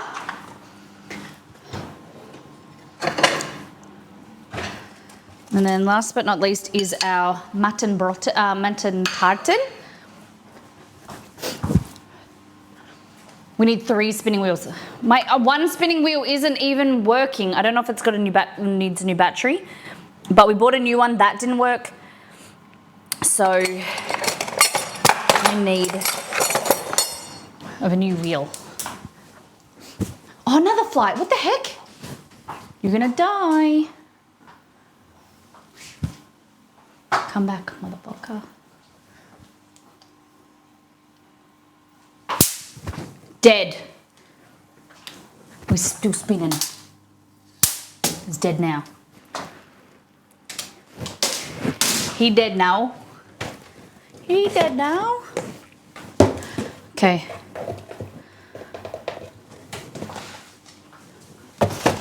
Just grabbing some flaked almonds.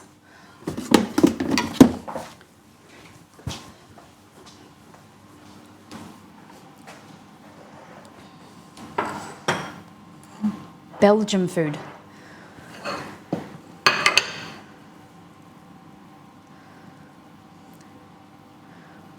at this.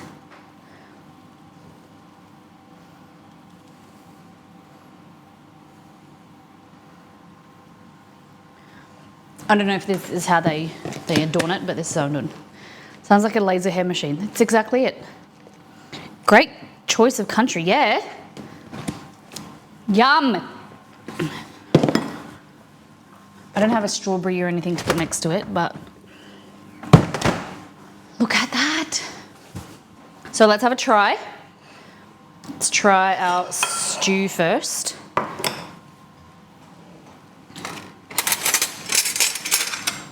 feel like this looks like Belgian. Okay. The meat, I think, could be cooked for a little bit longer or pressure cooked, or we went a little bit hard too fast. The heat was a little bit high, so it's not as tender as I wanted it to be, but let's have a look.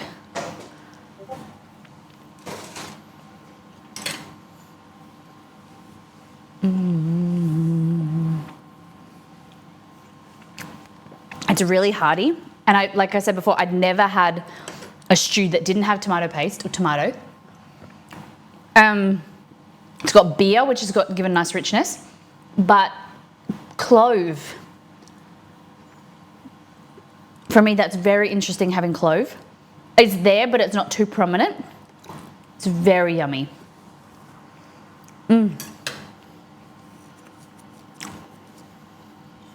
Yum.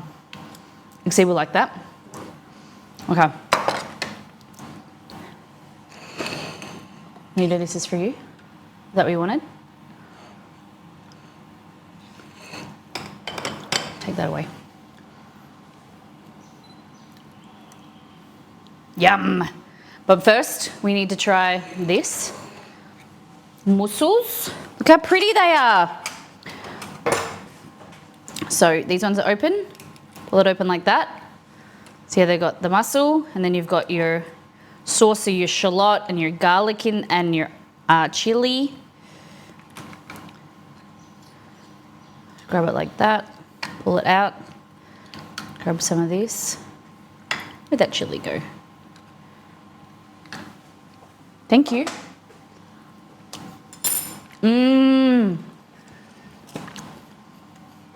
Pretty good. I don't often eat things like this because, like, the work to reward. You gotta work hard to get shellfish and seafood out. Nice. Big fan. But this is what I'm here for. Look at these. These are probably my best fries I've made ever. Look at these.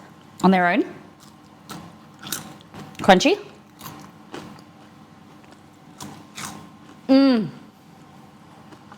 Then we've got the leek cream sauce that I was keen to try. Oh, they're so good. Oh my God. So this is garlic leek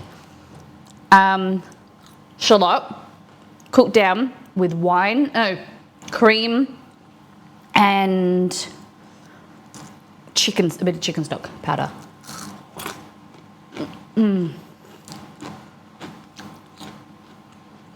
Yum. Very rich. And last but not least is our mayo. Our garlic mayo. Look at that. It's a bit on the thinner side, but if we let it sit, it should set a little bit further. That is so good. This tastes like good fries from Belgium.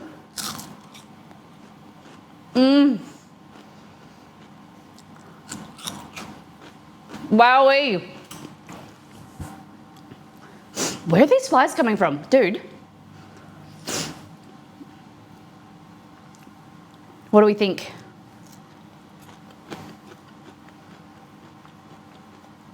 Last but not least is the dessert.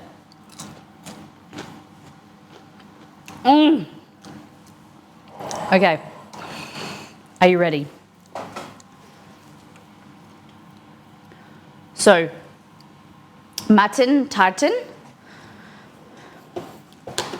So it is an almond, like the filling, it's puff pastry, but with a filling of almond, egg white, like eggs with almonds and curds. We made our own ricotta. They're usually on the smaller side, but look at that.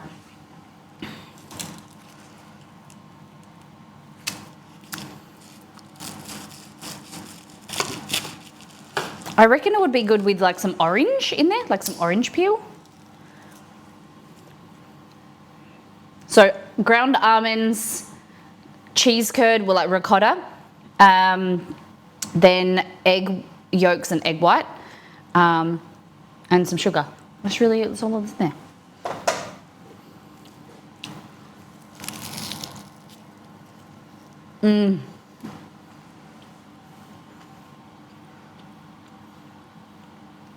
That is delicious.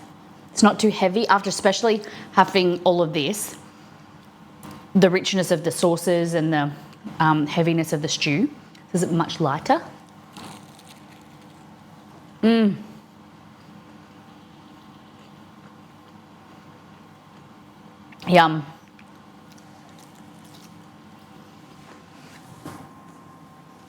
Belgium.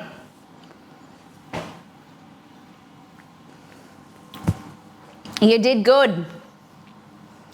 Very, very good. Smash or pass? Smash everything. The mussels, like I'm keen to eat them. They're probably the weakest link for all of it. What was your dish of the day? Dish of the day, dish of the day. We learned how to make mayo, sauce, mussels. What's your dish of the day, guys?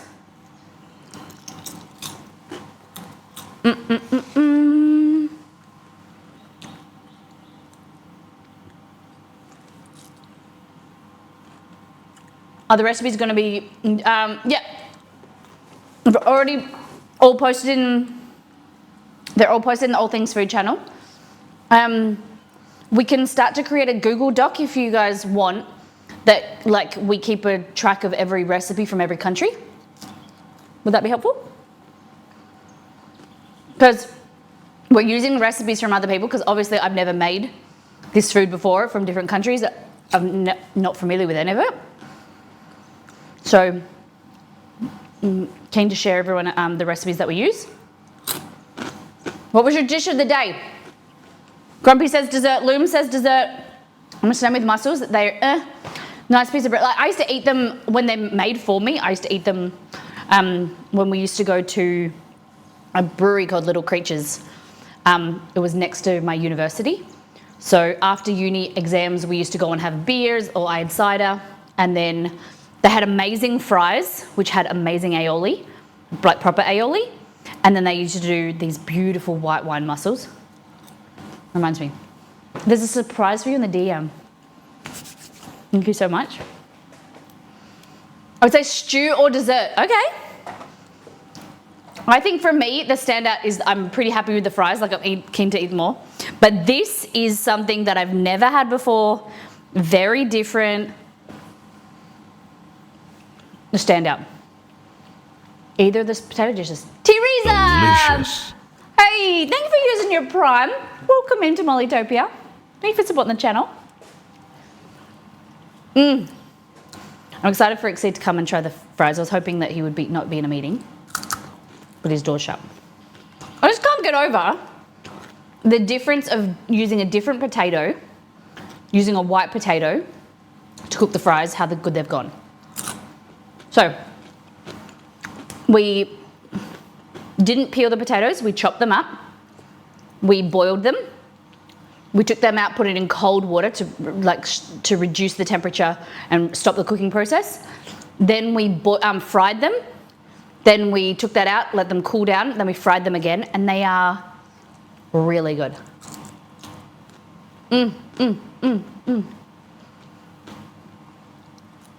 I can't see a poll.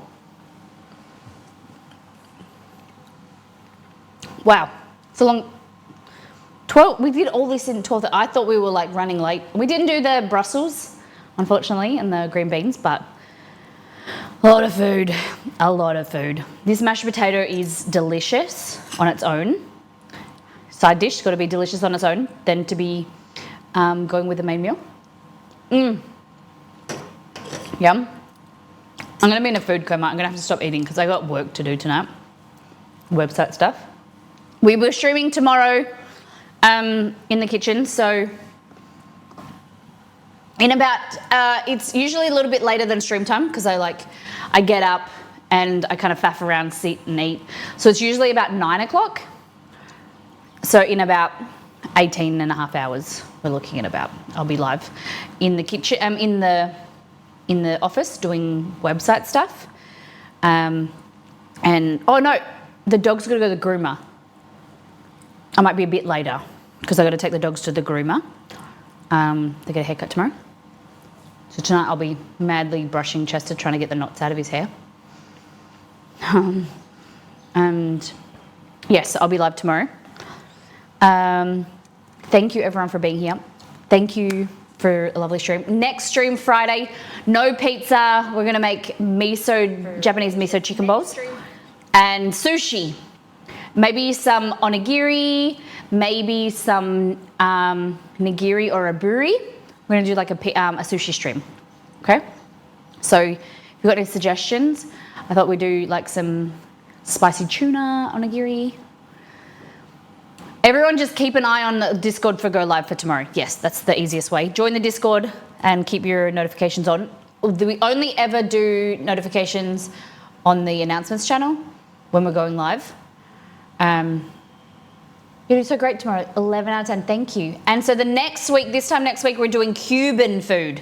So if you have any suggestions for that or the following week's menus, countries, you've got to be here next week to vote for the week after, okay?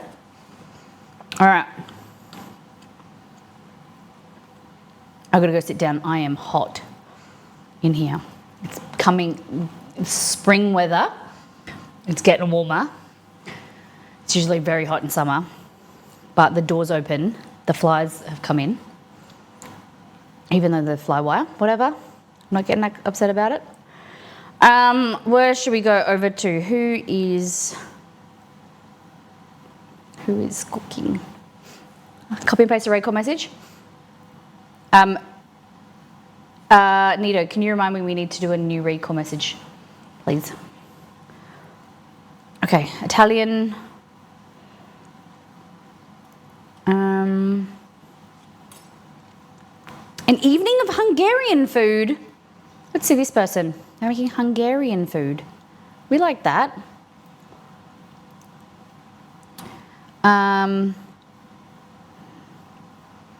Mada Makula?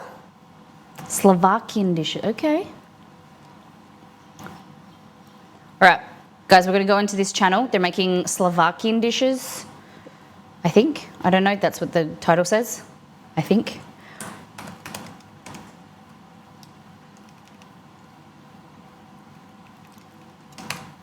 Thank you today for the subs, the resubs, the support. I really appreciate it. It goes back into the stream to help us create content and pay for our groceries. So if you enjoy the stream, consider tipping, subscribing, cheering. But mods, thank you for being amazing. And take care, brush your hair, be good to yourself and those around you. Love you, bye.